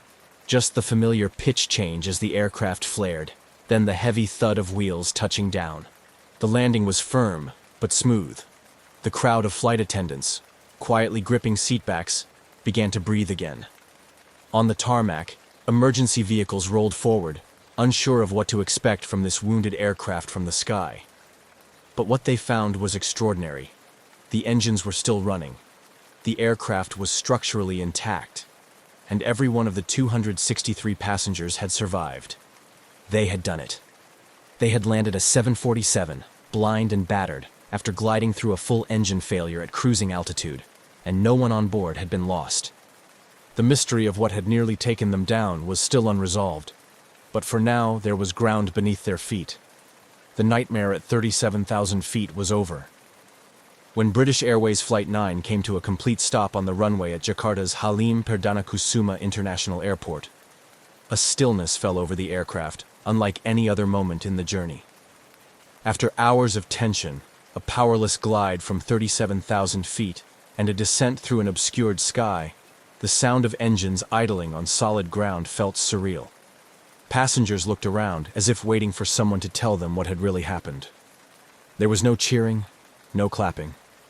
Just quiet exhalation, a shared disbelief that they had made it. Outside, emergency vehicles swarmed toward the aircraft. Fire crews, medics, and ground personnel moved into position, anticipating anything from engine fires to evacuation procedures. But there were no flames, no smoke, no injuries. The only unusual sight was the state of the 747 itself. The once shining paint on the leading edges of the wings was dulled and scorched. The nose cone was frosted over in an eerie gray film, and the cockpit windows were so sandblasted they looked like frosted bathroom glass, completely opaque from nose to crown. Captain Moody and his crew powered down the engines one by one. The aircraft's long flight had ended not in disaster, but in an emergency landing pulled off with remarkable composure and precision. And yet, none of them fully understood what they had just flown through. As maintenance crews swarmed the aircraft, the extent of the damage began to reveal itself. The engine interiors were lined with ash. Turbine blades had melted and resolidified. Tiny shards of glassy material coated the intakes and ventilation systems. On closer inspection, engineers noticed that the ash wasn't just dust. It was volcanic in nature, composed of sharp, abrasive particles. It had scoured the fuselage, dulled the landing lights, and, more alarmingly, interfered with the engines at a level no one had thought possible. British Airways immediately launched an internal investigation. But as data trickled in from Jakarta, it was clear that the source of the crisis wasn't the aircraft itself. It was the sky. Only after Flight 9 was safely on the ground did word reach the crew about the eruption of Mount Galunggung, a volcano roughly 110 miles southeast of Jakarta. The eruption had occurred earlier that day and sent a massive ash cloud soaring into the upper atmosphere. The eruption wasn't violent or fiery. It was quiet, distant, and largely unnoticed by air traffic control. No official NOTAM, notice to airmen, had been issued. The volcanic plume had drifted westward into one of the busiest commercial air corridors in the region, invisible on radar, undetectable until it was too late. Volcanic ash clouds are unique threats to aviation. They don't behave like thunderheads or storm systems. They don't show up on conventional weather radar because the ash particles lack the moisture content to reflect radar signals. Visually, they can appear like thin cloud layers, or even clear air under night skies. But inside those clouds are microscopic fragments of rock, glass, and minerals, lethal to jet engines. The heat inside a jet engine melts the ash into molten glass. This clings to the internal turbine components and then cools rapidly, solidifying again and blocking airflow. In extreme cases, it can choke the engine completely, extinguishing combustion and shutting down power, just as had happened aboard Flight 9. As British Airways and Indonesian authorities pieced together the timing and flight path, they confirmed the unthinkable.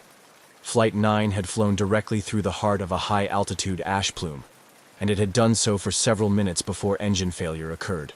The ash had entered all four engines, cut them off simultaneously, and turned a powered flight into a silent glide. What made the survival even more remarkable was the fact that the engines reignited at all. Most pilots, and even manufacturers, didn't believe that once volcanic ash caused flameout, an engine could be restarted. But by descending below the ash cloud, where the air was clearer and denser, the crew had unknowingly given the engines a chance to breathe again. One by one, they had sputtered back to life.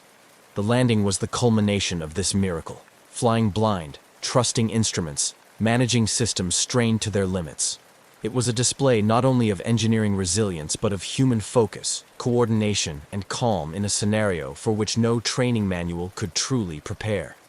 In interviews that followed, Captain Moody was quick to credit his crew, British Airways, and the aircraft itself. He downplayed heroism and emphasized teamwork.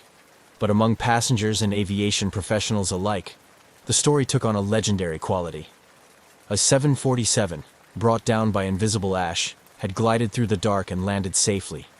Every person aboard had walked away. But the questions were just beginning. If ash clouds couldn't be seen or tracked, what protections did future flights have? How could crews be expected to avoid something they couldn't detect? And how many more flights were passing unknowingly through similar dangers? British Airways Flight 9 was no longer just a near disaster. It was a warning.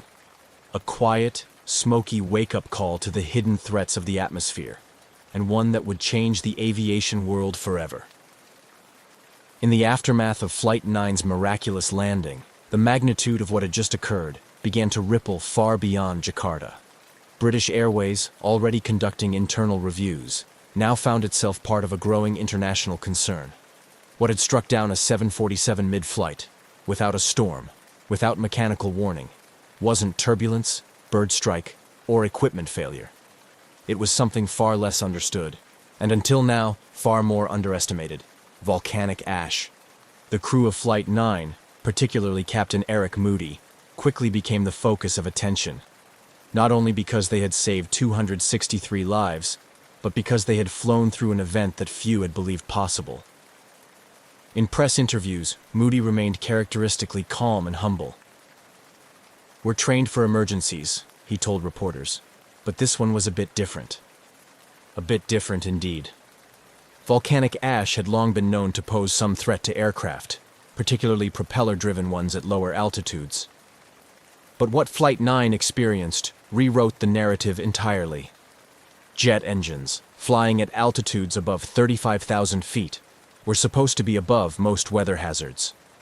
What no one had accounted for was that ash clouds, fine enough to linger invisibly in the atmosphere, could rise that high, and that their effects could be so devastating so quickly. The engineering teams that examined the aircraft back in Jakarta and later in London were astonished at the damage. All 4 engines had suffered severe erosion to their turbine blades. The combustion chambers were coated in a gritty glaze, molten ash that had fused with metal at high temperature before solidifying mid-process. Portions of the fuselage and wing-leading edges were scraped raw, with paint stripped and sensor covers pitted. Even the landing lights and cockpit windscreens showed signs of abrasion, sanded down to a frosty opacity.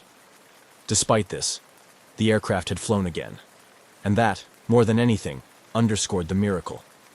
But it also revealed the urgency of a terrifying question. How many other flights had unknowingly passed through similar clouds, and how could pilots avoid something they couldn't see? Before Flight 9, ash clouds weren't monitored with the same seriousness as weather systems. Meteorological stations tracked eruptions when they were explosive or locally hazardous, but there was no global network for tracking ash dispersion in real time. Even radar systems, the gold standard in weather detection, failed to register ash because the dry, fine particles didn't return strong radar echoes. In the cockpit, there was no alert, no warning. Only the ghostly glow of St. Elmo's fire and a faint burning smell. Flight 9 had highlighted a blind spot, both literal and systemic. The aviation world responded swiftly. Within weeks, international aviation bodies, including the International Civil Aviation Organization, ICAO, and major weather agencies, convened emergency meetings. Volcanologists were brought in. Ash behavior at altitude was analyzed. Flight 9 had shown that a jet could lose all engines at once, and that a modern aircraft, even one as large and robust as a 747, was not immune to a silent hazard lurking in plain air. New protocols were drafted. Airlines began training pilots to recognize early symptoms of ash encounters: the sudden static discharge, unusual smells, engine surging, and forward visibility loss. Emergency checklists were updated. Perhaps most importantly, aviation authorities started to develop the world's first volcanic ash advisory centers, VAACs, a global network designed to monitor volcanic activity and issue real-time advisories to aircraft flying in affected zones. Satellite monitoring of ash plumes also advanced significantly in the years that followed. Earth-observing satellites could now track sulfur dioxide and ash dispersal with far greater accuracy, enabling warning systems that could alert air traffic control, dispatchers, and pilots more effectively than ever before. Flight 9 had done something no one wished for, but everyone ultimately benefited from. It forced aviation to evolve. It filled a knowledge gap with a hard-earned lesson. For those aboard that night, the world carried on, but never quite the same. Passengers spoke later of a strange peace during the descent, of how calm the cabin remained even as oxygen masks fell and the engines went quiet. Many credited the demeanor of the flight attendants, who moved like clockwork, keeping passengers steady in the face of the unknown. Captain Moody and his crew received widespread recognition. Their teamwork under pressure became a case study in aviation training programs around the world. Pilots and instructors referenced Flight 9 as the benchmark for poise and process during emergencies. It was not just a near disaster. It was a masterclass in how to fly through one. And in the years to come, other flights would encounter volcanic ash. Some would divert early, thanks to new detection. Others, like the 2010 Eyjafjallajökull eruption in Iceland, would ground hundreds of flights altogether, a decision made not out of fear, but from the lessons learned aboard Flight 9. What was once invisible now had a name, a path, and a plan. The night sky was still dark, but no longer unknowable. Because one flight, flying blind over Indonesia, had opened the world's eyes. While British Airways Flight 9 had returned safely to solid ground, the shockwaves from its brush with disaster continued to ripple through the aviation world. The dramatic mid-air crisis revealed vulnerabilities in modern flight that had been previously overlooked or underestimated, especially in the context of a growing global network of long-haul routes that routinely crossed volcanic regions.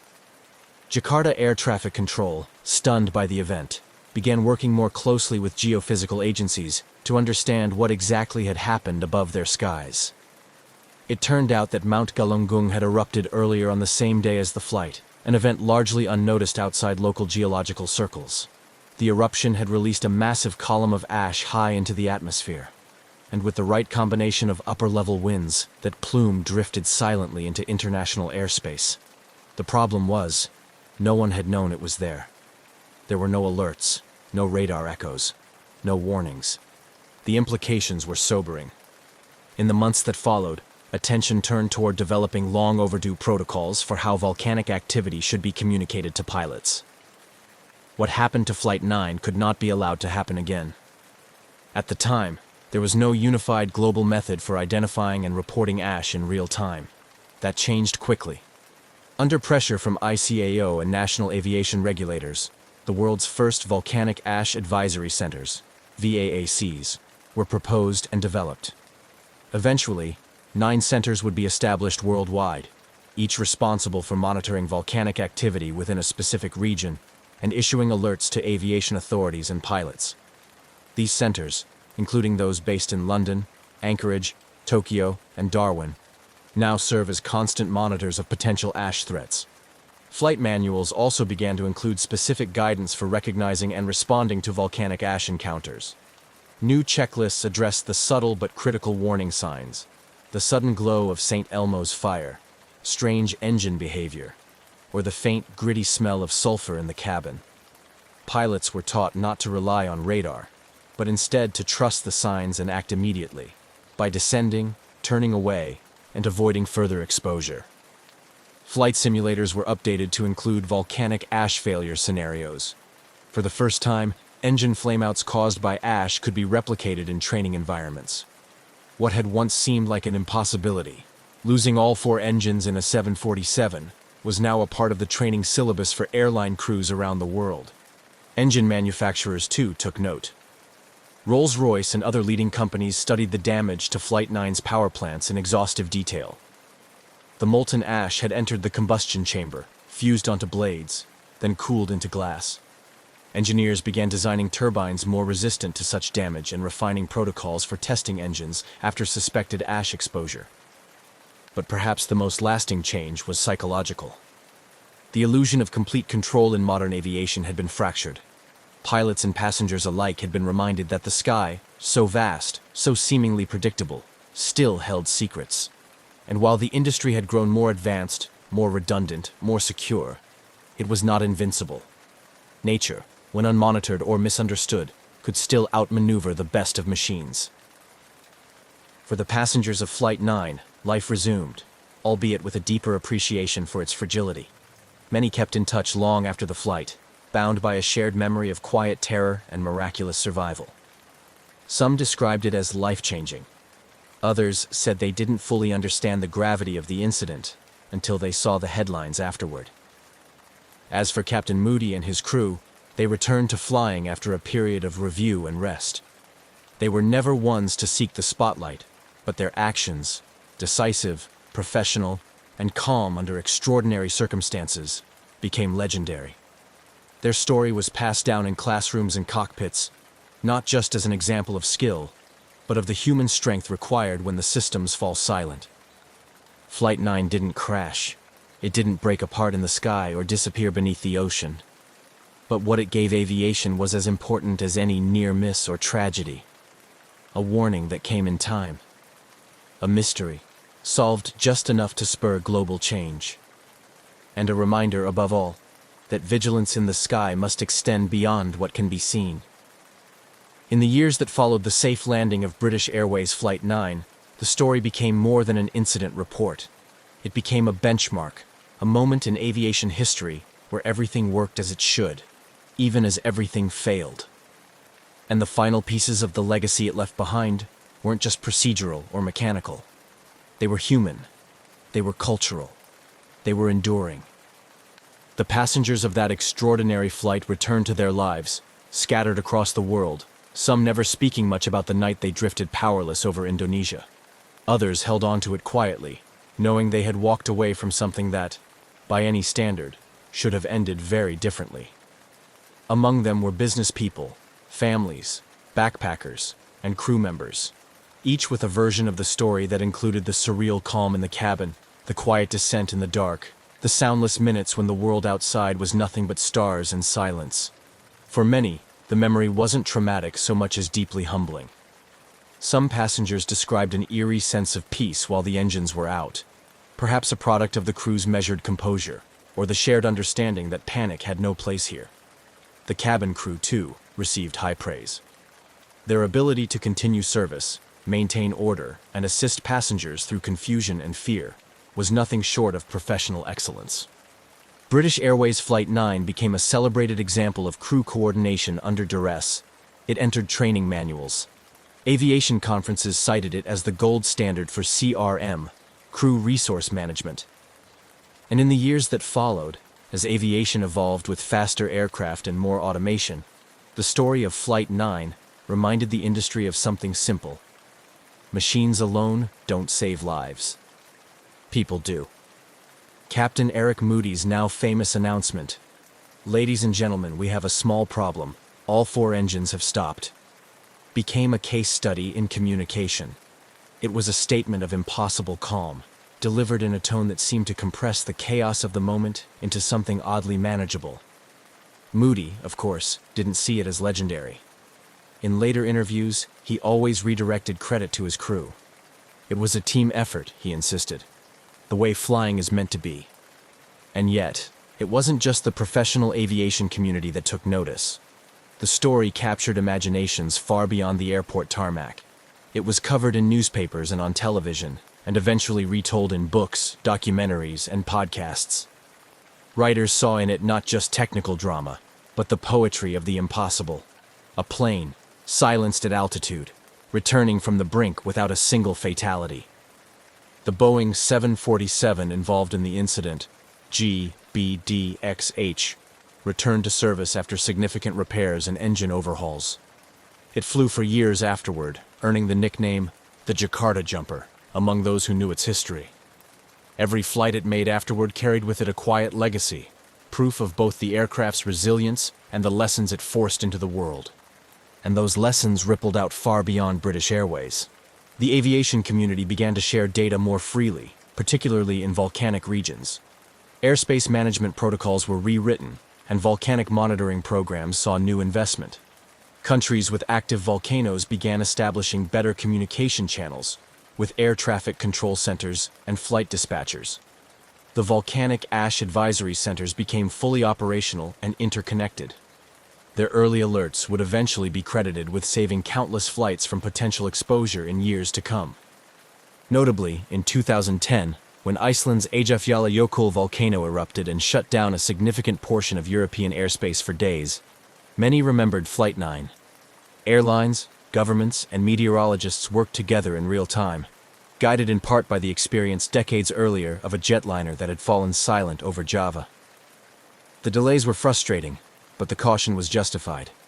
It was a sign that the system now understood what ash could do. Flight 9 never needed a monument to be remembered.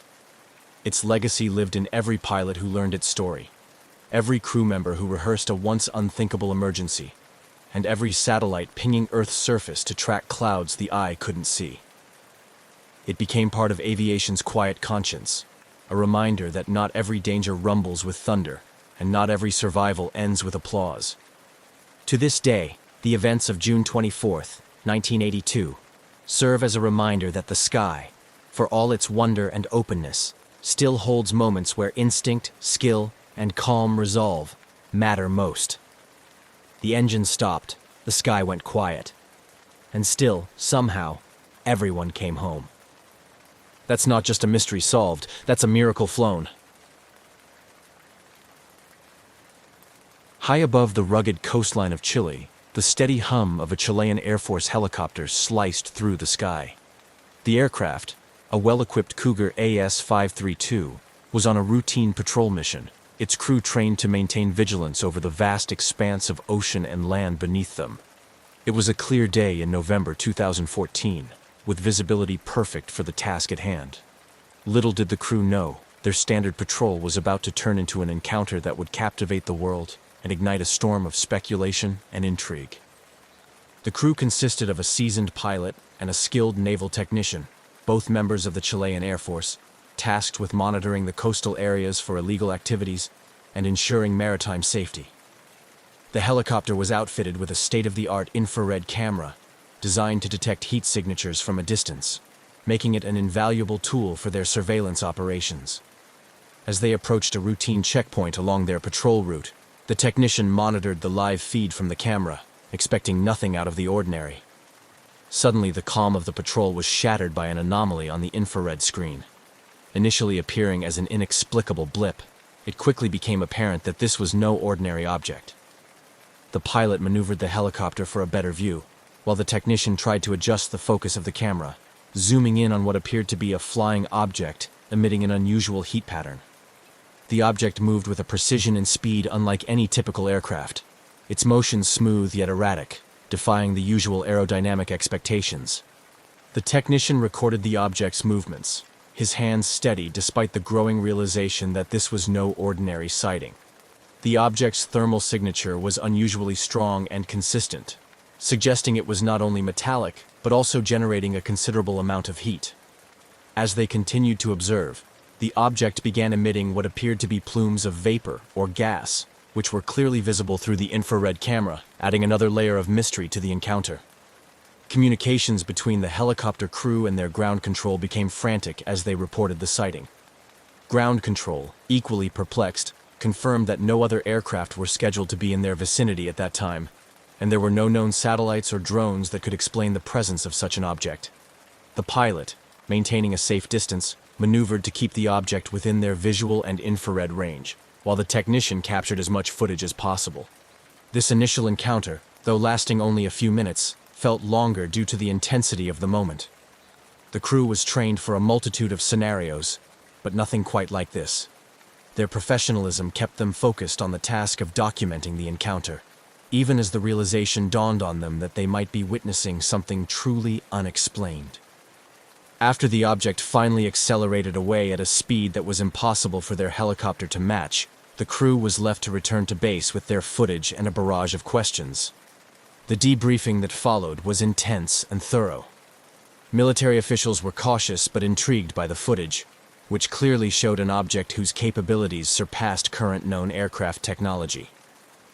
This marked the beginning of what would become a widely publicized and hotly debated UFO encounter. The Chilean government, known for its transparency in dealing with unidentified aerial phenomena, took the unusual step of releasing the footage to the public and seeking help from both national and international experts to try to explain the mysterious encounter. As the news of the sighting broke, it sparked a frenzy of media coverage and public speculation. People around the world watched the grainy infrared footage, captivated by the possibility of an encounter with technology beyond our understanding. The incident not only raised questions about what might be sharing our skies, but also highlighted the growing need for cooperation in addressing phenomena that defy easy explanation.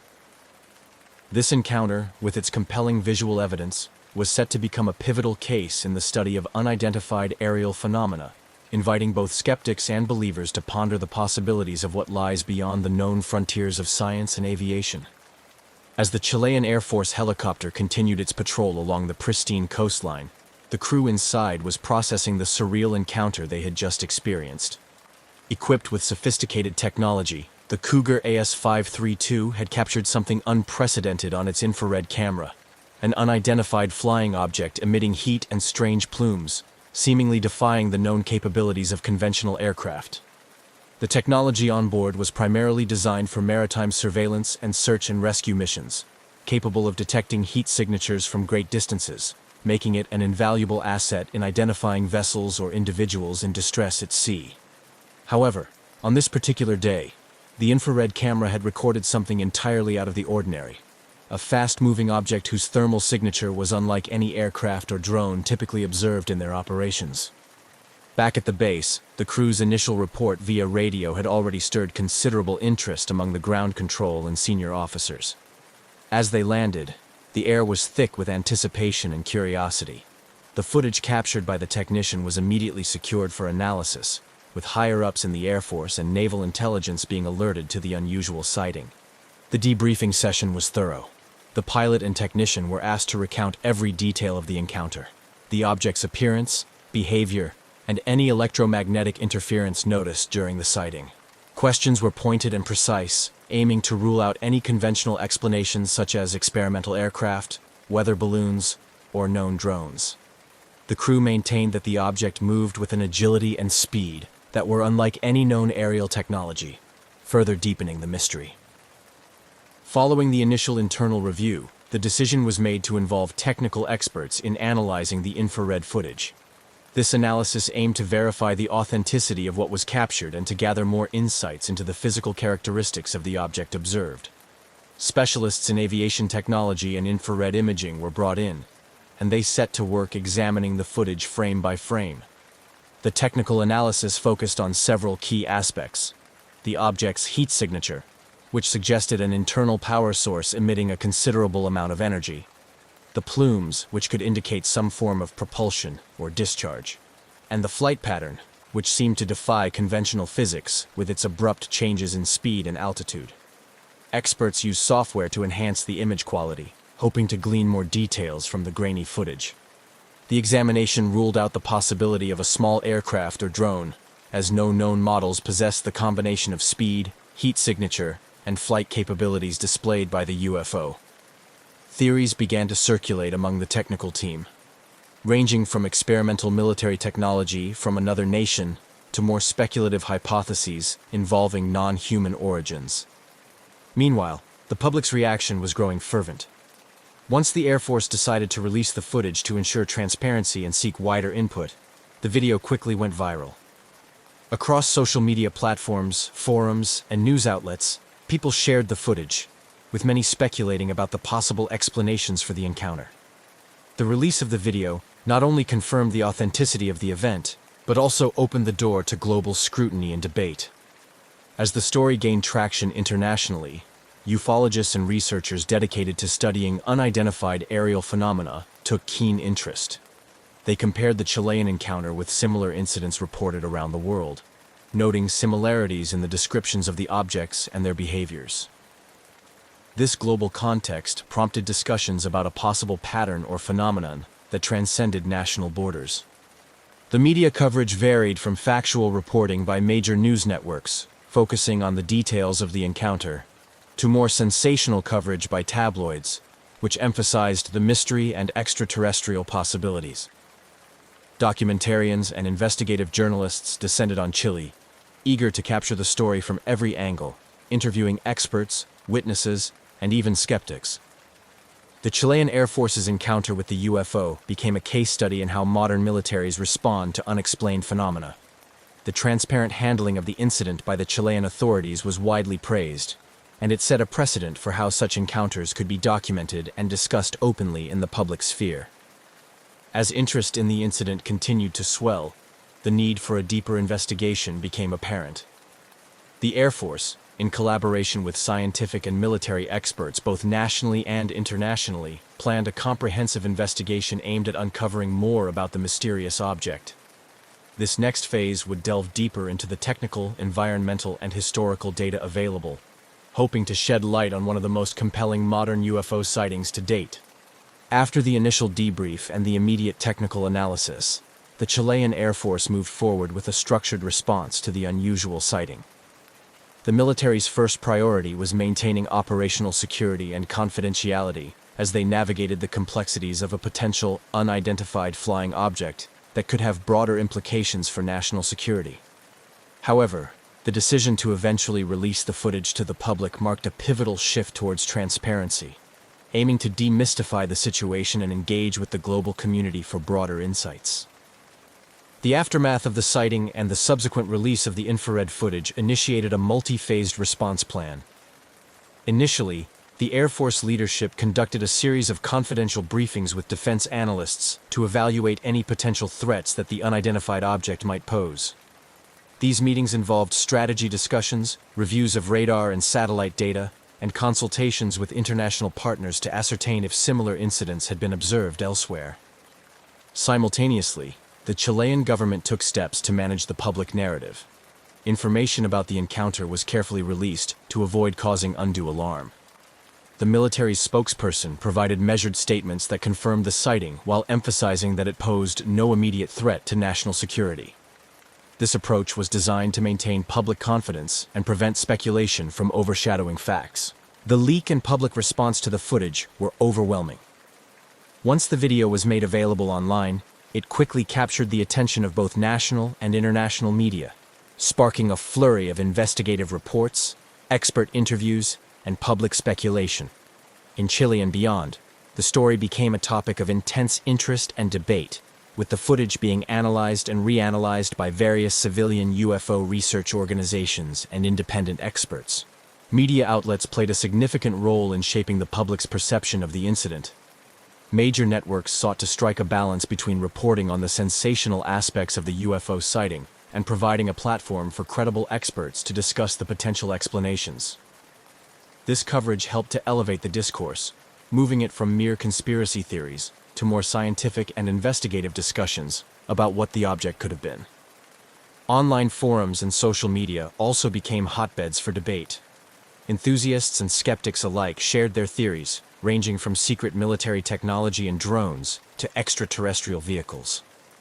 This digital conversation expanded the reach of the incident, drawing in audiences from around the world who might not typically engage with military or aviation news. The Chilean Air Force continued to monitor these discussions closely, noting where misinformation spread and stepping in to clarify when possible. Their ongoing involvement helped to maintain a level of authority over the narrative, ensuring that the public received accurate updates as the investigation progressed.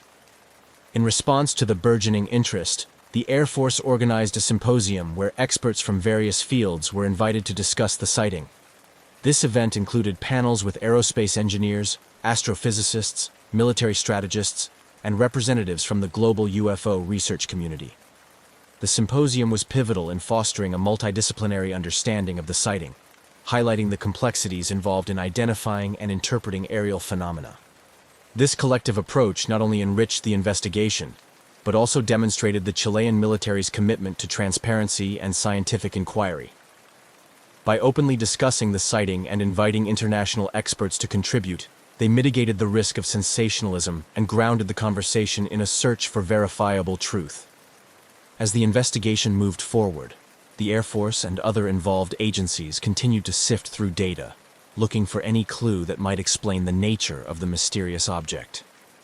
Each piece of information, from radar signatures to historical aircraft records, was meticulously analyzed in the hope of uncovering a logical explanation for the sighting. This thorough and open approach ensured that whatever conclusions were eventually drawn, they would be based on solid evidence and careful consideration, maintaining public trust and scientific integrity throughout the process. Following the unprecedented encounter and the widespread public interest it generated, the Chilean Air Force initiated a formal and comprehensive investigation into the incident. This step was essential not only for national security purposes, but also to satisfy the curiosity and concerns of both the national and international communities. The official investigation was spearheaded by a special task force composed of experts from various fields, including military aviation specialists, aerospace engineers, and scientists specializing in atmospheric phenomena. The task force's primary goal was to analyze every aspect of the encounter thoroughly, from the technical specifications of the helicopter and its equipment, to the environmental conditions on the day of the sighting. The team started by scrutinizing the infrared footage captured by the helicopter's camera. This involved a detailed frame-by-frame analysis to understand the object's size, speed, thermal signature, and flight pattern. Special attention was given to the plumes emitted by the object, which were atypical for conventional aircraft or known drones. Experts in propulsion and aerospace technology were consulted to determine if the object could be an undocumented type of military drone or experimental aircraft, possibly from another nation. Parallel to the technical analysis, the task force investigated the electromagnetic environment during the incident.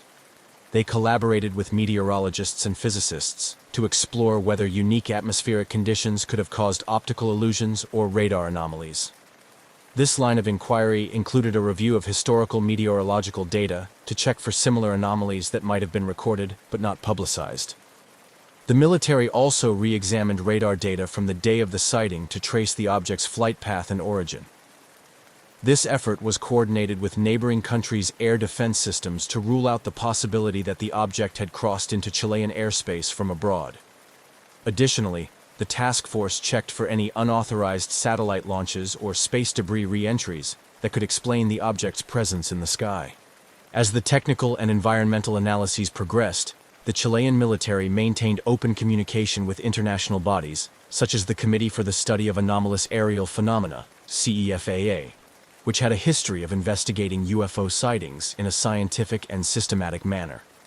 This cooperation ensured that the investigation adhered to international standards and benefited from a broader range of expertise. The official investigation also delved into the historical context, researching any previously reported similar incidents within Chile and in other parts of the world. This broader historical review helped to contextualize the encounter and provided insights into how similar sightings had been handled and interpreted by other nations' military and scientific communities. Throughout this extensive investigative process, the Chilean Air Force showed a remarkable level of transparency. Regular press releases and public briefings were organized to update the public on the progress of the investigation. These updates were crucial in managing public expectations and preventing the spread of rumors and misinformation. Furthermore, the investigation's openness attracted attention from the academic community and independent researchers, who were granted access to non-sensitive data. This collaborative approach fostered a rich dialogue between military officials, scientists, and ufologists, each bringing unique perspectives to the table.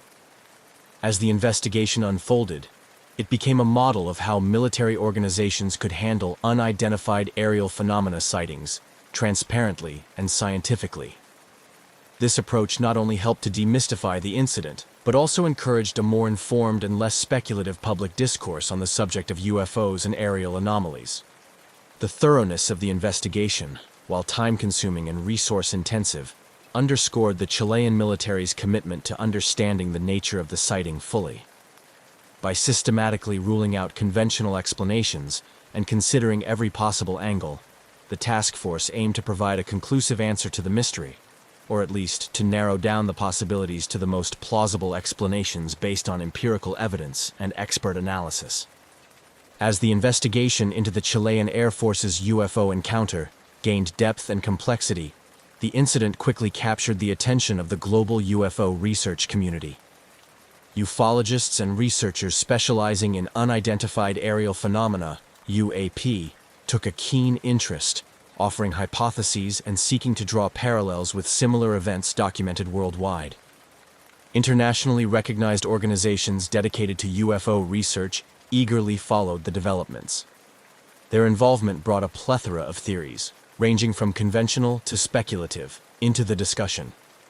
Experts from these organizations often highlighted patterns seen in other well-documented encounters, such as the movements of the UFO, its ability to emit heat and gases, and the way it interacted with its environment. These comparisons were vital in framing the Chilean event within a larger context of UAP studies, providing a comparative analysis that enriched the ongoing investigation. Researchers dove into databases of UFO sightings, pulling records of incidents that involved similar characteristics. They examined cases where objects were observed emitting heat or other types of energy, looking for clues that might explain the technology or natural phenomena behind such occurrences. This global perspective helped to situate the Chilean sighting within a broader narrative, suggesting that such encounters might be more common than previously thought and possibly indicative of a yet-to-be-understood phenomenon. The engagement with the international UFO community also opened up discussions on the need for a standardized approach to investigating UAPs.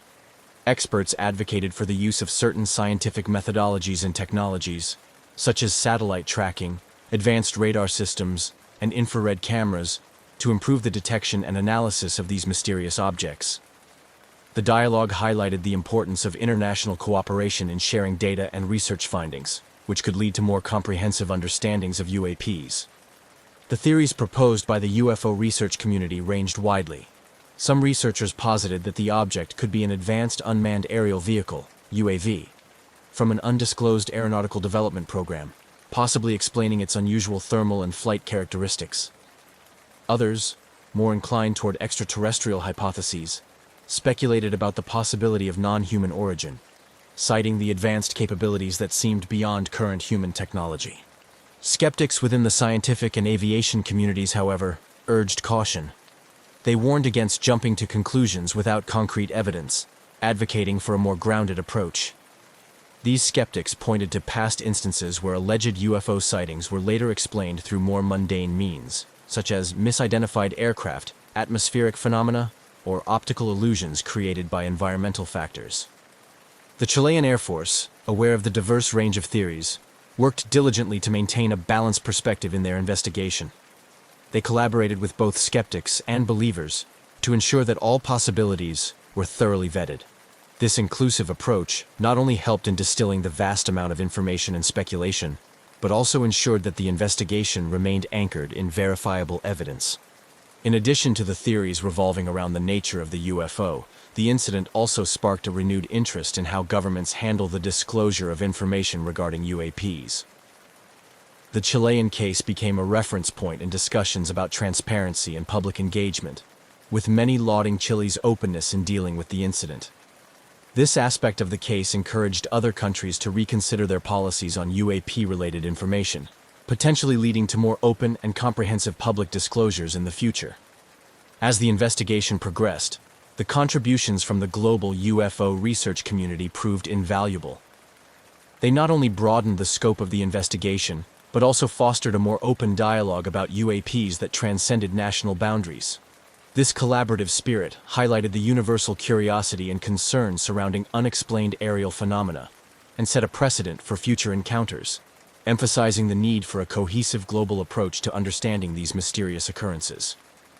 As the Chilean Air Force continued its investigation into the mysterious UFO encounter, a range of theories and speculations proliferated, each offering potential explanations for the observed phenomena. Among these, the extraterrestrial hypothesis garnered significant attention, captivating the imagination of the public and stimulating debate among experts and enthusiasts alike. Extraterrestrial hypotheses. Many in the UFO research community and the general public lean towards the possibility that the object could be of extraterrestrial origin. This theory was supported by the object's seemingly advanced capabilities, such as its rapid maneuvers, the ability to emit heat without visible propulsion systems, and the odd plumes that were unlike any known aircraft emissions. Proponents of this theory cited the lack of conclusive explanations from conventional investigative routes, arguing that the object's technology appeared to surpass current human achievements in aerospace. Alternative explanations. In contrast, a significant number of scientists and skeptics presented alternative explanations grounded in known scientific principles. One popular theory suggested that the object might be an undisclosed experimental military drone, possibly from another nation, testing advanced propulsion systems. This theory was supported by the fact that governments often conduct secret tests of new technological equipment, sometimes without broad disclosure even to other branches of their own military to maintain confidentiality. Atmospheric scientists brought up the possibility of rare atmospheric phenomena that could create illusions or reflections in the sky, misleading observers and instruments alike. Optical illusions, particularly in high-stress, high-altitude flight conditions, could cause pilots and sensors to misinterpret airborne objects. Additionally, advanced mirages, known to occur under certain atmospheric conditions, were proposed as a natural explanation for the sighting. Psychological and sociological perspectives. Psychologists and sociologists also weighed in, discussing the human factors influencing UFO sightings. They pointed out that under conditions of uncertainty and high tension, individuals are more prone to interpret ambiguous stimuli as significant or threatening. This cognitive bias, known as pareidolia, where people see specific, often meaningful images in random or vague visual patterns, could explain why the crew interpreted the anomaly as a structured, intentional object. Furthermore, sociologists discussed the societal impact of UFO sightings, noting that such events often reflect broader cultural anxieties about the unknown and technology. They suggested that public fascination with UFOs and extraterrestrial life often spikes during periods of social or technological change, highlighting these incidents as manifestations of collective fears and hopes about the future. Continued scrutiny and analysis. Throughout the investigation, the Chilean Air Force remained committed to a rigorous scientific methodology, carefully analyzing all available data and consulting with international experts. They conducted simulations and recreated the flight conditions using different aircraft and sensors to see if they could replicate the observations.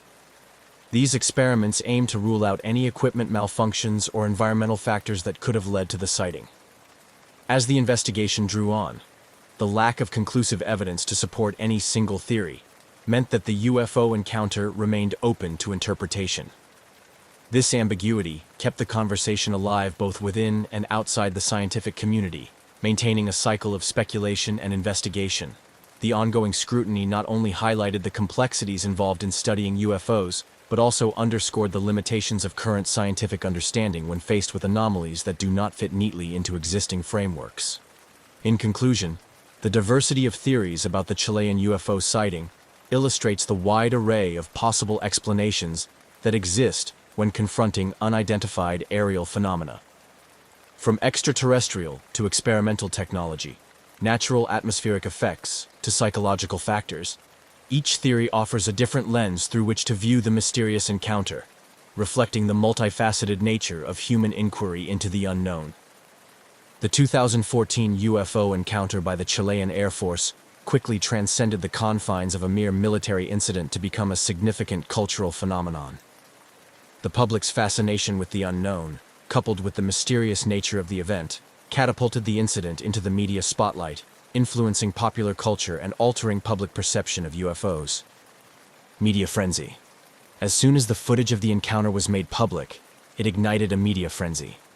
News outlets around the world broadcasted the infrared images of the unidentifiable object, with expert commentators speculating about its origins and implications. The coverage varied widely.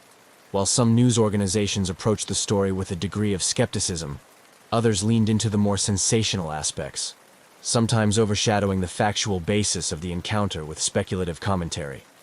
This intense media attention not only heightened public interest, but also placed considerable pressure on the Chilean Air Force and other governmental bodies to provide explanations and maintain transparency.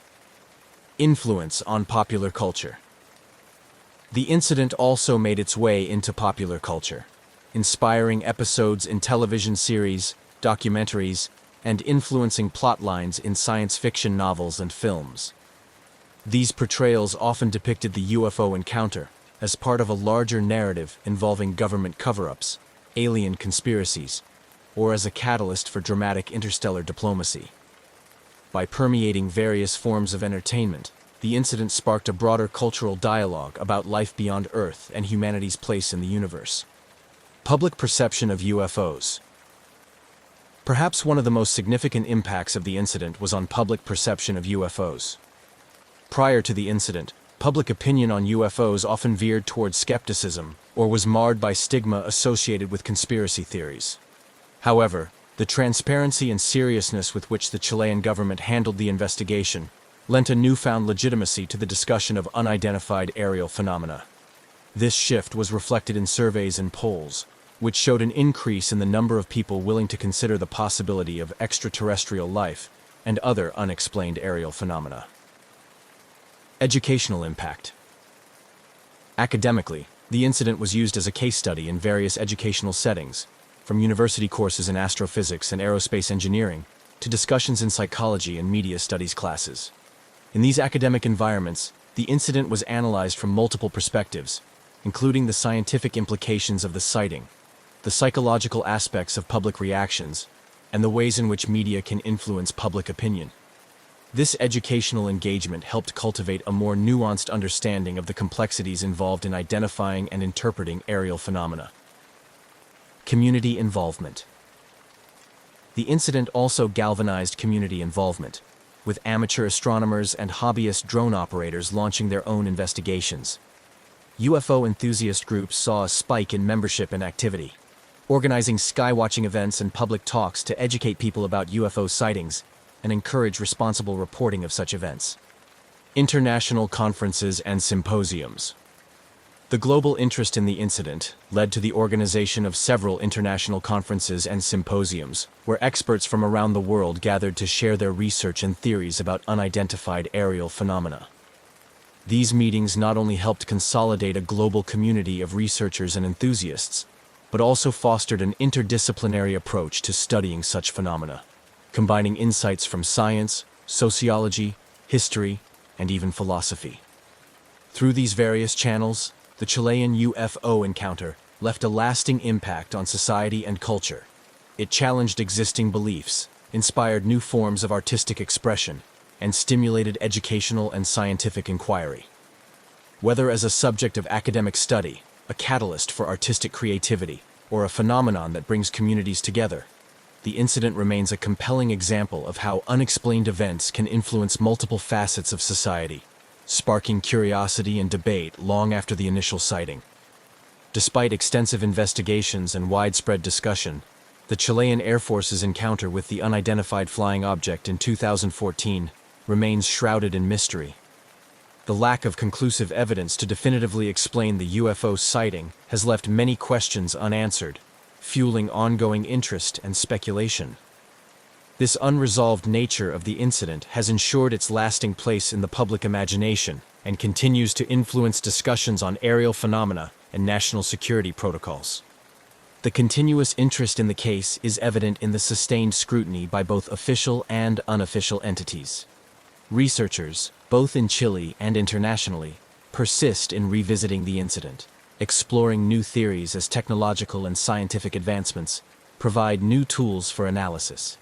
The possibility that future technology could unveil more about the nature of the UFO keeps the conversation alive, with experts anticipating breakthroughs in imaging technology, atmospheric science, and data analysis. Moreover, the incident has had a lasting impact on how military and government bodies handle reports of unidentified aerial phenomena. Inspired by the Chilean government's relatively transparent approach, other countries have reevaluated their policies on UFOs. There is a growing movement towards greater openness, driven by a combination of public interest and the potential implications of UFO sightings for national security.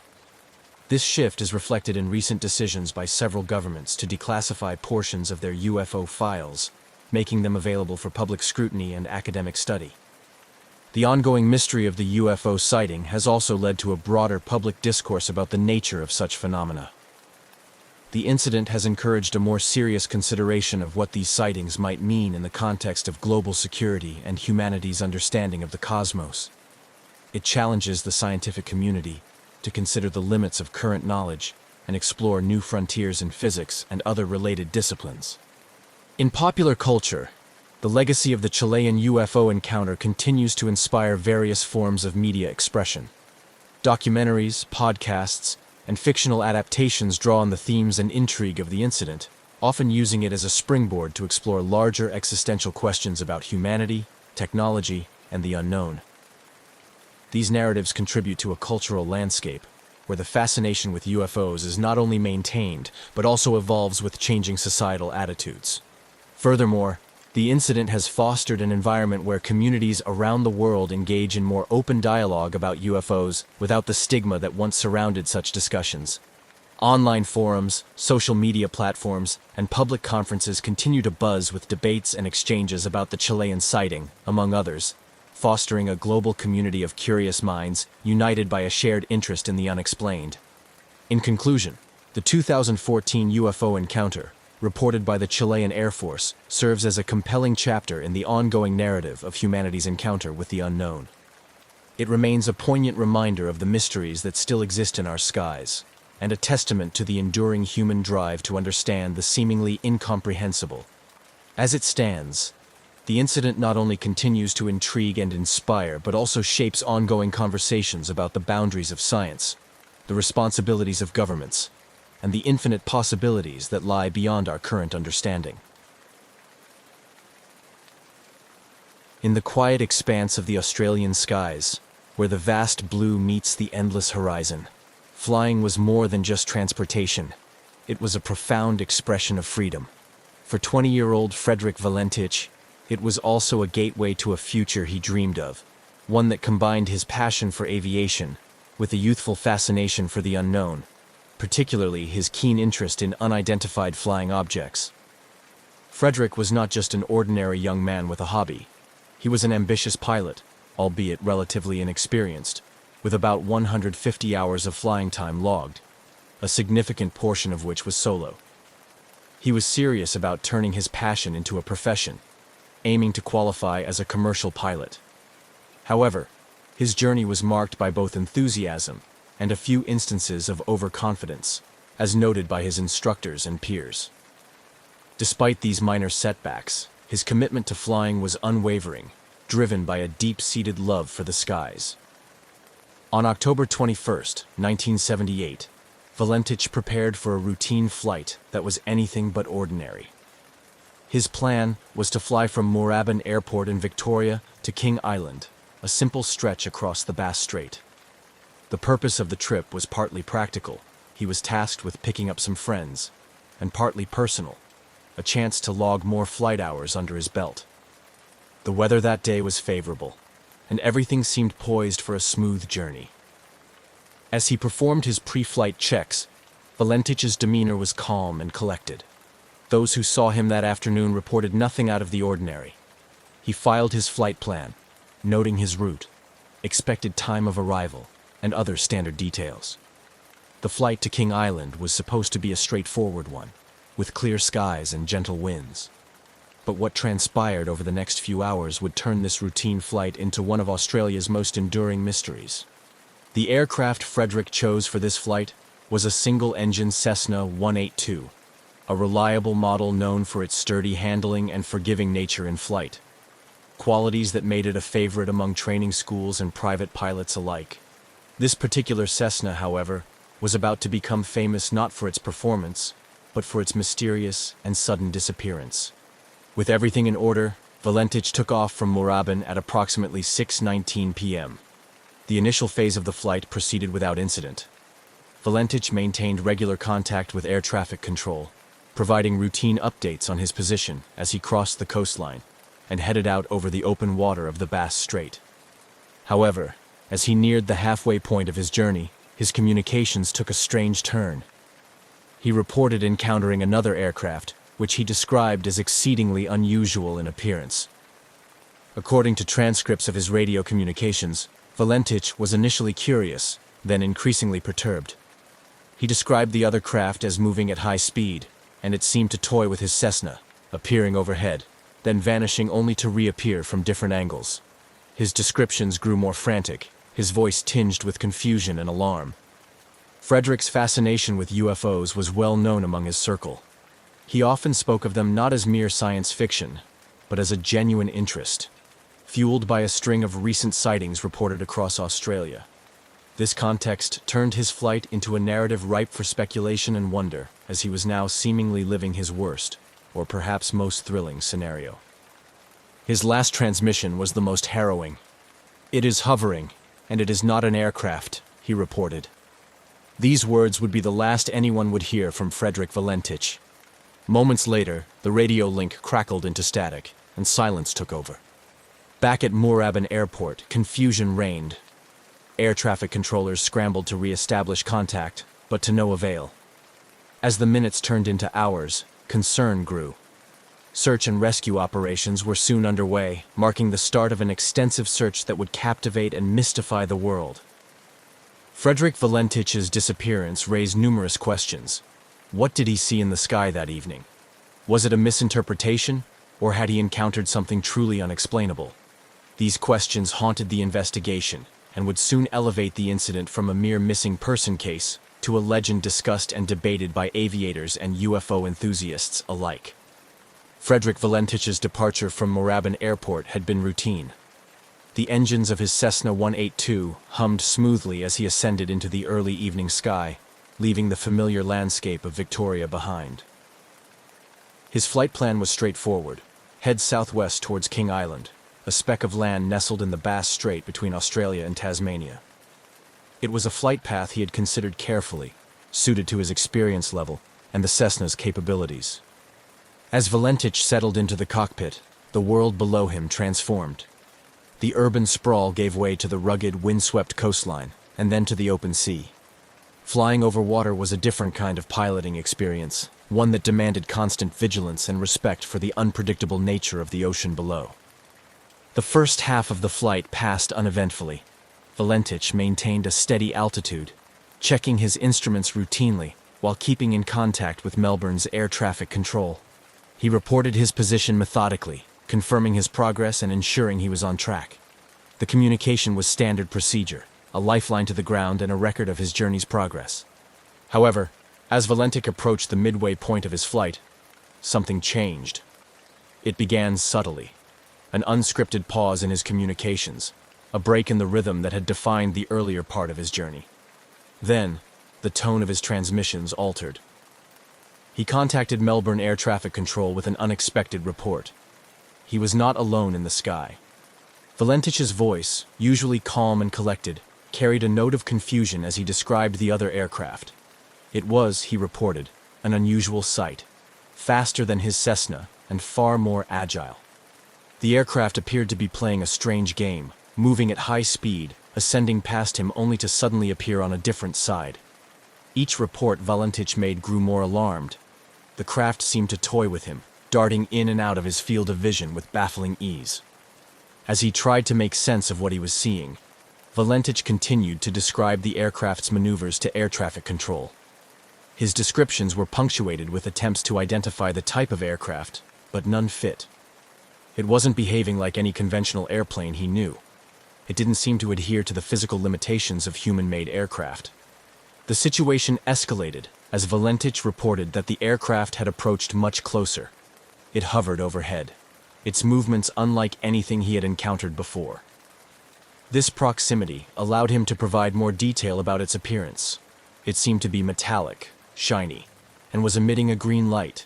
His voice conveyed a mixture of awe and distress. The aircraft's behavior and capabilities were unlike anything he had studied or heard about. This part of the flight, marked by these bizarre encounters, was critical.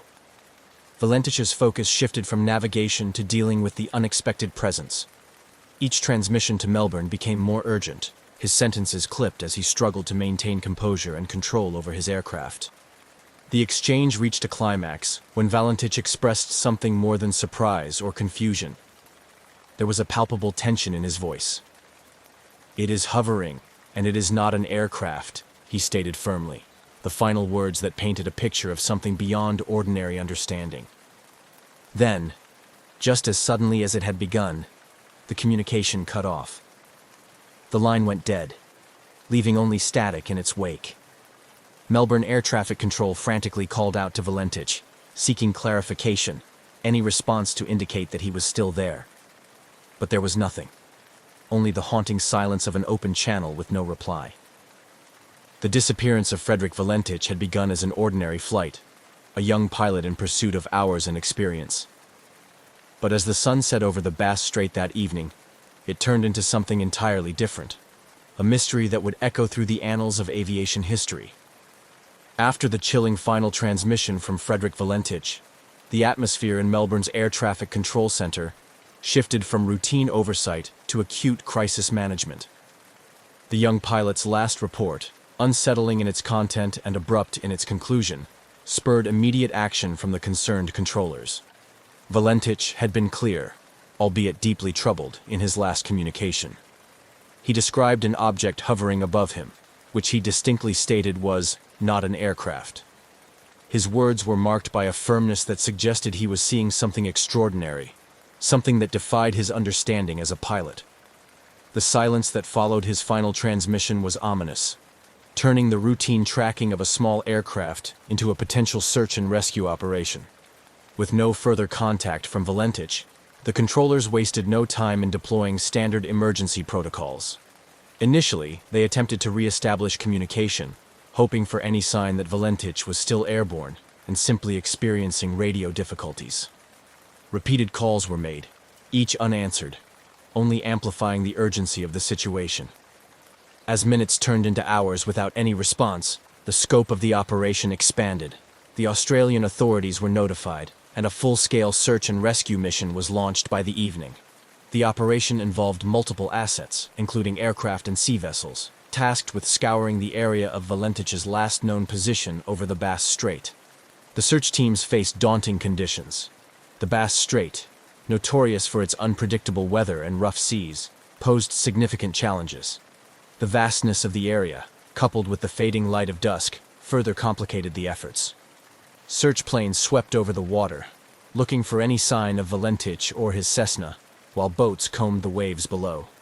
Despite the extensive resources deployed and the urgency of the search, no trace of Valentich or his aircraft was found that night. The search continued over the following days, with additional teams joining the effort. The Australian Maritime Safety Authority coordinated the operation, expanding the search area and utilizing more sophisticated technology, including radar and satellite imagery. The lack of physical evidence was perplexing. No debris, oil slick, or other typical indicators of an aircraft crash were evident. The sea and air search teams reported back only the emptiness of the open water and the unyielding silence of the sky.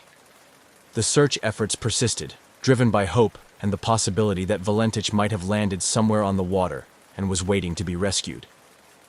But as days passed with no sign of him or his aircraft, that hope began to wane. The official search operation would eventually be called off, leaving unanswered questions and profound concern for the young pilot's fate. The disappearance of Frederick Valentich became a focal point of intrigue and speculation. It catalyzed a series of investigations, discussions, and theories, both official and among the public. The mysterious circumstances, particularly the pilot's report of an unusual object, fed into broader discussions about unidentified flying objects and their possible interactions with aviation. This chapter of Valentich's journey concludes not with resolution, but with the stark reality of his vanishing, a moment in time that would forever be etched in the annals of Australian aviation mysteries. The silence from his radio on that fateful evening marked the beginning of a story that continues to provoke curiosity and debate to this day. As the reality of Frederick Valentich's disappearance settled in, the focus shifted entirely to a comprehensive search and rescue operation. Initiated by the Australian authorities, the operation spanned several days and involved numerous assets, drawing on a broad spectrum of air and sea resources to comb through the vast, treacherous waters of the Bass Strait. The search efforts were extensive and meticulously planned. Aircraft equipped with advanced radar and thermal imaging flew grid patterns over the area, while boats with sonar capabilities scanned the depths below. The goal was to cover as much area as possible, as quickly as possible, in the hope of finding any trace of Valentich or his Cessna 182. Despite the favorable weather conditions that followed the initial disappearance, the search teams faced the inherent challenges of the Bass Strait, known for its capricious weather patterns and strong currents. These conditions often made the search efforts difficult, with waves and wind disrupting the progress of boats and limiting the effectiveness of aerial searches during certain parts of the day. As the search continued, the Australian Maritime Safety Authority coordinated efforts from multiple agencies, including the Royal Australian Air Force, local volunteer marine rescue organizations, and even merchant vessels passing through the area. Each day, the teams would debrief, share findings, and adjust their strategies, determined to uncover any clue that could lead to Valentich. However, the days passed with frustratingly little to show for the efforts. No wreckage was sighted, and no signals were detected that could suggest the location of the crashed plane. The search teams expanded the search radius, hoping that drift patterns might have carried Valentich away from his last known location. Still, the vast ocean seemed to have swallowed all evidence of his passage. The lack of any physical evidence perplexed investigators and search crews alike. In cases of aircraft crashes at sea, some debris typically surfaces, whether from the impact itself or from the interior of the aircraft. Yet, in Valentich's case, the sea offered nothing. No floating debris, no oil slicks, no emergency locator transmissions, nothing that indicated a crash site. This complete absence of evidence led to an increased interest in Valentich's last communication. His report of an encounter with an unusual aircraft, described under clear distress, became a focal point for both official investigators and the public. The peculiar nature of his descriptions prompted some to speculate about otherworldly explanations, including UFO involvement, which only intensified as the search yielded no results. After 2 weeks of intensive searching, the official search and rescue operation was reluctantly called off. The decision was met with disappointment and a sense of defeat by those involved, especially given the emotional toll on Valentich's family and friends. The announcement marked a somber acknowledgement that the chances of finding Valentich alive, or even recovering his remains, were exceedingly slim. The cessation of the search did not end the public's fascination with the case, nor did it silence the myriad theories about what might have happened. Instead, it transitioned the incident from an active rescue operation to a lingering mystery, one that would captivate curious minds and fuel debates about aviation's safety, the unknown, and the unexplained. The story of Frederick Valentich's disappearance remained alive in the collective memory, a perplexing enigma of the skies that refused to be forgotten. With the official search for Frederick Valentich concluded and no tangible evidence found, the focus shifted from a rescue mission to the realm of speculation and investigation. The mysterious circumstances surrounding Valentich's last transmission led to a myriad of theories, each trying to make sense of the unexplained disappearance. Valentich's own interest in UFOs became a significant aspect of the public discourse surrounding his disappearance. His final communication with air traffic control, where he described an encounter with an unusual aircraft exhibiting extraordinary capabilities, naturally led to conjecture about extraterrestrial involvement. This theory was bolstered by reported UFO sightings in the area around the time of his flight. UFO enthusiasts and some members of the public embraced the possibility that Valentich had encountered an alien craft, which somehow led to his disappearance. These speculations were fueled by a broader global interest in UFOs, which in the late 1970s was still riding the wave of the post-Roswell fascination with flying saucers and government cover-ups. Skeptics of the UFO theory proposed more conventional explanations for Valentich's disappearance. Some aviation experts suggested that Valentich, possibly disoriented by the overwater flight at dusk, might have become the victim of spatial disorientation, a common hazard in aviation, particularly among less experienced pilots. This could have caused him to misinterpret what he saw, including mistaking his own aircraft's lights reflected on the water or on a layer of cloud as another craft. Another theory was that Valentich had staged his own disappearance. This stemmed from investigations into his background, revealing his fascination not only with UFOs, but also with stories of pilots disappearing or starting anew under a different identity. However, those close to Valentich, including family and friends, strongly disputed this, describing him as enthusiastic and serious about his aviation career. The possibility of a more mundane accident was also considered. Some speculated that Valentich's aircraft might have suffered a mechanical failure, or that he might have crashed into the sea after running out of fuel. However, the lack of debris and the absence of an oil slick on the water made this scenario seem unlikely unless the aircraft had sunk intact, a rare occurrence given the expected breakup on impact. The absence of hard evidence meant that no conclusive determination could be made. The Australian Department of Transport conducted an investigation, but its findings were inconclusive, citing a lack of sufficient information to reach a definitive explanation.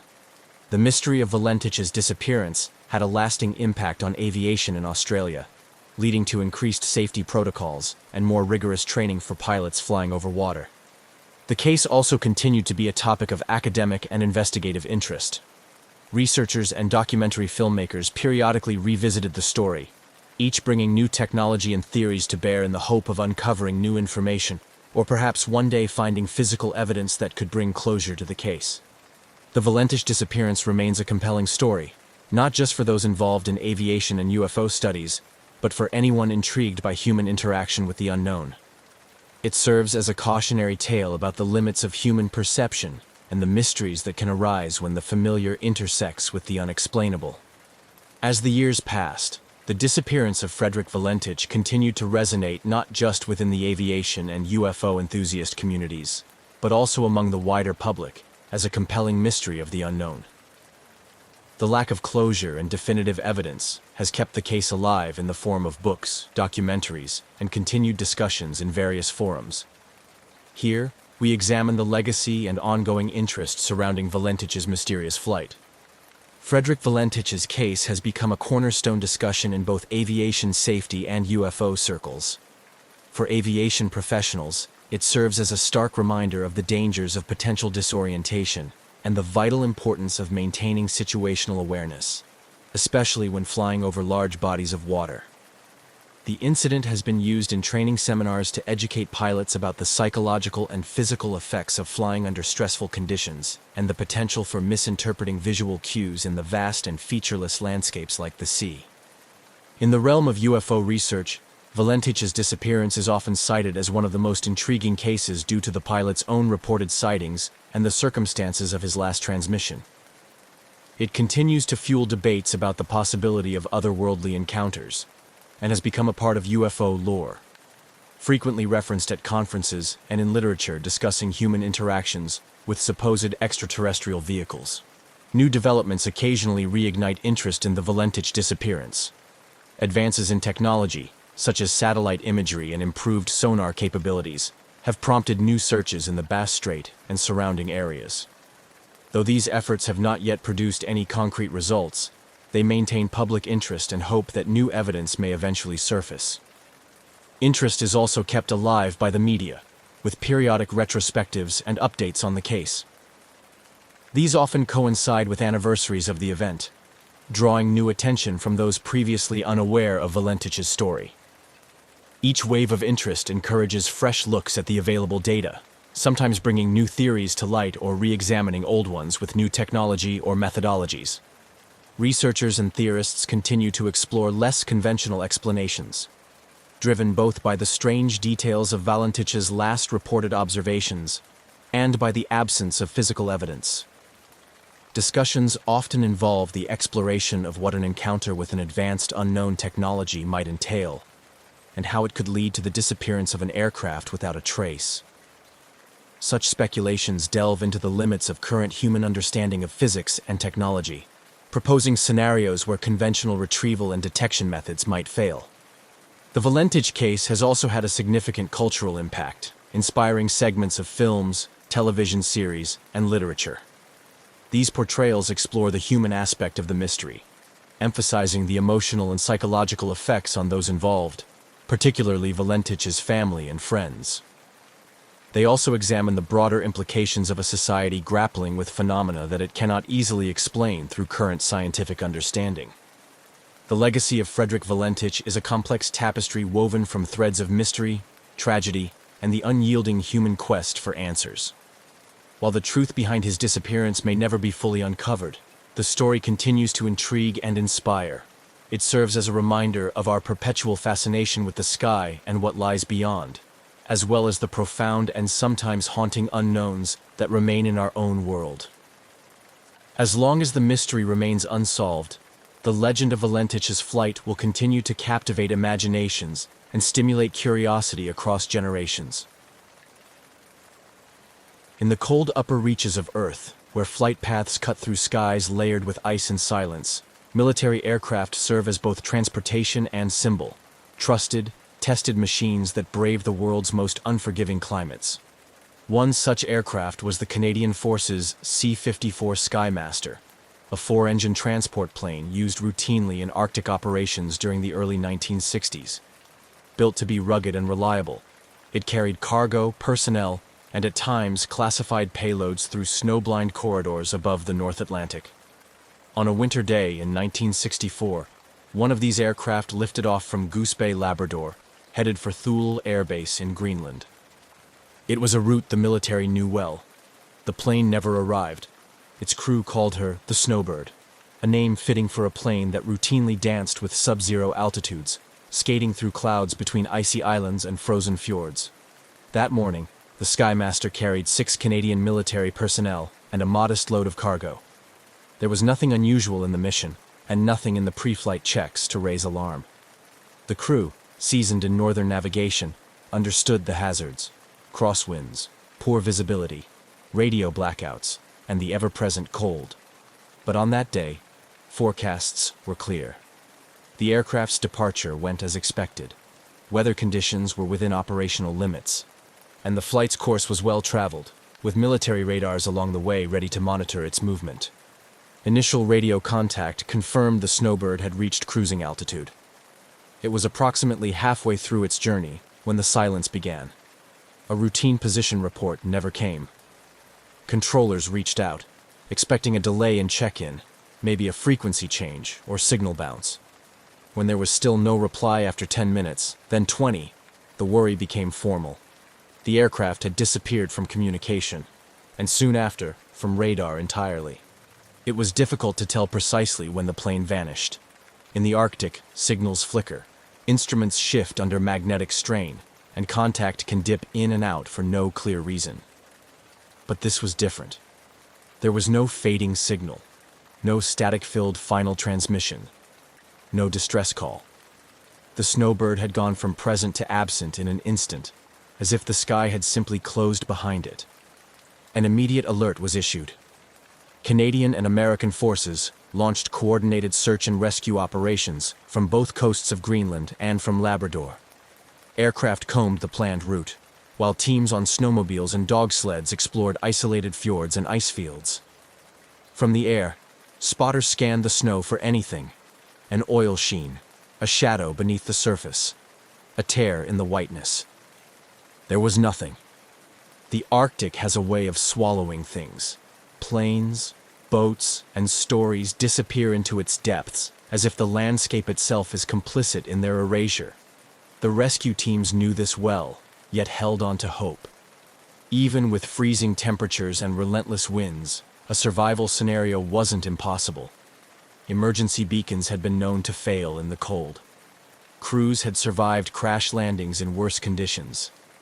But as days passed, hope thinned. No emergency beacon had activated. No visual trace of the aircraft or its crew was ever spotted. The grid widened, helicopters refueled mid-air to extend their range, and coastlines were flown over again and again. Search ships traced the edge of drifting ice, sonar pinging into black water beneath fractured floes. But still, there was nothing.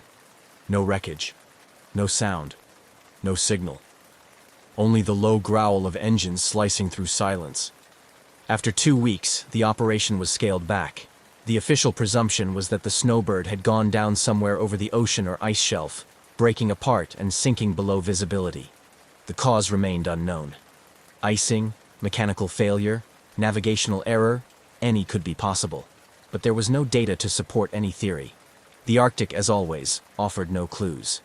In the aftermath, families were told the search had ended.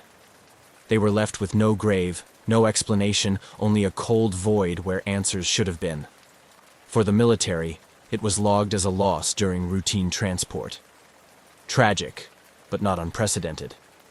The Cold War had many such silences. Still, for those who followed the story closely, something felt off. This wasn't just a disappearance. It was the complete absence of any trace. No debris, no distress, no drifted parts. In Arctic aviation, even violent crashes tend to leave marks. The snowbird, it seemed, had simply left the sky. Years would pass before questions resurfaced, and strange findings would cast shadows on the official account. But in 1964, the snowbird vanished with barely a sound, and the ice, as it often does, closed itself around the mystery. In the hours following the disappearance, a sense of urgency swept across Canada's northeastern military network. The Arctic is no place for delay. If the snowbird had made an emergency landing, time was already working against its crew.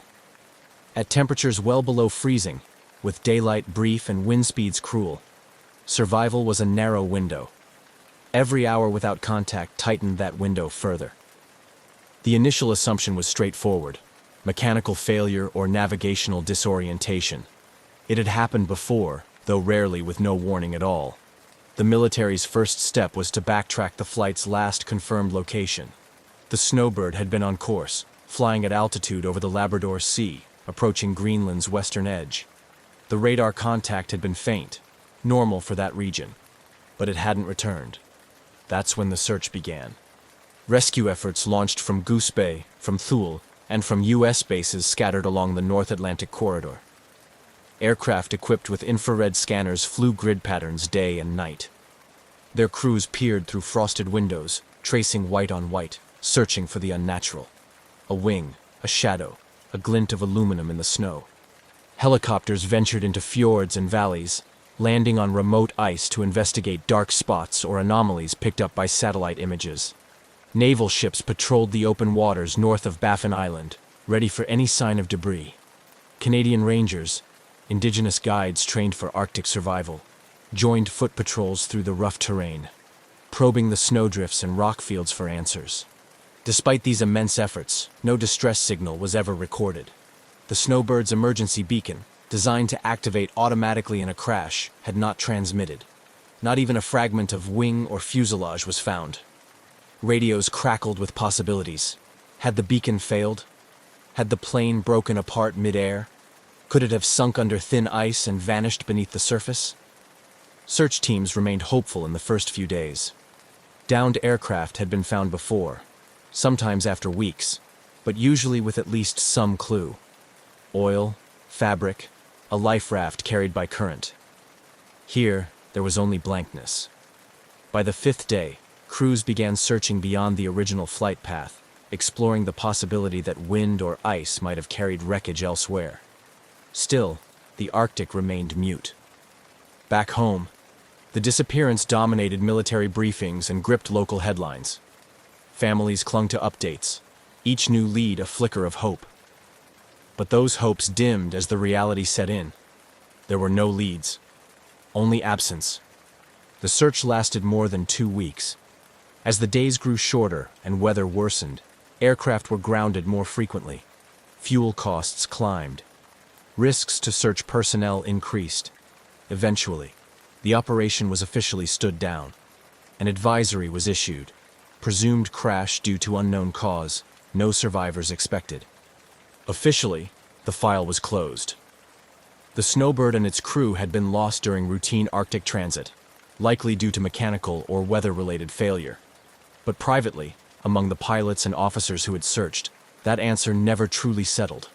It wasn't just the disappearance.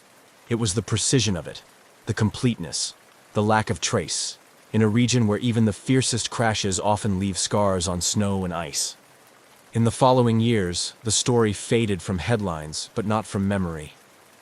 In mess halls and on northern airstrips, the name Snowbird was still spoken quietly. It became something of a ghost flight, a reminder of the unforgiving sky and the limits of technology in a place ruled by cold and silence. Some mysteries in the Arctic are buried under layers of snow. Others, it seems, are lost in the space between radar blips and the quiet places where nothing answers back. The snowbird had become one of them. Weeks had passed since the snowbird vanished into Arctic air, and the official search had ended. But for those involved in the operation, pilots, radar technicians, search and rescue teams, the silence that followed was almost more unnerving than the disappearance itself. Usually, something turned up. A piece of metal, a fuel slick, a bit of fabric drifting in the sea.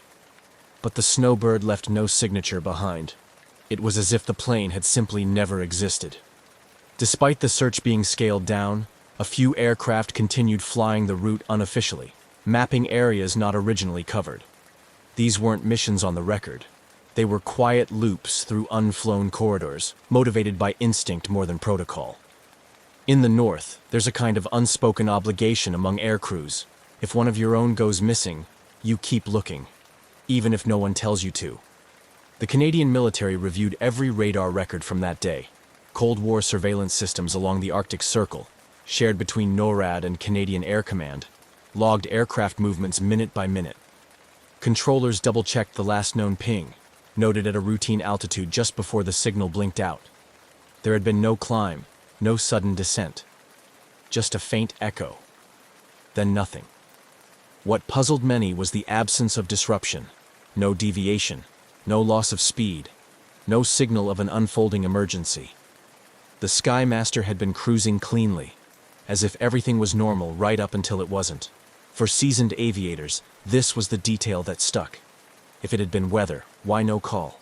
If it had been mechanical, why no signs of distress? There was another layer to the puzzle: geography. Much of the snowbird's path crossed vast regions of thick sea ice and glacial rock, where even large aircraft can vanish with ease. A controlled ditching into frozen water might pull an entire fuselage under the surface in minutes. If ice closed over the site quickly, any physical trace would be sealed away until thawed, if it thawed at all. But even in such cases, fragments often escape. The Arctic moves constantly, pushing wreckage to shorelines or thinning over time. Here, nothing moved. The case grew colder. Military reports were filed, classified, and stored. Families were offered words of sympathy and the kind of closure that came without explanation. In remote bases, the snowbird was quietly memorialized, not with statues or ceremonies, but with stories told over quiet meals and on long northern flights. Pilots would glance at the ice below and wonder where it might be, if it was even still whole. Years passed. The Cold War deepened. Technology advanced. Satellites began to map the Earth more fully, and aerial surveillance stretched farther across the globe. Still, nothing turned up. Occasionally, blips appeared on radar near Greenland's coast, unidentified returns that vanished as quickly as they came, but none could be traced back to the snowbird. Each time, teams followed up, hopeful, only to find ice shadows, trick reflections, or nothing at all. Eventually, the case took on a different kind of silence, the kind that turns mystery into legend. The snowbird wasn't just a lost aircraft anymore. It became a symbol among northern flyers, the one that got away, the flight that never called, never cried out, and never came home. Its memory was carried not in archives, but in cautious glances toward the horizon and unspoken respect for a sky that offers no guarantees. And then, long after the search had ended, long after official channels had stopped looking, something unexpected surfaced. A fragment, a hint, a small piece of metal bearing an identification code, one that matched the missing aircraft. But it was found far from where it should have been. The silence, it seemed, was not the end of the story. It was only the beginning of something stranger. More than a decade had passed since the snowbird vanished, and the trail had long gone cold. Official records were boxed and archived, families had received their final letters, and those involved in the original search had either moved on or retired. The loss had become history, quiet, unresolved, and filed away. But for those who remembered, the story never really faded. It lingered in the background, resurfacing from time to time in aviation circles, in northern mess halls, and in the memories of those who had flown that same corridor and looked down, wondering. In communities across Labrador and coastal Greenland, where northern skies and military aircraft are a part of daily life, the snowbird was not forgotten. Locals recalled the low hum of search planes overhead during those weeks in 1964, the strange quiet that followed, and the stories that trickled through afterward. There were murmurs of an aircraft seen briefly in a blizzard, lights low on the horizon, then gone. Whispers of strange signals caught on old civilian radios. These were passed off as folklore, perhaps even stress-tinged memories in harsh conditions. But the persistence of those stories hinted at something deeper. For the families of the lost crew, time didn't dull the questions. Without wreckage, there was no grave. Without cause, no closure. Every few years, one of the relatives would write to the Canadian military or Department of National Defense, asking if anything new had been found. The answers never changed. Nothing new to report. Still, the story stayed alive in the shadows. Aviation researchers began to include the snowbird in growing lists of unexplained flight disappearances. Cases where aircraft had gone missing without distress calls, in fair weather, with no trace. These were often mentioned in the same breath as much larger, more well-known mysteries. But unlike those, the snowbird had occurred in a time and place where isolation itself could erase evidence. As new generations of pilots were trained, instructors occasionally told the story, not to frighten, but to remind. Of vigilance, of unpredictability, of how even the best machines and the most experienced crews could disappear without a sound. The snowbird became a cautionary tale, a ghost flight of the North. By the late 1970s, as Cold War tensions continued to shape Arctic airspace, renewed interest in the region's history brought a few researchers back to the snowbird's file. It wasn't prompted by any new evidence, just curiosity, and a sense that something about the case had never quite fit. One aviation historian began collecting anecdotal accounts from locals in eastern Greenland. Another started reviewing old magnetic mapping charts from the 1960s, looking for interference anomalies that could have affected navigation. What they found were inconsistencies, odd weather patterns logged around the time of the flight, irregular compass readings reported by other aircraft in nearby airspace that same week, and early military radar data that showed a blip deviating far from the snowbird's intended route, but never explained. None of it proved anything, but it was enough to reopen interest. Questions began to resurface. Could the aircraft have veered hundreds of miles off course? Was the failure not mechanical, but navigational? Or had something else entirely interfered? And then came the reports of debris. Small, scattered, and oddly located. The story of the snowbird, it seemed, wasn't quite finished. Somewhere in the far north, something had begun to re-emerge from the ice. It began quietly, almost without notice. In the late 1970s, a geological survey team working along the southeastern fjords of Greenland, hundreds of miles off the snowbird's planned route, came across something unusual wedged into a narrow ravine. A section of corroded metal, half buried in scree, bearing faded stenciled markings. At first, it was assumed to be debris from a weather balloon, or perhaps Cold War military equipment dumped long ago. But one technician, a former airman, recognized the style of the code. When the fragment was analyzed more closely, it revealed part of a serial number, one that matched the Canadian Force's missing Skymaster, the Snowbird. The news was passed through official channels, quietly at first, and then with growing curiosity. This wasn't where the plane was supposed to be, not remotely. The debris had been found nearly 150 miles east of its intended flight path, tucked into terrain so remote and rugged that no aircraft would have flown there without good reason. More pieces followed. Over the next 5 years, hikers, hunters, and Arctic researchers reported other small finds. A cracked portion of an engine cowling, an aluminum panel warped by exposure, a boot sole hardened by time. These artifacts were found far apart, often in inaccessible places, scattered like breadcrumbs in a region known for its glacial shifts and bitter wind. But none of it fit. The distribution of the parts didn't suggest a violent crash or an explosive breakup. In fact, many were oddly intact, showing little of the damage expected from a high-speed impact. There were no scorch marks, no melted edges. Some theorized that the aircraft might have made a forced landing, hard but survivable, and that the Arctic's slow, grinding elements had carried the remains far from the original site.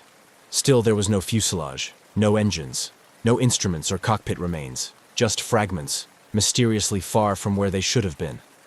For many, it raised more questions than it answered. How did they end up there? Had the plane been blown that far off course by wind or navigational failure? Or had it landed and then somehow disappeared? The Snowbird was no longer just a lost aircraft. It was now a riddle with pieces that didn't quite add up. The rediscovery of Snowbird's fragments reignited a quiet storm of questions within aviation circles. What was once a closed case, another Cold War-era loss to the Arctic, was now a live puzzle. Researchers, historians, and retired military pilots began combing through flight charts, magnetic field logs, and weather data from that day in 1964. Theories that had once been dismissed were now revisited with fresh interest. Among the first ideas re-examined was navigational interference. In the 1960s, flying over the high latitudes often meant flying through areas where compasses became unreliable due to magnetic variation. Some theorized that the Snowbird's instruments could have been thrown off by a geomagnetic storm, an intense solar event known to disrupt radios, compasses, and even early autopilot systems. It wasn't out of the question. In fact, archived solar weather data showed mild solar activity during the week of the disappearance. Not enough to cause chaos, but perhaps enough to confuse a flight already vulnerable to Arctic variables. Another theory returned to the human element. Could the crew have made a decision to divert the flight, perhaps due to a mechanical issue they chose not to radio in? If they attempted a detour toward a more visible or familiar coastal route, it might explain the strange easterly position of the recovered debris. But again, that left another question. Why no distress signal? Investigators also reconsidered the possibility of a slow, controlled descent.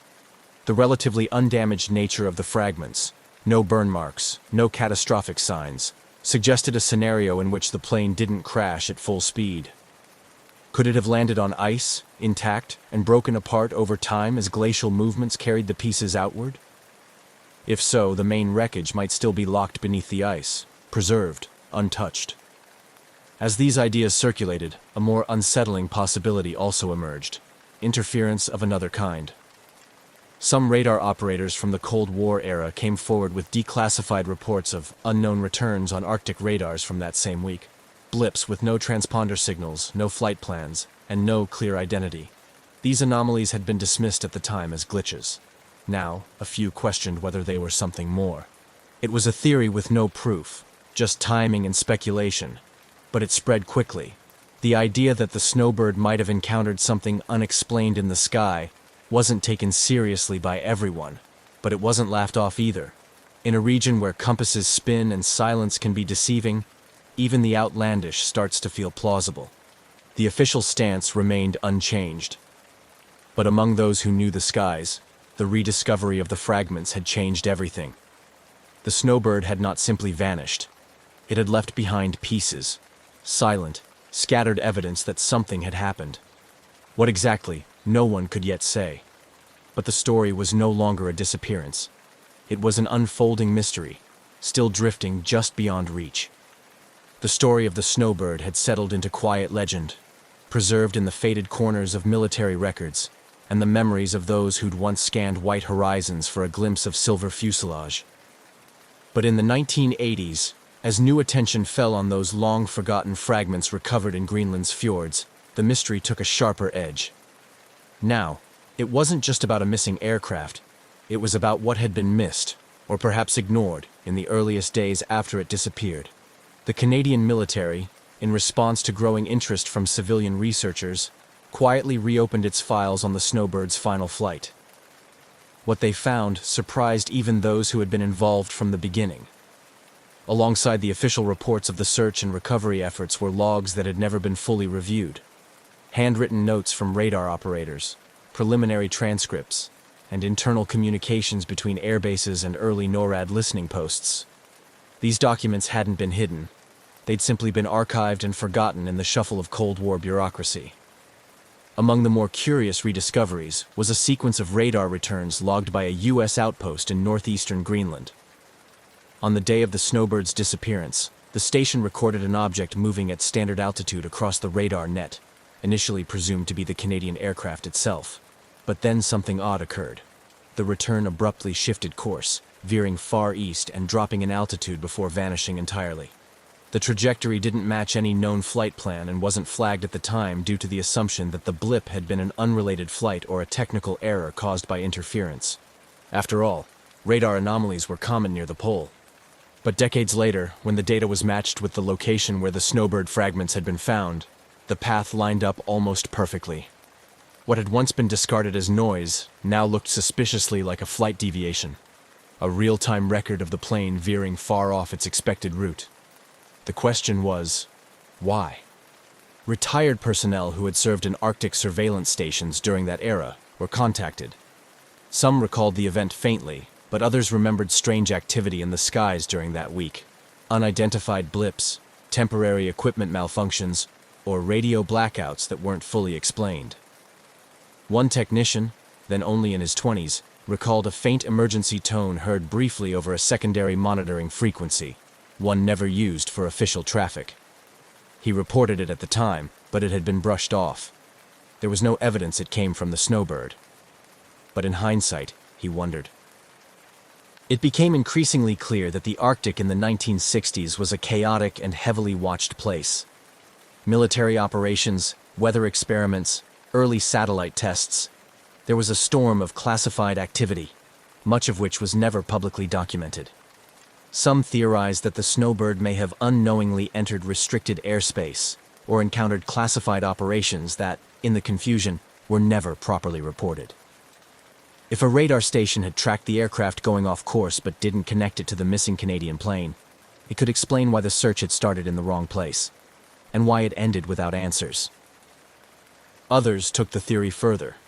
Could there have been an interception? A misidentification? During the Cold War, such possibilities were not just conceivable, but dangerously common. Stories of near misses between NATO and Soviet aircraft were frequent in military circles. If the snowbird had been mistaken for something else, something unfriendly, could it have been forced down, accidentally targeted, or deliberately hidden? None of these ideas could be confirmed, of course. There were no records of interception, no reports of conflict. And yet, the gaps in documentation only invited more speculation. If the fragments were found in a location inconsistent with any plausible crash arc, and if no distress call was made, then something about the disappearance defied conventional explanation.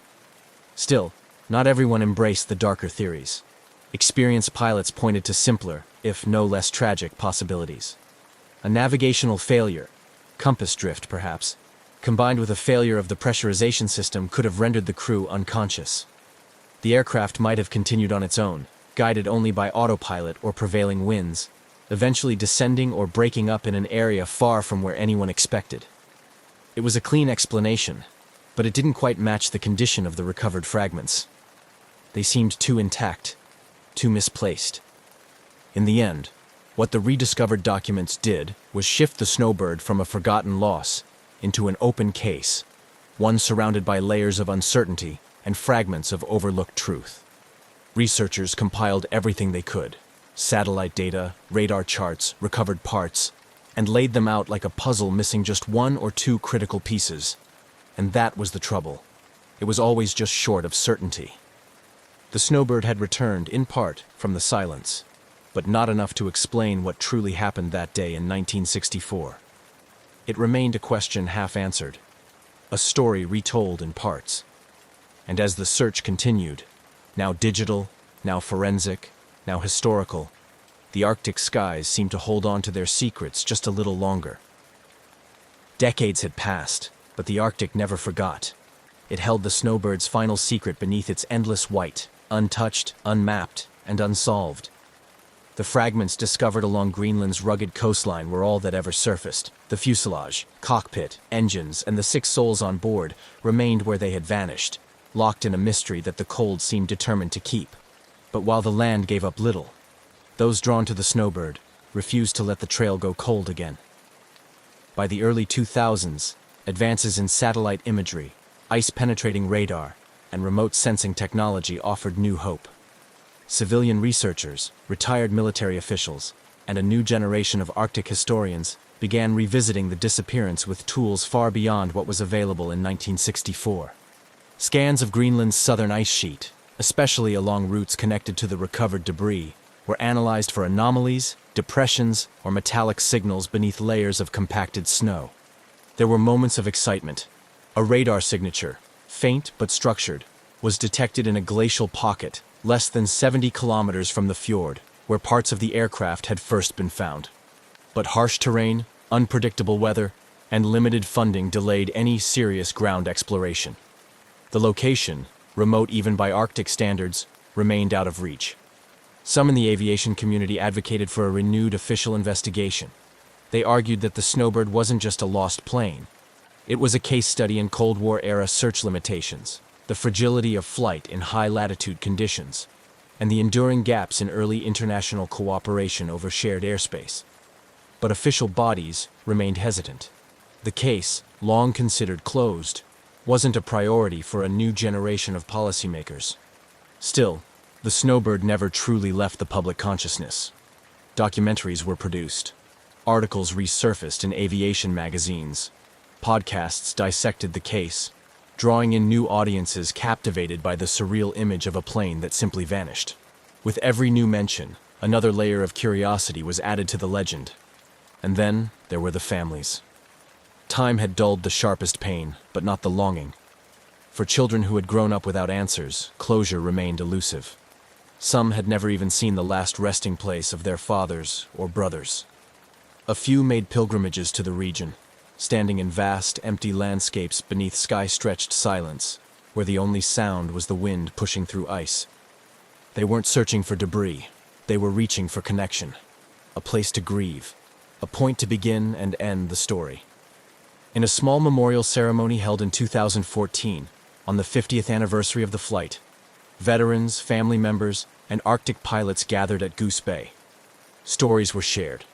Names were read. The Snowbird was remembered not only as a tragedy, but as a reminder that in aviation, even the best-trained crews and the most reliable machines can be humbled by nature's scale, and by the unknown. What remains today is not just the unanswered question of where the Snowbird fell, but how easily silence can swallow even the most traceable of things. In an age before global satellite tracking, before real-time black box transmissions and digital fail-safes, flights relied as much on the eyes and ears of their crew as on the steel beneath them. A navigational hiccup, a whiteout, a shift in wind. Any of these could start a chain of events that no one would see coming. There's also the lingering possibility, small but persistent, that the Snowbird didn't just vanish. It was missed. Misread on a radar. Misplaced on a chart. That in the chaos of overlapping military activity, experimental aircraft, and sensitive Cold War operations, the truth of its last moments was quietly buried under layers of need-to-know silences and fractured record-keeping. But maybe the final answer will never come. Perhaps the Snowbird's real story lies not in a definitive explanation, but in its resonance. It represents the margins of control in aviation, the quiet power of an environment that offers no second chances, and the humility required to fly through such places. Not every disappearance is destined for resolution. Some remain, like the Arctic itself, open, endless, and frozen in time. So the Snowbird remains a question in the sky, a ghost in the ice. Its story told not in certainty, but in the search. And maybe that's what gives it its haunting power. That in a world so mapped, so digitized, so explained, we can still lose something so completely. Somewhere beyond the edge of radar, beneath snow too deep for memory, a plane waits. Whether it will be found or not doesn't change what it's already given. A reminder that mystery still exists, that even in silence, some stories still speak. On a balmy evening in May 2003, a Boeing 727-223, registered as N844AA, sat quietly on the tarmac at 4 de Fevereiro Airport in Luanda, Angola. This particular aircraft had a rich operational history, having once ferried passengers across vast distances for major airlines. However, its glory days were seemingly behind it, as it awaited a new lease on life or its final resting place, parked among other forgotten relics of aviation. The Boeing 727-223 was a marvel of its time, renowned for its robust tri-jet configuration that made it a favorite among airlines for short to medium haul routes. By the time it arrived in Luanda, this particular aircraft had transitioned from a commercial airliner to a potential cargo plane, reflecting the common fate of many aging aircraft. Its journey to Angola was a far cry from the bustling routes it once dominated. Here, it was meant to find new purpose in the cargo transport sector, a plan that never fully materialized. The aircraft's presence in Angola was emblematic of the broader context in which this mystery unfolded. Angola, at the time, was a nation grappling with the aftermath of a prolonged and devastating civil war that had only recently concluded. The war had left its airports, like many other infrastructures, in a state of disrepair and underregulated. Security protocols were lax, and oversight was minimal, conditions ripe for the unusual and the illicit. In this setting, the Boeing 727 had been grounded for over a year, accruing substantial parking fees and becoming a fixture on the airport's periphery. Maintenance on the plane was sporadic at best, performed just enough to keep it from complete dilapidation, with hopes still lingering for its eventual return to service. The aircraft was under the oversight of a company that had hoped to convert it for cargo use, though these plans had stalled indefinitely. On May 25, 2003, the airport buzzed with the usual activity, oblivious to the history about to be made. The Boeing 727, which had been a static feature for so long, was about to take center stage in one of aviation's most baffling mysteries. As the sun began to set, reports emerged of unusual activity near the aircraft. Witnesses later recounted seeing a small group of men boarding the plane, though details were murky and no official record of a scheduled flight existed. What followed next was as audacious as it was perilous. Without any clearance or communication with tower controllers, the Boeing 727-223 powered up its engines. Those on duty watched in disbelief as the aircraft taxied along the runway, its navigation lights off, maintaining a ghostly discretion. With a sudden burst of acceleration, the plane took off, disappearing into the darkening skies, leaving a trail of confusion and alarm in its wake. The immediate aftermath of the unauthorized takeoff was chaotic. Airport personnel scrambled to alert local authorities and aviation agencies, while the control tower made frantic attempts to establish radio contact with the now rogue aircraft. As minutes turned into hours without any sign of the plane or its illicit crew, the severity of the situation began to sink in. The aircraft had vanished, and with it, any straightforward explanation. The Angolan military, along with international aviation authorities, began piecing together the aircraft's last known movements. The search area was vast, spanning a significant expanse of the Atlantic Ocean where the plane was presumed to have headed. Meanwhile, international attention quickly escalated as news of the daring escape spread across the globe. The FBI and the U.S. Department of State became involved, given the American registration of the aircraft and the potential implications of such a security breach on international aviation. This disappearance triggered a cascade of investigative efforts and theories ranging from simple theft to more complex scenarios involving smuggling or espionage. The world was left to wonder, how could a sizable jet airliner simply disappear? What were the intentions of those who spirited it away? And most importantly, where did they, and the Boeing 727, ultimately end up? As the mystery deepened, the Boeing 727's unauthorized flight became a symbol of post-war Angola's challenges and the broader issues facing global aviation security. This incident was not just a case of an aircraft disappearance. It was a stark reminder of the vulnerabilities that existed in the international system. Vulnerabilities that could allow a fully loaded jet airliner to vanish into the night. As the initial shock of the Boeing 727's unauthorized takeoff began to wane, focus shifted to piecing together the puzzle of how such an event could occur. Investigations kicked into high gear, with international cooperation threading through efforts to trace the aircraft's potential routes and ultimate fate.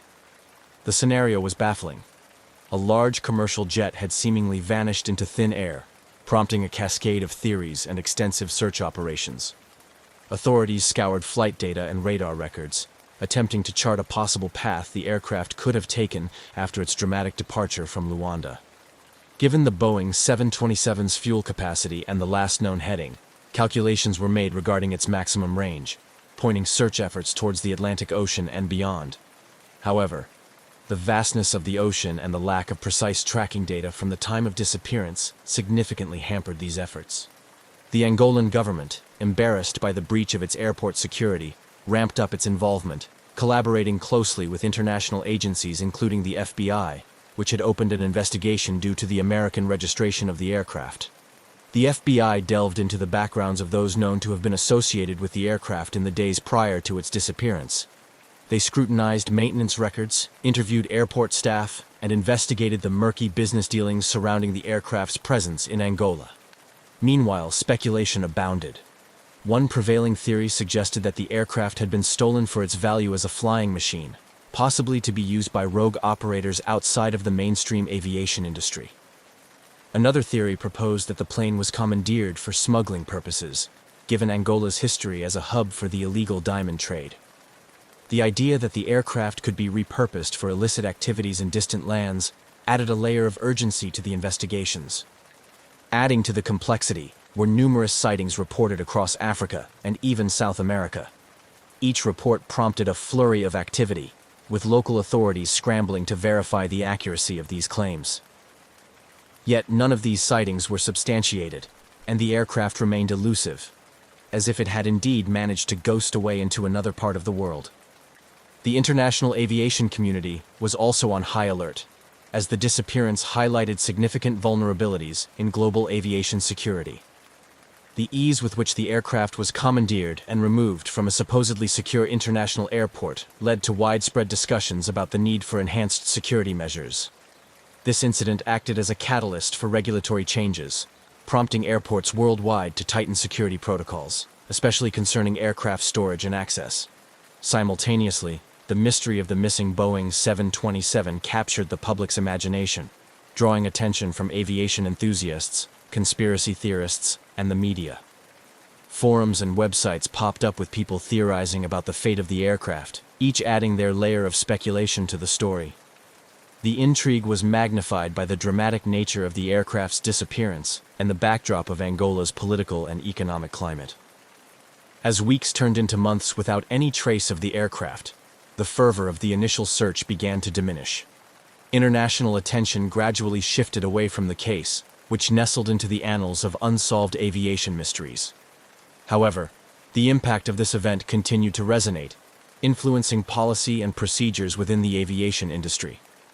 The disappearance of the Boeing 727 in 2003 remains a stark reminder of the challenges and dangers lurking within international aviation, serving as a case study in the complexities of global security, the ingenuity of criminal intent, and the limits of modern surveillance and tracking technologies.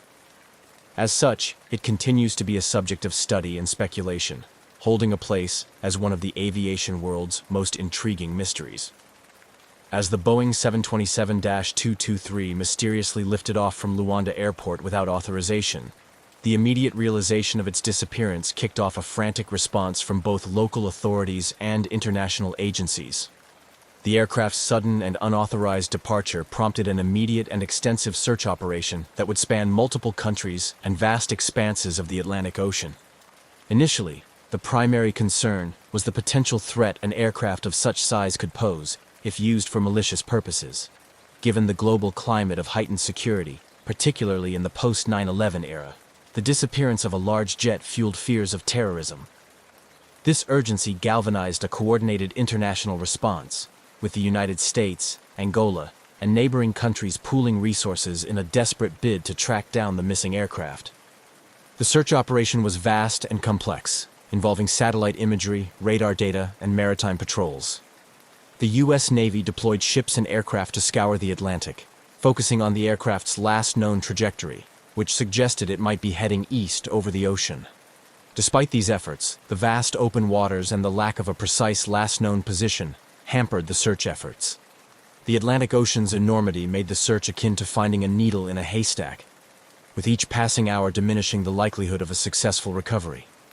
Meanwhile, the FBI and other international law enforcement agencies delved into the investigation of the aircraft's disappearance, focusing on the backgrounds of those associated with the aircraft in the days leading up to its unauthorized takeoff. Investigators explored various leads, including scrutinizing recent hires at the airport, examining flight logs, and interviewing those who last serviced the aircraft. They aimed to piece together a timeline of events and identify any potential suspects who might have had the knowledge and opportunity to carry out such a bold theft. Theories about the aircraft's disappearance varied widely. Some speculated that the plane might have been stolen for its scrap value, while others suggested it could have been taken by smugglers or terrorists. The investigation also considered the possibility that the plane was repossessed by creditors, given the financial difficulties faced by the airline operating the aircraft. One of the most challenging aspects of the investigation was the lack of communication from the aircraft post-takeoff. No distress signals or communication had been made, and the plane's transponder appeared to have been turned off, making it invisible to civilian radar. This lack of data severely limited the ability to track the aircraft's path after it deviated from its expected route over the Atlantic. As weeks turned into months, the initial intensive search efforts began to scale down. The vast area of ocean that needed to be covered, combined with the minimal evidence and the fading trail of the aircraft, made continued large-scale search operations unfeasible. The International Task Force had to make the tough decision to reduce the scope of the search, focusing instead on satellite monitoring and intelligence leads. This phase of the search operation saw a shift in focus from a rescue mission to an investigative quest, as hope of finding the aircraft, or understanding its disappearance, faded. The mystery of what happened to the Boeing 727 continued to puzzle investigators and captured the imagination of the public worldwide. The case highlighted significant gaps in international aviation security and raised uncomfortable questions about the ease with which an aircraft could be commandeered and disappear. The unresolved nature of the disappearance left a lasting impact on global aviation policies, prompting a re-evaluation of airport security measures, particularly in countries with less stringent regulatory environments like Angola. The incident acted as a catalyst for change, leading to tighter security protocols and increased cooperation between international aviation and law enforcement agencies. As the active search concluded without success, the story of the missing Boeing 727 settled into a narrative of mystery and speculation, joining the ranks of other unsolved aviation mysteries. It remains a subject of intrigue, a case study in aviation security vulnerabilities, and a stark reminder of the complexities of protecting global aviation from a range of threats. The disappearance of the Boeing 727-223 from Luanda in 2003 sparked a plethora of theories, both plausible and far-fetched, as investigators, journalists, and the public grappled with the scant details surrounding its mysterious takeoff and subsequent vanishing. The intrigue was compounded by the aircraft's known condition and the geopolitical context, weaving a complex tapestry of possibilities that ranged from criminal activity to intricate conspiracies. One prevailing theory centered on the possibility of criminal intent, specifically aircraft theft, for illicit use. The 727 could potentially be repurposed for smuggling operations, given its capacity to carry significant cargo over considerable distances. Africa, with its vast, loosely monitored spaces and ongoing conflicts, presented a fertile ground for such activities. This theory posited that the aircraft was stolen not for the plane itself, but for the profitable opportunities it represented. Another theory suggested that the aircraft was seized to be used in a terror attack. This was fueled by the global atmosphere post 9/11, where fears of aircraft being used as weapons were at a heightened state. However, this theory gradually waned due to the lack of any corroborative terrorist claims or subsequent attacks, which would typically follow such high-profile thefts if they were terrorism-related. There was also speculation that the aircraft had been taken for insurance fraud. The idea was that the owner, perhaps facing financial difficulties, might have arranged for the aircraft to disappear in order to claim insurance money. This theory was supported by the aircraft's extended period of inactivity and accumulating fees at Luanda Airport, suggesting financial distress. However, detailed investigations into the insurance policies and financial state of the owning company yielded no substantial evidence supporting this theory. Adding to the web of speculation were numerous reported sightings of the aircraft after its disappearance. Reports came from various parts of Africa and even more remote regions, claiming sightings of an aircraft matching the description of the missing 727. Each report prompted bursts of activity from investigators and sometimes local authorities, but none led to any concrete findings. The elusive nature of these sightings only deepened the mystery, fueling more speculative theories among those following the case. Some conspiracy theorists even suggested that the aircraft was part of a covert operation, either by a private entity or a government agency, which explained the seeming lack of traceability and the muted official responses in some quarters. These theories often drew on the historical context of covert operations in Africa during the Cold War, suggesting a continuation of such practices in a new geopolitical guise. Amidst these swirling theories, the investigation faced significant challenges. The primary issue was the lack of physical evidence. Without wreckage, flight data recorders, or confirmed sightings post-takeoff, investigators had little to work with beyond the theoretical. The vast potential area where the aircraft could have gone down or landed, given its fuel capacity and range, made any search and recovery operation daunting and likely impractical. The international aspect of the case also posed legal and logistical hurdles. The aircraft's disappearance in Angola involved navigating the complexities of international law, cooperation between multiple countries' law enforcement agencies, and dealing with varying levels of resources and political will. The multinational nature of the investigation required careful coordination and was often hindered by bureaucratic delays and jurisdictional disputes. As the years passed, the lack of new evidence and the dimming prospects of solving the case led to a gradual reduction in active investigation efforts. However, the interest in the case did not entirely fade. It remained a popular topic among aviation enthusiasts, mystery aficionados, and conspiracy theorists, who continued to dissect every piece of available data and proposed new angles and insights. The story of the missing Boeing 727 became a part of the larger narrative of modern aviation mysteries, often compared to other incidents like the disappearance of Malaysia Airlines Flight MH370. It served as a stark reminder of the vulnerabilities in global aviation security and the challenges faced in securing older aircraft and preventing unauthorized use. In sum, the disappearance of the Boeing 727-223 is a multifaceted mystery that encapsulates the complexities of international aviation, the challenges of cross-border criminal investigations, and the enduring human fascination with unsolved mysteries. As such, it continues to intrigue and baffle, a modern legend that provokes both professional curiosity and imaginative speculation. The mysterious disappearance of the Boeing 727-223 in 2003 had a significant impact on global aviation security, particularly highlighting the vulnerabilities in aircraft management and airport security in less regulated regions. This incident spurred an overhaul of security measures and policies to prevent similar occurrences in the future, reflecting on the lessons learned from such a startling event.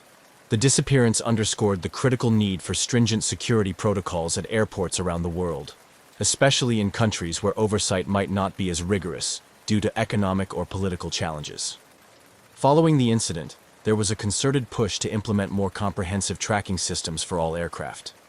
The idea was to ensure that airplanes could be monitored in real time, not just from takeoff to landing, but also while parked on the tarmac to prevent unauthorized access and use. One of the direct outcomes was the enhancement of the International Civil Aviation Organization's ICAO standards and recommended practices. These updates included improvements in aircraft tracking technologies, mandating more robust communication systems that could help track an aircraft's movements more accurately and reliably. Efforts were made to extend these regulations to include not only passenger aircraft, but also cargo planes and other non-commercial aviation vehicles. The incident also prompted a review of airport security measures globally. There was a renewed emphasis on controlling access to aircraft, requiring more stringent checks for ground staff and maintenance crews who had direct access to planes. Additionally, the installation of better perimeter security measures, such as surveillance cameras and motion detectors around critical areas like parking bays and hangars, became more prevalent. In many countries, the regulatory bodies responsible for aviation safety began conducting regular audits and inspections to ensure compliance with these enhanced security measures. Training programs for airport security personnel were overhauled to equip them with the skills and knowledge necessary to detect and respond to potential threats swiftly. These training initiatives often included modules on crisis management and emergency response to better prepare staff for unusual situations like the one that led to the Boeing 727's disappearance. Moreover, the incident highlighted the importance of international cooperation in aviation security. The ease with which the aircraft was taken from an international airport in Angola and disappeared without trace pointed to gaps not just in physical security measures, but also in the coordination between different countries' aviation authorities. In response, there was a stronger push for shared databases and communication networks that could help track aircraft across borders and jurisdictions more effectively. This collaborative approach was seen not only in operational measures, but also in legal and regulatory frameworks. International agreements and treaties were strengthened or established to aid in the recovery and investigation of stolen or missing aircraft, ensuring that countries could work together more effectively in the face of such challenges. The Boeing 727 disappearance also led to increased public and regulatory interest in the fate of decommissioned aircraft. With hundreds of older planes parked in airports around the world, often in states of disrepair, the incident served as a wake-up call to the potential risks these aircraft posed if not properly secured. Guidelines for the storage, maintenance, and final disposal of decommissioned planes were tightened to prevent them from becoming security liabilities. As these new measures and policies took effect, the aviation community reflected on the profound implications of the Luanda Boeing 727 incident. It became a case study in the vulnerabilities and potential risks facing global aviation, driving home the need for vigilance, preparedness, and continuous improvement in security practices. The legacy of this bizarre and unsettling event thus continues to influence the standards and strategies employed today to safeguard against similar threats to aviation security. The mysterious disappearance of the Boeing 727-223 from Luanda in 2003 has not only captivated the attention of aviation experts and mystery enthusiasts, but has also significantly impacted the families of those presumed to be on board and other stakeholders. Over the years, this unresolved case has woven a complex tapestry of emotional, legal, and financial ramifications that continue to resonate. For the families and friends of the crew members involved, the disappearance has been a source of enduring pain and uncertainty. The lack of closure and definitive answers has left many in a state of prolonged grief and unresolved loss. Anniversaries of the disappearance often bring renewed media attention, forcing families to relive the uncertainties and stirring up the emotional turmoil that comes with not knowing the fate of their loved ones. This ongoing mystery has also spurred advocacy efforts by these families, who have sought to keep the case in the public eye and pressure international authorities to continue the investigation. They have called for more rigorous international regulations regarding aircraft security and more effective measures to prevent similar incidents in the future. Their efforts have highlighted the need for comprehensive support systems for families affected by aviation disasters, advocating for better communication and assistance from both governmental and corporate entities. For the aviation industry stakeholders, including airlines, airport operators, and regulatory bodies, the incident was a wake-up call that prompted a re-evaluation of security practices. The economic implications were significant, leading to increased costs associated with enhanced security measures. However, these investments were recognized as essential to restoring public confidence in air travel, particularly in regions where security concerns had been previously highlighted. The financial impact extended beyond the immediate stakeholders. Insurance companies, facing the reality of covering a complete aircraft loss without recovery, had to adjust their policies and premiums for similar risks. This incident led to more stringent risk assessments and higher insurance costs for older aircraft and those operated in higher-risk regions. Legally, the disappearance of the Boeing 727 sparked numerous questions about jurisdiction and international law. The aircraft's sudden vanishing acted as a catalyst for discussions on legal responsibility and the complexities involved in dealing with incidents that occur in international, or in this case, poorly monitored spaces. Legal experts and policymakers were prompted to explore new frameworks to better address these challenges, ensuring more robust international cooperation and legal preparedness. Moreover, the incident has had a lasting effect on the broader community of Luanda and the aviation industry in Angola. It brought to light the vulnerabilities in the country's aviation sector, prompting improvements in airport security and regulatory oversight. These changes were necessary to align the country with international aviation standards and to restore trust among international partners and travelers. The story of the missing Boeing 727 also continues to fuel academic and professional discourse within the fields of aviation safety, security, and crisis management. Universities, safety organizations, and industry conferences often refer to the case as a study point for discussions on risk management, emergency response, and the socio-economic impacts of aviation security failures. As we reflect on the broader implications of this unresolved mystery, it becomes clear that the disappearance of the Boeing 727-223 is more than just an aviation anomaly. It is a multifaceted issue that touches on human, legal, and socio-economic fields. The ongoing discussions and policies that have emerged in the wake of this incident underscore the complex interplay between global aviation practices and the need for a cohesive approach to addressing such unprecedented events. This case remains a poignant reminder of the ever-present need for vigilance, innovation, and cooperation across all levels of global aviation.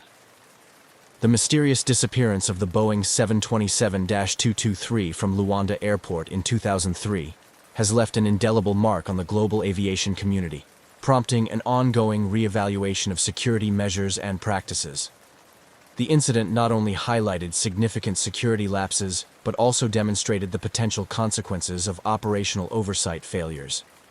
This section explores the initial impacts and responses within the aviation industry and regulatory environments, highlighting the changes spurred by this incident. Following the aircraft's unauthorized departure and subsequent disappearance, there was an immediate recognition among global aviation authorities of the need for stringent security enhancements. This event underscored vulnerabilities at airports in countries with less rigorous regulatory oversight, particularly in post-conflict nations like Angola, where infrastructure might be compromised or outdated. As a result, international aviation regulatory bodies, including the International Civil Aviation Organization, ICAO, began to scrutinize existing security protocols, especially concerning aircraft on the ground. One significant change was the implementation of stricter controls on access to aircraft.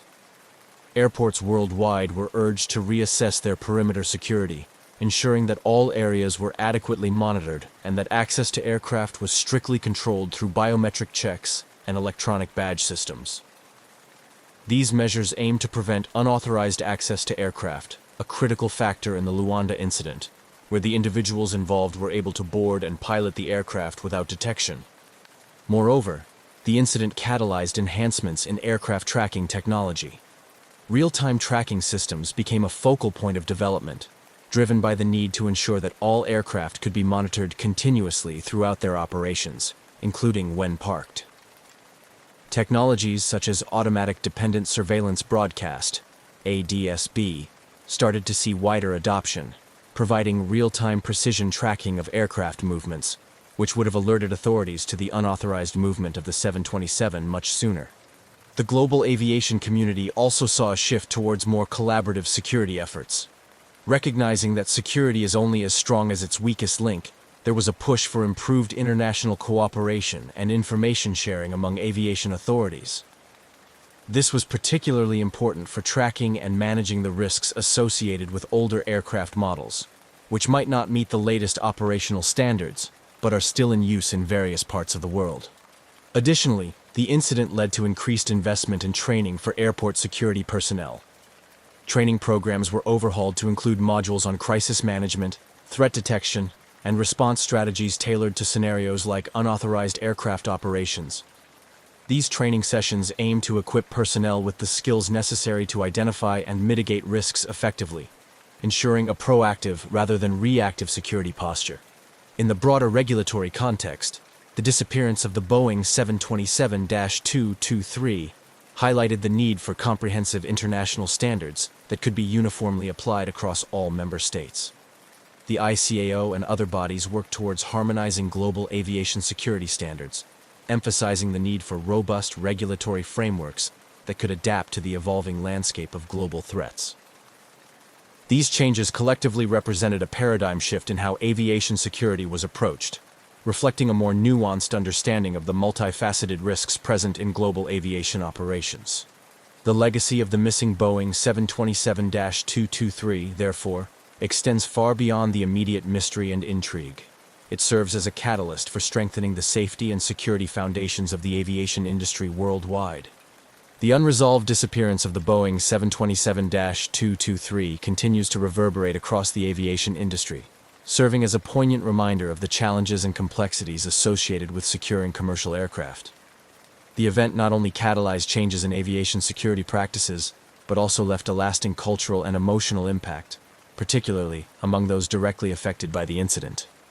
For the families of the crew presumed to be on board and the stakeholders directly involved, the absence of closure has been a source of ongoing distress. The mystery surrounding the aircraft's fate has prompted these families to become advocates for stronger aviation safety measures and more rigorous oversight, ensuring that their loved one's legacy contributes to preventing future such incidents. Their efforts highlight the human aspect of aviation disasters, which often gets overshadowed by technical discussions and regulatory updates. In the broader community, the disappearance has fueled a continued fascination with aviation mysteries, drawing comparisons to other infamous cases like the disappearance of Malaysia Airlines Flight MH370. This fascination underscores a deeper cultural attraction to mysteries and the unknown, particularly those involving technology and human ingenuity. The Boeing 727's disappearance has inspired documentaries, books, and articles, each exploring different theories and aspects of the case, illustrating our collective quest for answers and understanding. Moreover, the incident has had educational implications, becoming a case study in aviation security courses and seminars around the world. It is used to teach critical lessons about risk management, emergency preparedness, and the importance of robust security systems. These educational initiatives help prepare the next generation of aviation professionals to better handle the challenges of a globalized and interconnected aviation environment. The story of the missing Boeing 727 also continues to influence policy and practice. The incident has been instrumental in shaping ongoing discussions at the International Civil Aviation Organization and other regulatory bodies about how to effectively manage and secure aging aircraft fleets, particularly in regions with limited resources. These discussions often lead to updated guidelines and recommendations that aim to enhance the safety and security of international air travel. Lastly, the enduring mystery of what happened to the Boeing 727-223 serves as a catalyst for ongoing technological innovation in aircraft tracking and surveillance. The aviation industry continues to develop more advanced tracking systems that can prevent aircraft from disappearing without trace. These technologies, which include satellite-based tracking and automated flight monitoring systems, are now seen as essential components of modern aviation operations. As we reflect on the broader impact of this incident, it becomes clear that the disappearance of the Boeing 727-223 from Luanda has left an indelible mark on many levels. From sparking improvements in global aviation security to impacting families and inspiring cultural narratives, the legacy of this event is multifaceted. It continues to motivate advancements in safety and security, ensuring that the aviation industry remains vigilant against similar threats in the future, thereby honoring the memory of those involved in this mysterious disappearance.